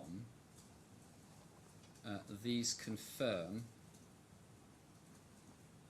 that the company had current assets of 28 million dirhams at the end of 2021, yes? Yes? No. So you're saying that these are wrong, are they? Yeah, you remember that all the distribution after any Al Khalij transfer were done the next day to the shareholders, mainly originally Mr. Thamer and Mr. Mustafa. I delayed any distribution for myself said, Well, until I would guarantee that some transfer would be coming from Malaysia. So by the end of 2020, this is the book value of the assets as per the invoice. However, the distributions has already happened, the cash is outside the bank account, and I'm left to try to figure out how will I pass the next month. Mr. Shehata, the accounts say, if you look under bank balances and cash in hand, that at the end of 2021, Health and Sites Dubai had 6.7 million dirhams sitting in its bank account. Yes? That's true. That's true, isn't it? 2021, Yes. I cannot recall the exact figures, but it was less than that. So you say that the accounts are wrong. Yes? No, I'm saying that there are book figures, but then there are the distributions of dividends that happened already before the year end. Yes. So the distributions that happen before the year end will come out of the cash that the company had before the year end. What this is recording, well, bear with me. What this is recording is the amount of cash that Health and Sites Dubai had at the end of 2021. Yes? Can you compare that to at the end of 2022, please? No, you said in November 2021 that it was essential that Health and Sites Dubai get an injection of cash because it didn't have any cash. We're now looking at its accounts, which say that it had about $1.5 million worth of dirhams in its accounts. When was that exactly? And We when can was see the agreement? we can see precisely when that was, because if you look at the top of the column, these accounts are made up as at 31st December 2021. Yeah. Yes? When was the assignment agreement? November was 2021. Signed November, and at that time there was no cash available, and then Al Khalij transferred sometime towards the end of December or middle of December, I cannot recall right now, and then again it was distributed immediately the next day it was received. So before that, when the assignment agreement was signed, it was very scarce. Let's look at it. Let's look at it. So, if we can go to E155 and go down to page 49, please.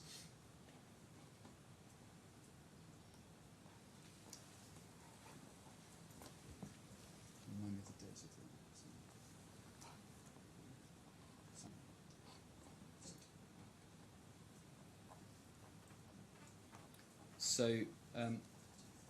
So 30th of November is the date of the assignment agreement, and then do you see there the payment that is made on the 13th of December in $500,000. Do you see that? Yes? Hold on, please. So That look, was coming from Malaysia. alright, but that's 13th of December 2021, yes? $500,000. How much was it before? Well, no, wait. And then the very next day, there is a payment from Al Khalij for $2.7 million, yes? Yes, but please look at. Now you what knew, was the balance wait, before that, please. wait for the just, question. just wait, please, Mr. Shehata. You knew that that money was coming in from Al Khalij, didn't you? Of course not. I never knew when money is coming. Can we from go Al to Khalij. page 186, page 3, please?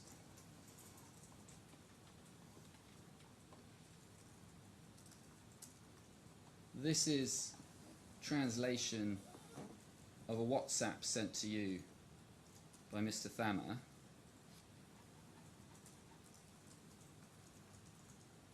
And you will see at the top left reference to the sum of 2,743,000. Do you see that? Sorry, this is from Mustafa, I do apologise. Yes, you see that? Yes? Top left. Yes, yes. The payments have been reviewed with the financial management, therefore the invoices of the following must be dispersed. So that's Mustafa saying that. And then at the bottom right of this page, if you scroll down please, Mr. Thamer says, I will approve the disbursement tomorrow, God willing. And so What is that, please? that is, well, we've seen it at the top of that page, 28th of November 2021. So you knew in November that that money was coming in, didn't you? Yes? No, because that was on the 28th of November, isn't it?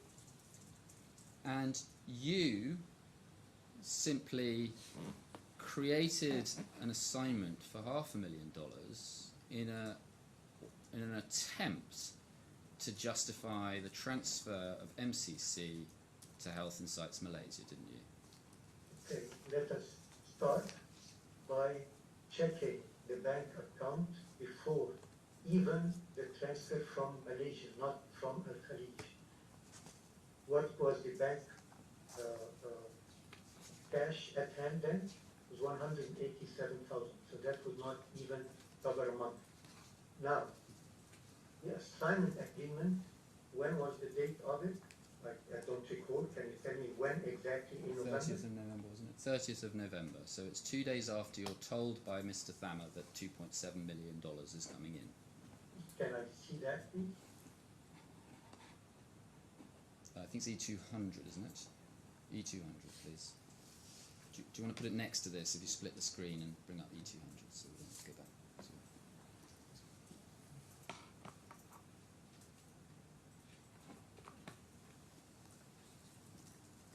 If splitting the screen is too complicated, then thank you.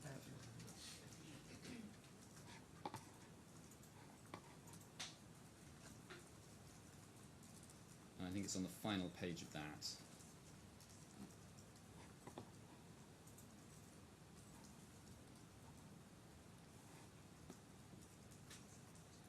Sorry, that's the Interroco bit. If you go back a page, thank you. One more, please. Where's the date? Oh, so sorry. It's on the first page of the actual contract, isn't it? Yes. No, that's the Interroco. Oh yes, sorry. Yes, correct. So yeah, so that's the Interroco summary, and you see the summary says date of signing 30th of November 2021, and the certificate itself tells you when it's registered, which is at the top left of the screen, 19 December 2021. So what has happened is on the 28th of November 2021, you are told by Mr. Thamer, I'm going to approve payment of $2.7 million today. You don't go back to him and say, it needs to be more urgent, it's much more urgent than that. I've suddenly got to sell some rights that have been registered by now since March in MCC, do you? No, I did not. I kept asking for that payment since August, if you can see and follow the trail of the message. But he said it's coming very soon, hasn't he? No, it was after the fact. Yes. I've been asking and begging for the payments, and that, mind you, was not even the full payment that Khalij owes as inside Dubai. If you look at the bank statements of HSBC, you find that the cash at hand was 187,000 US dollars, which would not cover a month. Your Honour, you suggested you'd like to stop or pause at least now. Yes. We could do it that way, or I can go on for another half an hour, or whichever, however you feel. No, it was obvious at the time that the claimants did not have any intention of paying the Khalij debts.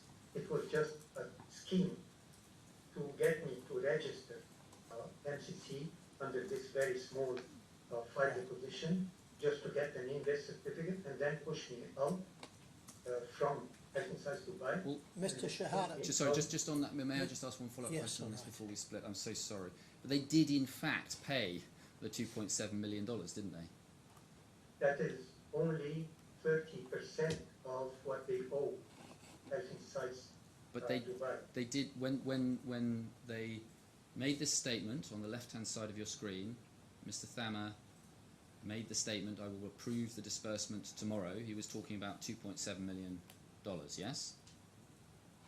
That is not the full debt that they owed Health Insights Dubai. Well, you said they didn't have any intention of making any payments, but Exactly, they did in fact I make. was asking for those payments since August. But they did in fact make that payment of $2.7 million, didn't they? After August, September, October, November, 3 months. I do apologise. Right, now, Mr. Shehata, we may either take a 10-minute break now and come back and continue for half an hour, or we could continue on now for half an hour. Which would you prefer to do? Whatever suits your final. Well, I'm concerned to make sure that your health is not affected or that we don't over-fatigue you. I'm concerned if the court was not paying attention to your condition, we would sit for an extra half an hour now. But if you would feel better, we can take a 10-minute break and then come back and do another half hour. So I'm asking you whether you would prefer to do that. Maybe yes. All right. 10 minutes. We'll take a 10-minute break. We'll resume at 4:10 and we'll then sit for another 30 minutes. Thank you.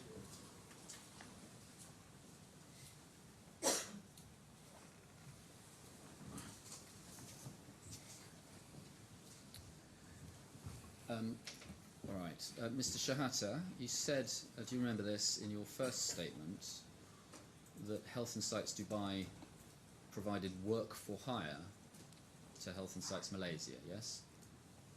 That was back in 2016, early 2017. And actually that was a way to get cash into Health Insights Dubai because of the unstable nature of Al-Khalij transfer. Yes, but all right, let's look at it. D22, please. Bottom of the page, paragraph 6.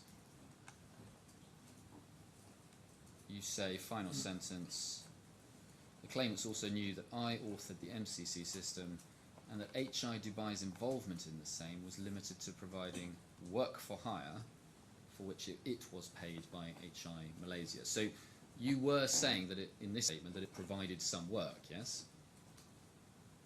It was providing some work through me as the author, actually, of the MCC and previously M+. And as I said, I did not get paid any salary until only after 2021, after the authorship of the whole system.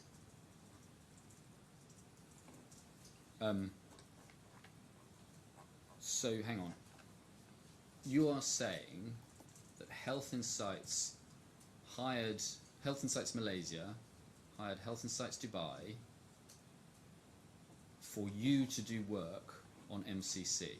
Is that what you're saying? Yes, but as I said, that this was mainly right. to get cash into Health Insights Dubai.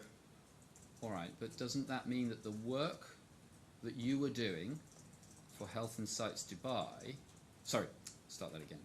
The work that you were doing on MCC was work that you were doing for Health Insights Dubai, yes? Theoretically, if I was getting paid, but if you look at all the HSBC statements, I never got paid except my dividends until only the accrued salaries of 2022, I think, maybe in that other claim that the claimants bring against me for the HSBC account. These were all payments of accrued salaries for a year and a half that I did not get paid for. Before that, I never got any salaries. Right, so are you saying you were owed those salaries or you weren't owed those salaries?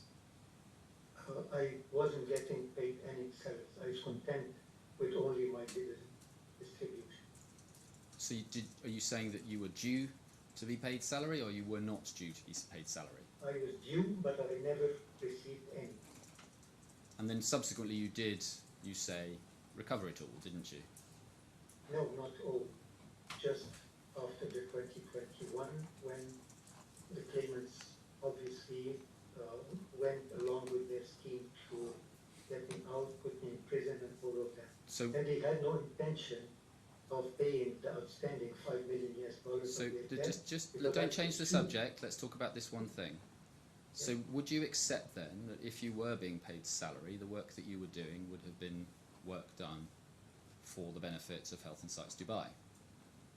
If I was, but in fact I was not paid a single penny from HI Dubai except for my dividends until the end of 2021. And basically I was just correcting a wrong situation where I made that partial deposition of those files under blackmail. It was obvious that between April and then December the debts were not paid. So I corrected that situation by again assigning it to Malaysia, which is the rightful owner of it. But when you were doing this work for hire, yes, in order for that to be work done by you for hire for Health Insights Malaysia, you must have been providing that work for the benefit of Health Insights Dubai, yes? According to the purchase order, if I was an employee paid by Health Insights Dubai, then I should have been. But if I was not paid at all, I was doing that as an author of MCC. Well, it's not according to the purchase order, it's according to you, because you, these are your words that we're looking at on the screen, which says the same was limited to providing work for hire for which it was paid by Health Insights Malaysia. So there's two stages, aren't there?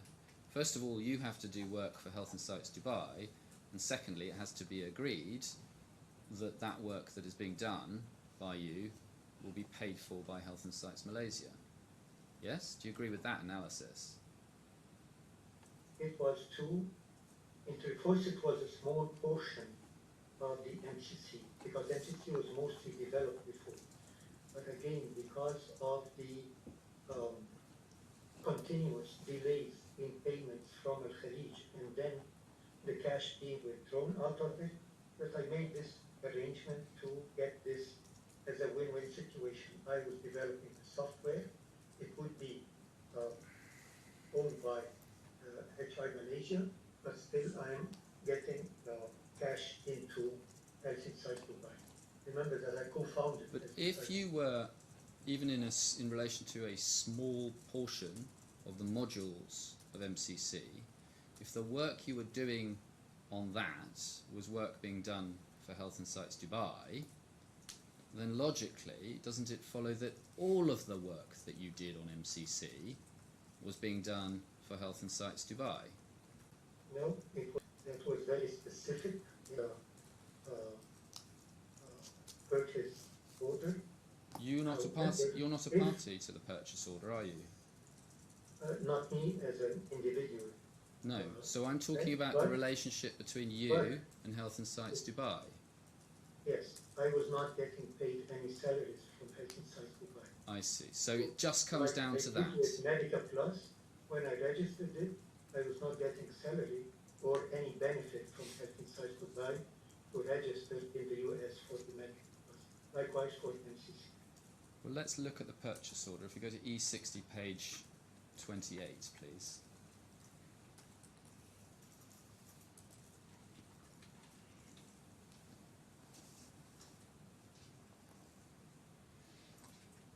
I think you now say, well, we've heard you say that this covers only a small portion of the modules of MCC, and it's only intended to cover work done by you personally.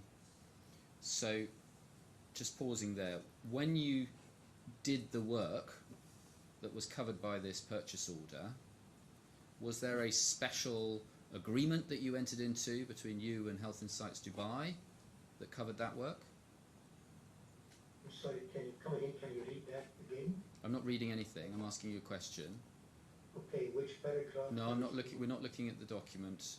I'm not looking at any particular text on the document at the moment. So if you just focus on focus on my question, Okay. you say that this purchase order covers a certain amount of work. Yes. A small portion, and it was not Yes. mainstream. No, look, Mr. Shehata, I'm trying to make sure you understand my question. You're telling me you don't understand my question, so I'm trying to break them down into even smaller parts. That when I put those parts to you, that is not an opportunity for you to make speeches. You're just not cooperating with the process if you do that way. Okay? So just listen to what I'm saying. I'm trying to help you understand the question. You say this purchase order covers work that you personally did, yes? Yes. The work that you did that is covered by this purchase order was not the subject of any separate contract between you and Health and Sites Dubai, was it? No. So it was just like any other work that you did on MCC, wasn't it? Can you explain what you mean by that? So you say you did some work which was covered by this purchase order and some work which was not covered by this purchase order, right? Your relationship with Health and Sites, there was no special relationship between you and Health and Sites Dubai in relation to the work that is covered by this purchase order, yes? There was no separate contract. No, there was no separate contract, as per se. So, as between you and Health and Sites Dubai, the basis on which you were providing the work, any work that you did on MCC, was the same whether it was covered by this purchase order or not. Yes? No, it was not. No, I do not agree with this. All right.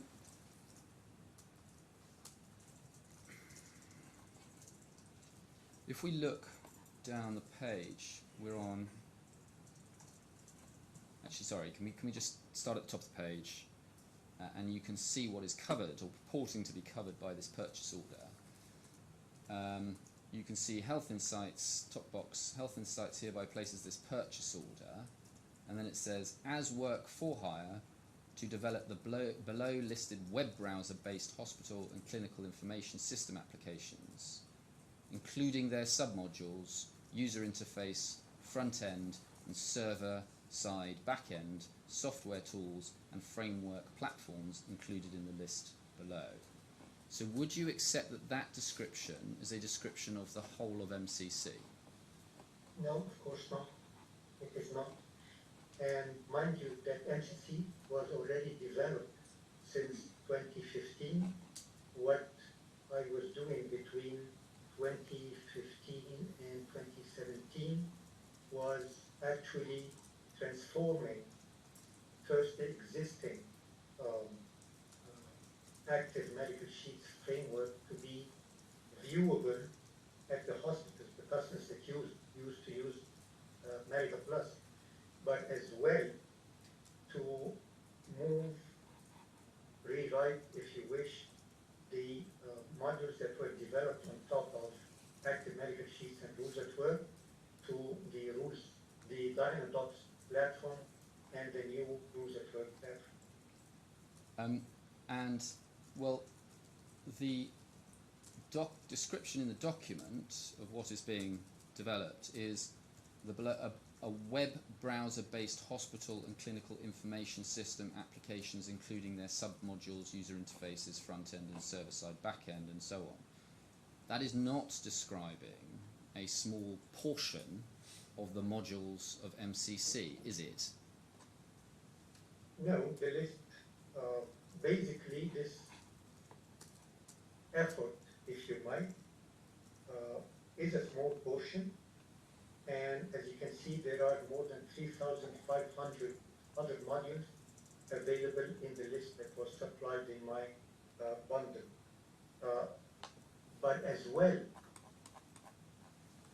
the reason why I did that is that there was no cash, the cash flow was very poor because of Al Khalil's defaulting for very long time. I'll come on to the reason. I'm asking you about what this covers. So it was already Let's look at the bullet was points. already developed and under the license agreement, the type license If it from was Pakistan to Malaysia. if it was already developed, then there could have been no purpose. Sorry, there could have been no. Hold on. If this had already been developed, then Health and Sites Malaysia could not have been contracting you as Health and Sites Dubai to develop MCC, could it? Yes, it could, because as you mentioned, I'm the managing director there, and I'm the general manager in Dubai. And because of the cash crunch that Dubai was always under, so I thought I'd inject some cash inside to give me some room to breathe in Health and Sites Dubai. And you can see that from the cash flow in the bank state. In the bank state. Did you create this document to give the impression, to give the false impression that Health and Sites Malaysia contracted with Health and Sites Dubai, asking Health and Sites Dubai to produce MCC? No, at all. At the time, it was to inject some cash into Health and Sites Dubai.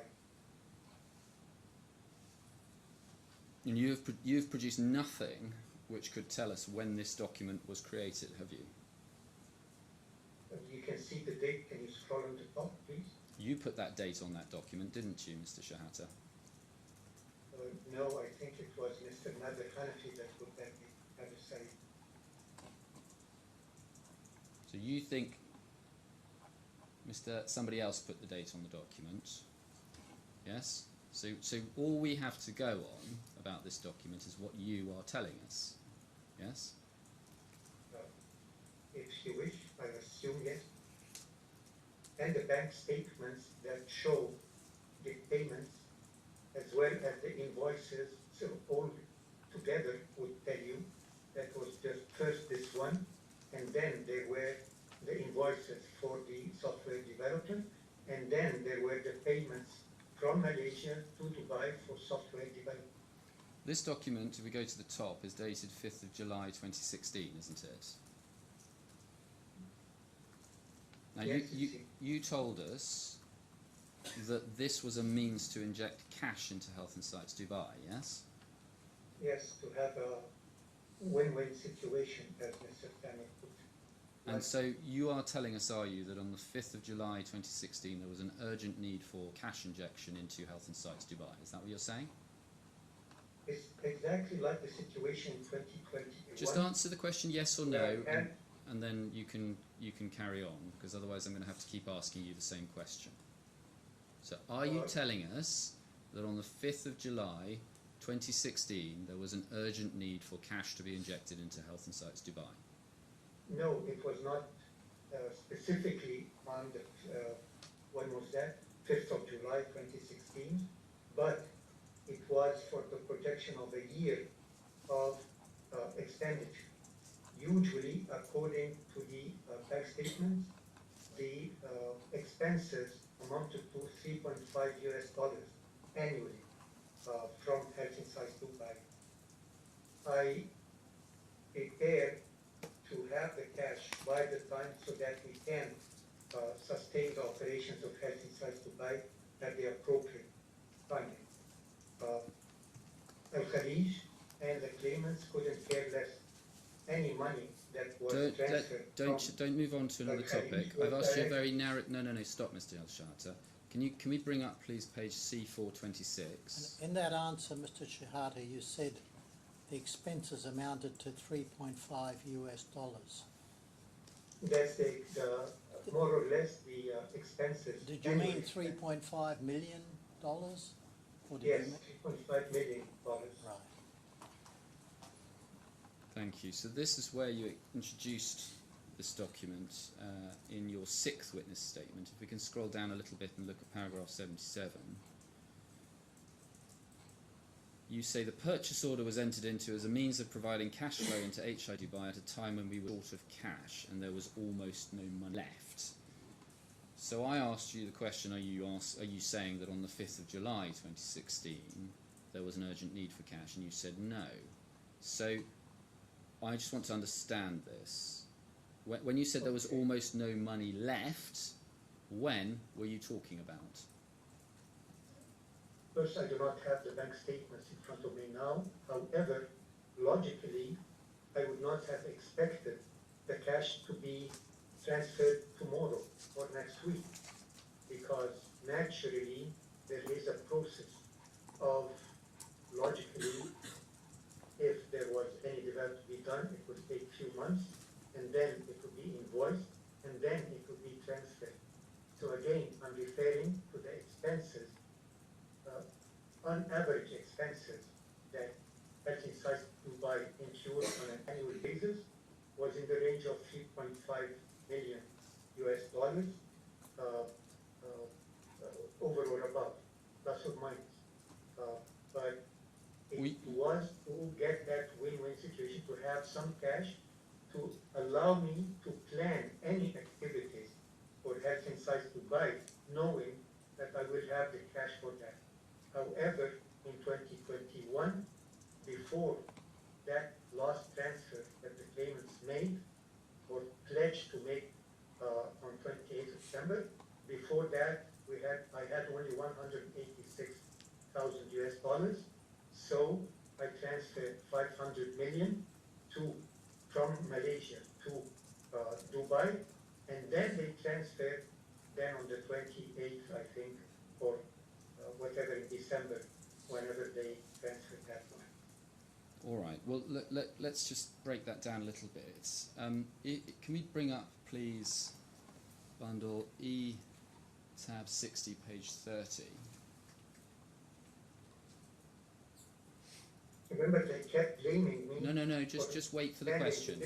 Wait for the question. So this is one of the invoices that you say relates to the purchase order. Yes?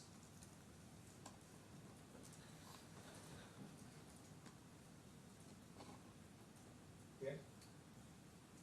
So, do you say that you're sending out an invoice for work done? Yes. Again, when I explained that I was invoicing at the times of the plans to start planning for the work to be done, that's when I actually invoiced that installation. So are you? But I don't recall the exact document, but are you saying that you did or you did not create the modules which are referred to in this invoice? The modules were in October 2016. They were mostly already developed by 2015. Some were still work in progress, and some of those I included them in some of those in that purchase order. Well, the invoice presents it as if that is work which has just been done by Health Insights Dubai, doesn't it? Yes? It looks like it, but it was already developed before when I licensed Medical Cloud Care myself as the author. So if you showed that document to someone without the explanation that you've just given us, that document would be misleading, wouldn't it? It might, but it was actually the purpose of the whole purchase order that it was bringing money at the right time into Health Insights Dubai to be able to plan for the year ahead. And if we... And for the extensions that claimants kept pushing me for without investing in that extension. So if we can just remember the invoice number, which is invoice number 17 of 2016, do you see that? And that's for 800,000 US dollars. Can we go please to the next invoice, which is on the following page, which is invoice number 18 of 2016. Would you again say that this is an invoice which purports to be for work which it was not in fact done?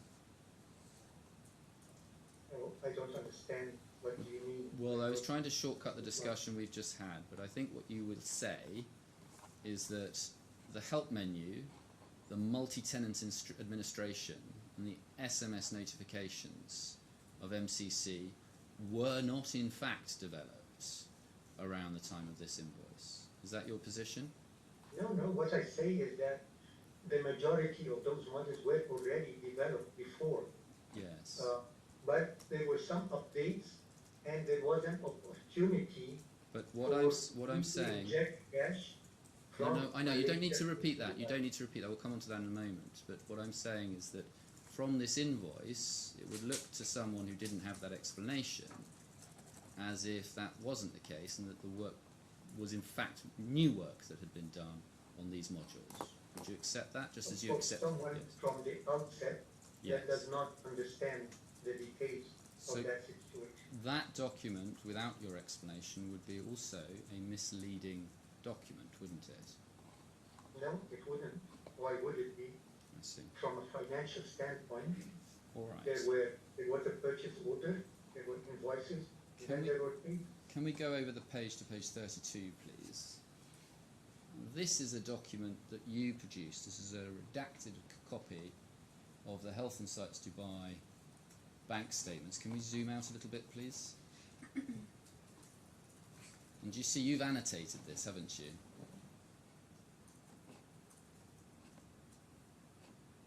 You added those annotations, Not didn't me. you? It was not me actually, but the accountant, Mr. Abdulaziz. Well, you produced these in your evidence. Yes? Yes. And you see there what's written against this is 200,000 payment for invoice number, and then there's 18 of 2016, and 200,000 paid for invoice number 17 of 2016. Yes. Yes. So are these the payments that you say were made under the purchase order? Yes, and you can look at the purpose of the payment, Yeah. software development services. Can we look at the date of that payment, please? Clinical system. So Can you look at the date of that payment, please? It says 30th of October 2017, doesn't it? yes, exactly. That's more than a year after the purchase order, yes? From yes, yes. I said that I wanted to have the cash at the time when it is needed at Health Sites Dubai. And if you look at the balance of the account, it looks like there was $600,000 in there before that $400,000 was paid, yes? I'm sorry, can you come again? Well, it looks like from this document there was $1 million in the account, and it appears that that $1 million includes the $400,000 that was paid in October 2017. So before this payment was made, there was already $600,000 in the account, wasn't there? I cannot recall that. It's too. Well, we're looking at your document here. This is a document you've produced. Yes, but I do not have the rest of the financial statements to understand. However, this amount, even to have $1 million in the account at the time, that would cover me for like 3.5 months or 3 months or All right. so. Well, let's go over the page, shall we? It's page 33. This is another document. This is another document you produced, and it's an annotation which says last payment for invoice number 17. So according to you, the invoice that we saw for $800,000 was split into 2 payments. Is that right? There were actually payments that related to both invoices.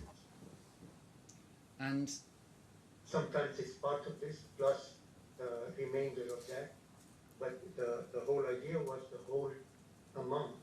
this was payment, going to be covered. this payment was made on the As 6th, far as I recall on the now. 6th of February 2018, wasn't it? Yes. I'm so sorry, it's the 8th of February 2018, it appears. Mhm. So that is about 18 months after the purchase order, isn't it? Yes. So So the purchase order could not have been intended to cure an acute need for cash. It cannot have been intended even to justify a cash injection over the following year, as I think your evidence was earlier. That's right, isn't it? it was mainly, I disagree with your point of view or understanding of that, because I said that I needed more or less 3.5 million US dollars on an annual basis.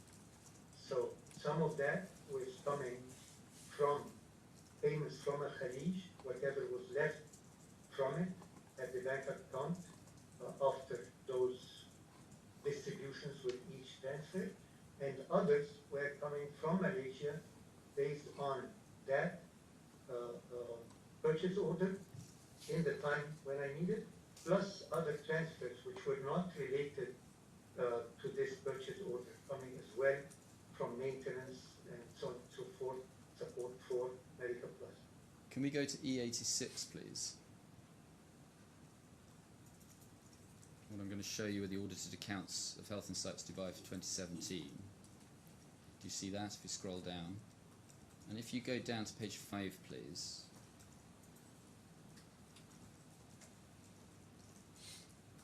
Do you see that at the end of 2016, the company had $3 million in cash? Yes? Sorry, Again, dirhams. I do apologise. 2.3 million dirhams in cash. which is less than $700,000. Well, then by the end of 2017, it had almost 7.5 million dirhams in cash. Yeah, So its cash position increased by about 5.2 million dirhams in the course of the year, didn't it? If you go back to the Answer the question, please, Mr. Shehata. from Malaysia, Answer the that question. is what exactly, I'm answering your question. When was the first transfer? You were not happy when I said that it was somewhere in 2017 and another transfer in 2018. That first transfer contributed to that increase.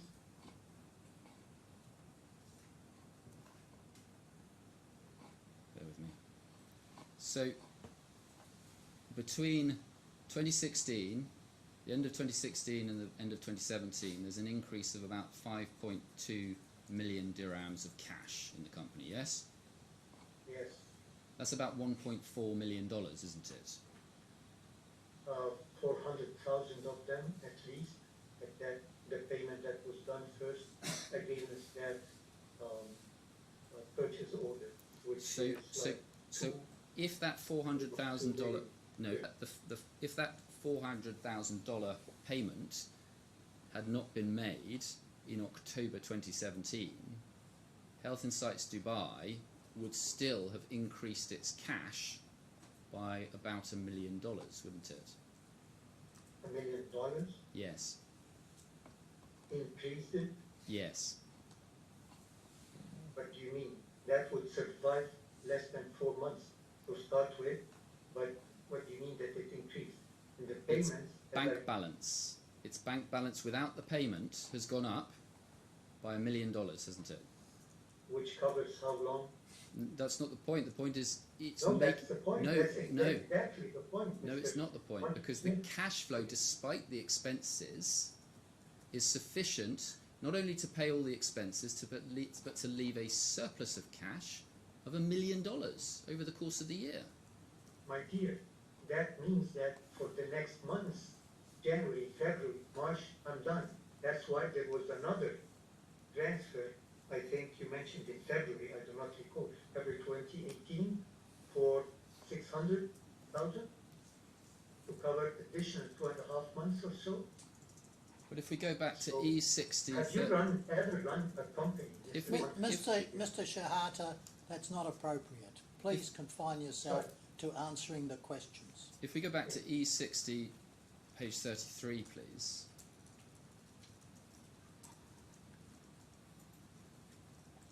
So this is the payment. Do you see the balance in the bank account? It's $3.7 million, isn't it?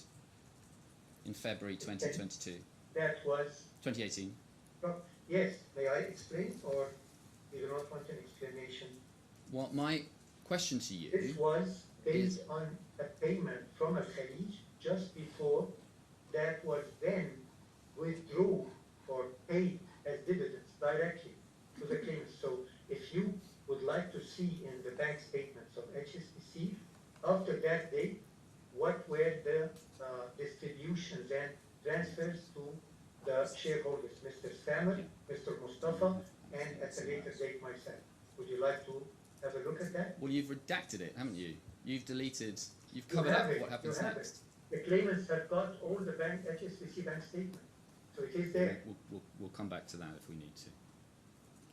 So that explains You what paid I out was saying. you paid out dividends in both 2016 and 2017, didn't you?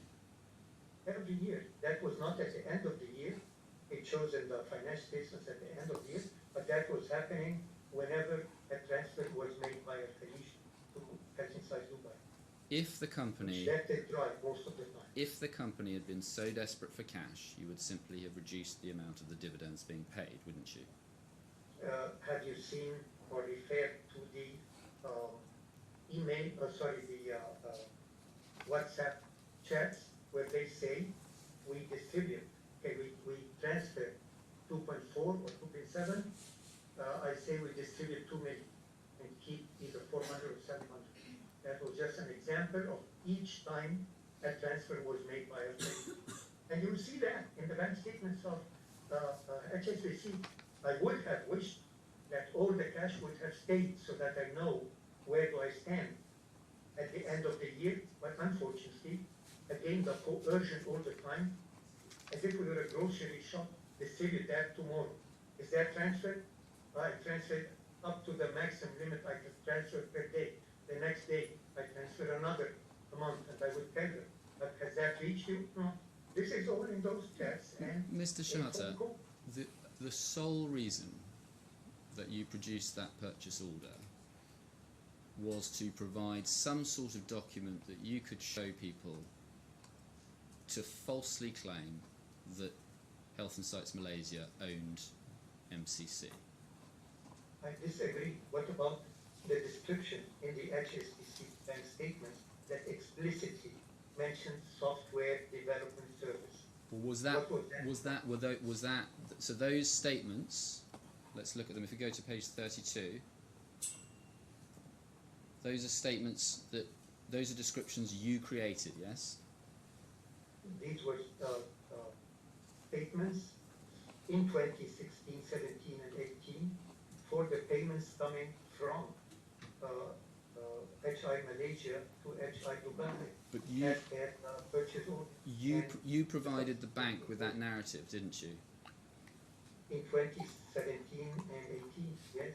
Is that when you came up with the idea of saying that Health and Sites Dubai was somehow working for hire for Health and Sites Malaysia? If there was no dispute whatsoever until the end of 2021, how would I have known that there would be a dispute in 2016? So let us make that, and let us tell the bank that this is for software development services, which is at 2016 and 2017 and 2018. How would I have, unless I have a crystal ball, of course, like the claimants when they registered Medica or MCC in Egypt in August, but then claimed that they knew about the assignment agreement in December of 2022, somehow using a crystal ball, obviously. Bear with me 1 second.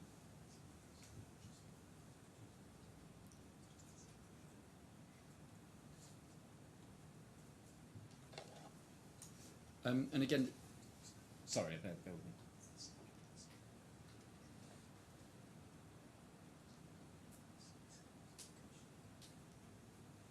And the purchase order, which is, again, we can just pick it up, please, and this is probably the last question, E6028, please.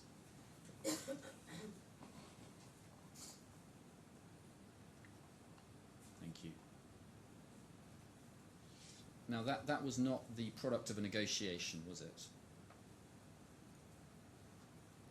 Negotiation in the sense of Well, it's... Health Insights Dubai telling Health Insights Malaysia, no, this is too much, reduce it, or no, this is too less, increase it. Well, it's placed by Health and Sites Malaysia, and if we go to page 29, we can see at the bottom Yes. it's signed off by Mr. Nader, Yes.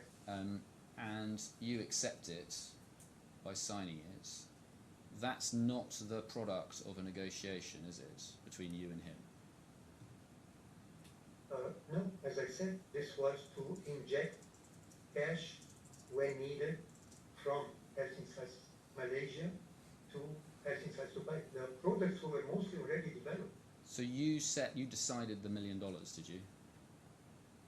Yes, I decided.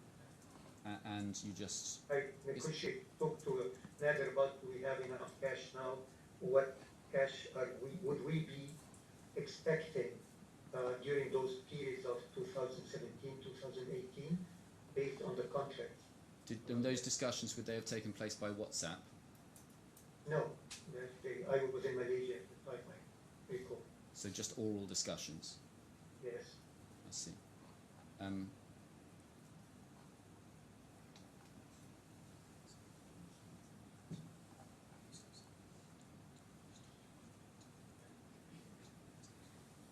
yes. And this is a document that must have been, was it printed out and signed? Yes? Maybe at the time, everything was scanned actually and put on that external drive on the Health Insights Dubai site. I see. But there'll be a digital copy of this somewhere, will there? On the external hard drive with all the other Health Insights Dubai documents, because since the COVID, everything was moved there. We could not access anything on the field. Well, it's a purchase order issued by Health and Sites Asia, yes? I'm sorry, can you come again? It's top left of this document. It's a purchase order issued by Health and Sites Asia, yes? Yes. So the electronic document which contains the text in this must have been created by Health and Sites Asia, yes? Must have been by Mr. Nader. And so you were ordered to produce all documents within your control relating to the creation of this. Do you remember that? Yes, and that's where it came. Well, there will be other digital documents, won't there, on the Health and Sites Asia servers and hard disks, which will be the original drafts of this document, won't there? Well, I asked Mr. Nader Said at the time, he's in Malaysia now, and he couldn't get me an original document. He just sent me that scanned document. You asked him to look specifically for the original document, did you? Yes, yes, I did. Because mostly it's on his laptop. The office is to a company secretary. In Malaysia, we do not keep the documents there. And he would have sent that to you by email, wouldn't he? What do you mean he would have sent? He would have sent me that in the document production, you mean? No, the original document, he would have sent it to you by email? Would he have signed it, scanned it and sent it to you? The original, if you go through, I think the same document that you're displaying was not including my signature from Health Insights Dubai or the stamp power. Well, if you go to page 29, you can see it's got your stamp and signature. Yes, that's after I accepted I see. that from Dubai. But the original was not including my signature policy. I see. So there's another version of this document, is there, which doesn't have your signature? I believe, I can't recall now, but if you scroll, if it's there, it will show. How was it sent? How was that original sent to you? I was in Malaysia, I think, at the time. So just produced the PDF and gave it to me. I'm conscious of the time. If now No, it's not, convenient. it's difficult to remember the exact time. All right. Well, we're going to finish there for the day, Mr. Shehata. How are we going on schedule? Doing pretty well. Okay. So I would hope to be done with my part of it before lunch, and then I would expect Mr. Jackson to have a little bit more, maybe a session. So I would have thought we're comfortably within tomorrow, with a little bit of time left for examination and any other discussions that are required. I know it's not finished yet, but would you make a guesstimate of the length of re-examination? It's hard to say, but assuming that the expectation is there'll be a session remaining, then could we foresee any issues? Sorry? On the expectation that you'll be done in the morning, there might be one further session thereafter. I don't foresee any issues. Well, I'm weighing up whether we should start at 9:40 tomorrow, in which case we could get 3 one-hour sessions in with breaks in between, or whether we should start at 10 o'clock in the normal way. I'm tempted to think that the prudent, if not cautious step is to start at 9:40. If we start 20 minutes earlier and finish 20 minutes earlier, and that's It's better than the other way. That's fine. We'll start at 9:40. Very good, thank you. All right, Mr. Shehata, we're going to adjourn now and start in the morning at 9:40. There was one other matter, and it's been raised with my learned friend. I don't think it matters too much, but Mr. Shehata listened to it, but I don't know whether or not you'd like him to leave the room for the discussion. It relates to the Teams messages that he was receiving. Yes, all right. Well, I suppose we finish the link anyway, and he signs in again in the morning, is it? We don't keep it going all night. It just may require instruction to be given to him, which my learned friend wouldn't be able to give. So that's the to him, because they can't I'm communicate. sorry. Oh, I see. In that case, it might be better that Mr. Shehata listens. Well, it may be.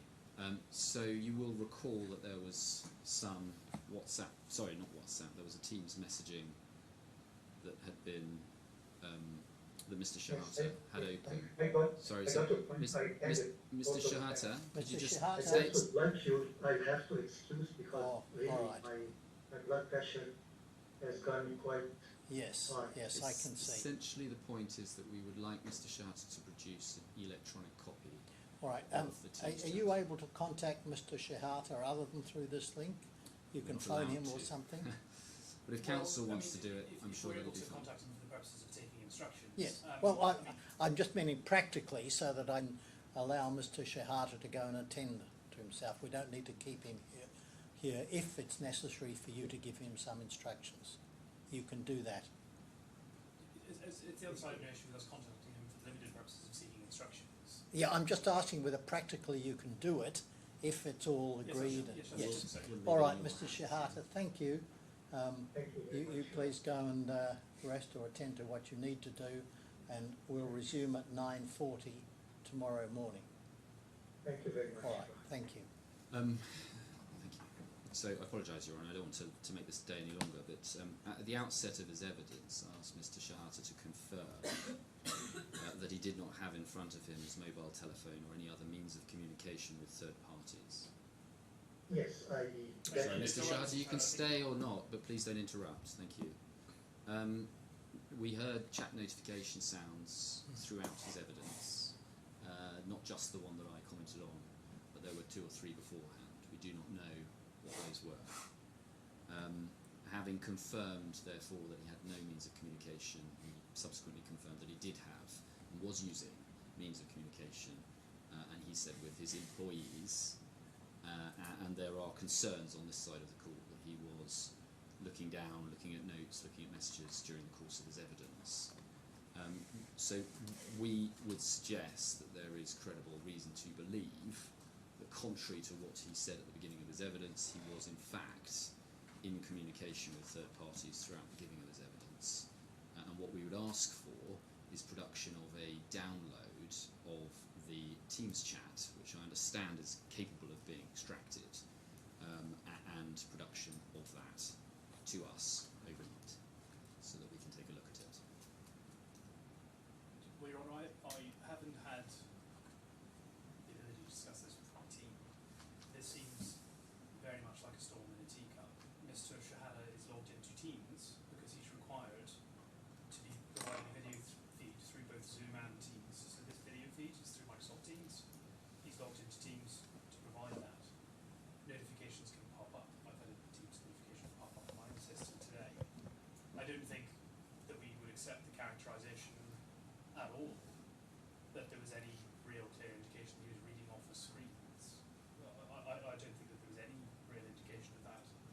submission during the course of his evidence. If this is the line that one is going to go down, one can ask him the question, have you been reading messages during this, and he can answer yes or no, and submissions can be made. I asked, for reasons which I say were credible reasons, similar questions of Ms. Holsney in relation to what we will say in due I'm course not sure is... what the relevance of that is, but let's Well, stick to the point. each and every one of the claimant's witnesses had access to, amongst other things, their mobile phone. You could see when you went outside the courtroom them sitting down between breaks and looking at their mobile phone. If we're going to be suggesting that... Can I just understand the mechanics of this?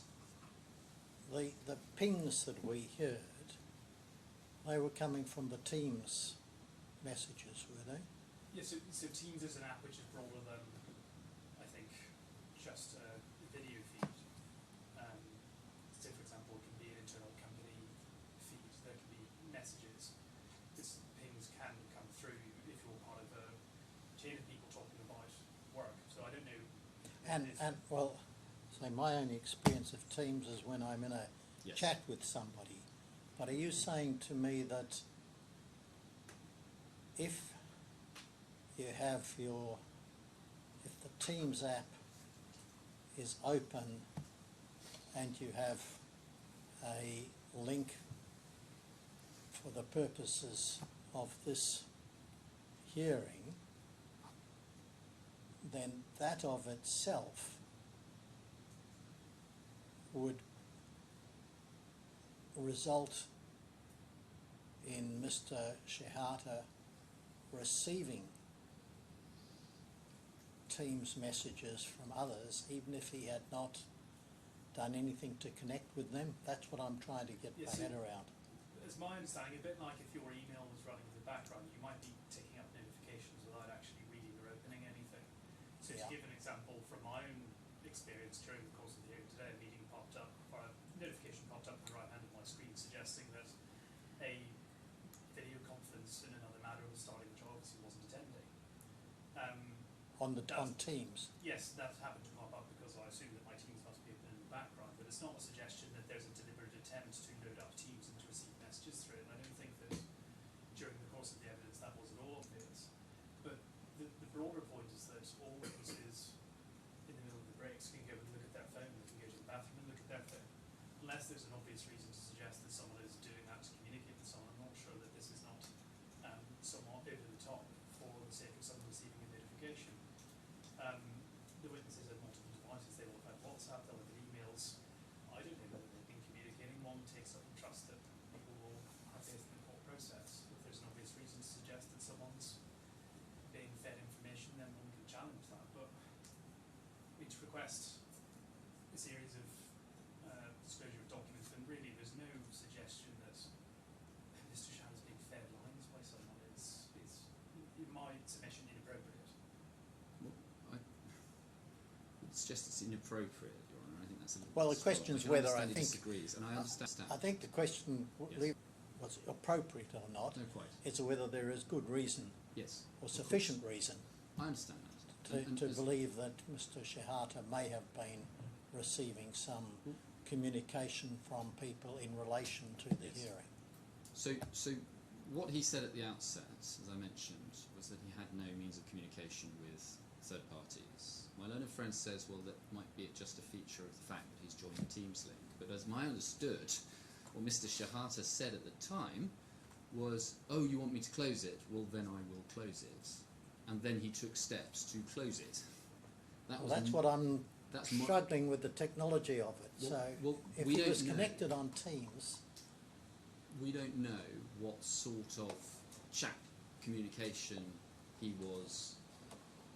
He had, but he had some form of chat communication with his team because he read out some of it, and then he said he would shut it down, and then he did shut it down. He says, therefore, there was something open which was not essential for him to participate in this hearing, which allowed him to communicate with third parties, and which he had said he would not do, and he then confirmed he communicated with third parties. I cannot stand and tell you what that well, communication Mr. Doherty, I think a step which I'm contemplating taking is this, that you contact your team, contacts Mr. Shehata, takes instructions from him on how it is that he was able to receive these pinged messages, and secondly, to ask for a printout of the messages which your team may examine, and then you may inform the court whether there is any reason to, whether that discloses that he was receiving any communications in relation to this matter as distinct from what might have been the business in Malaysia. Thank you.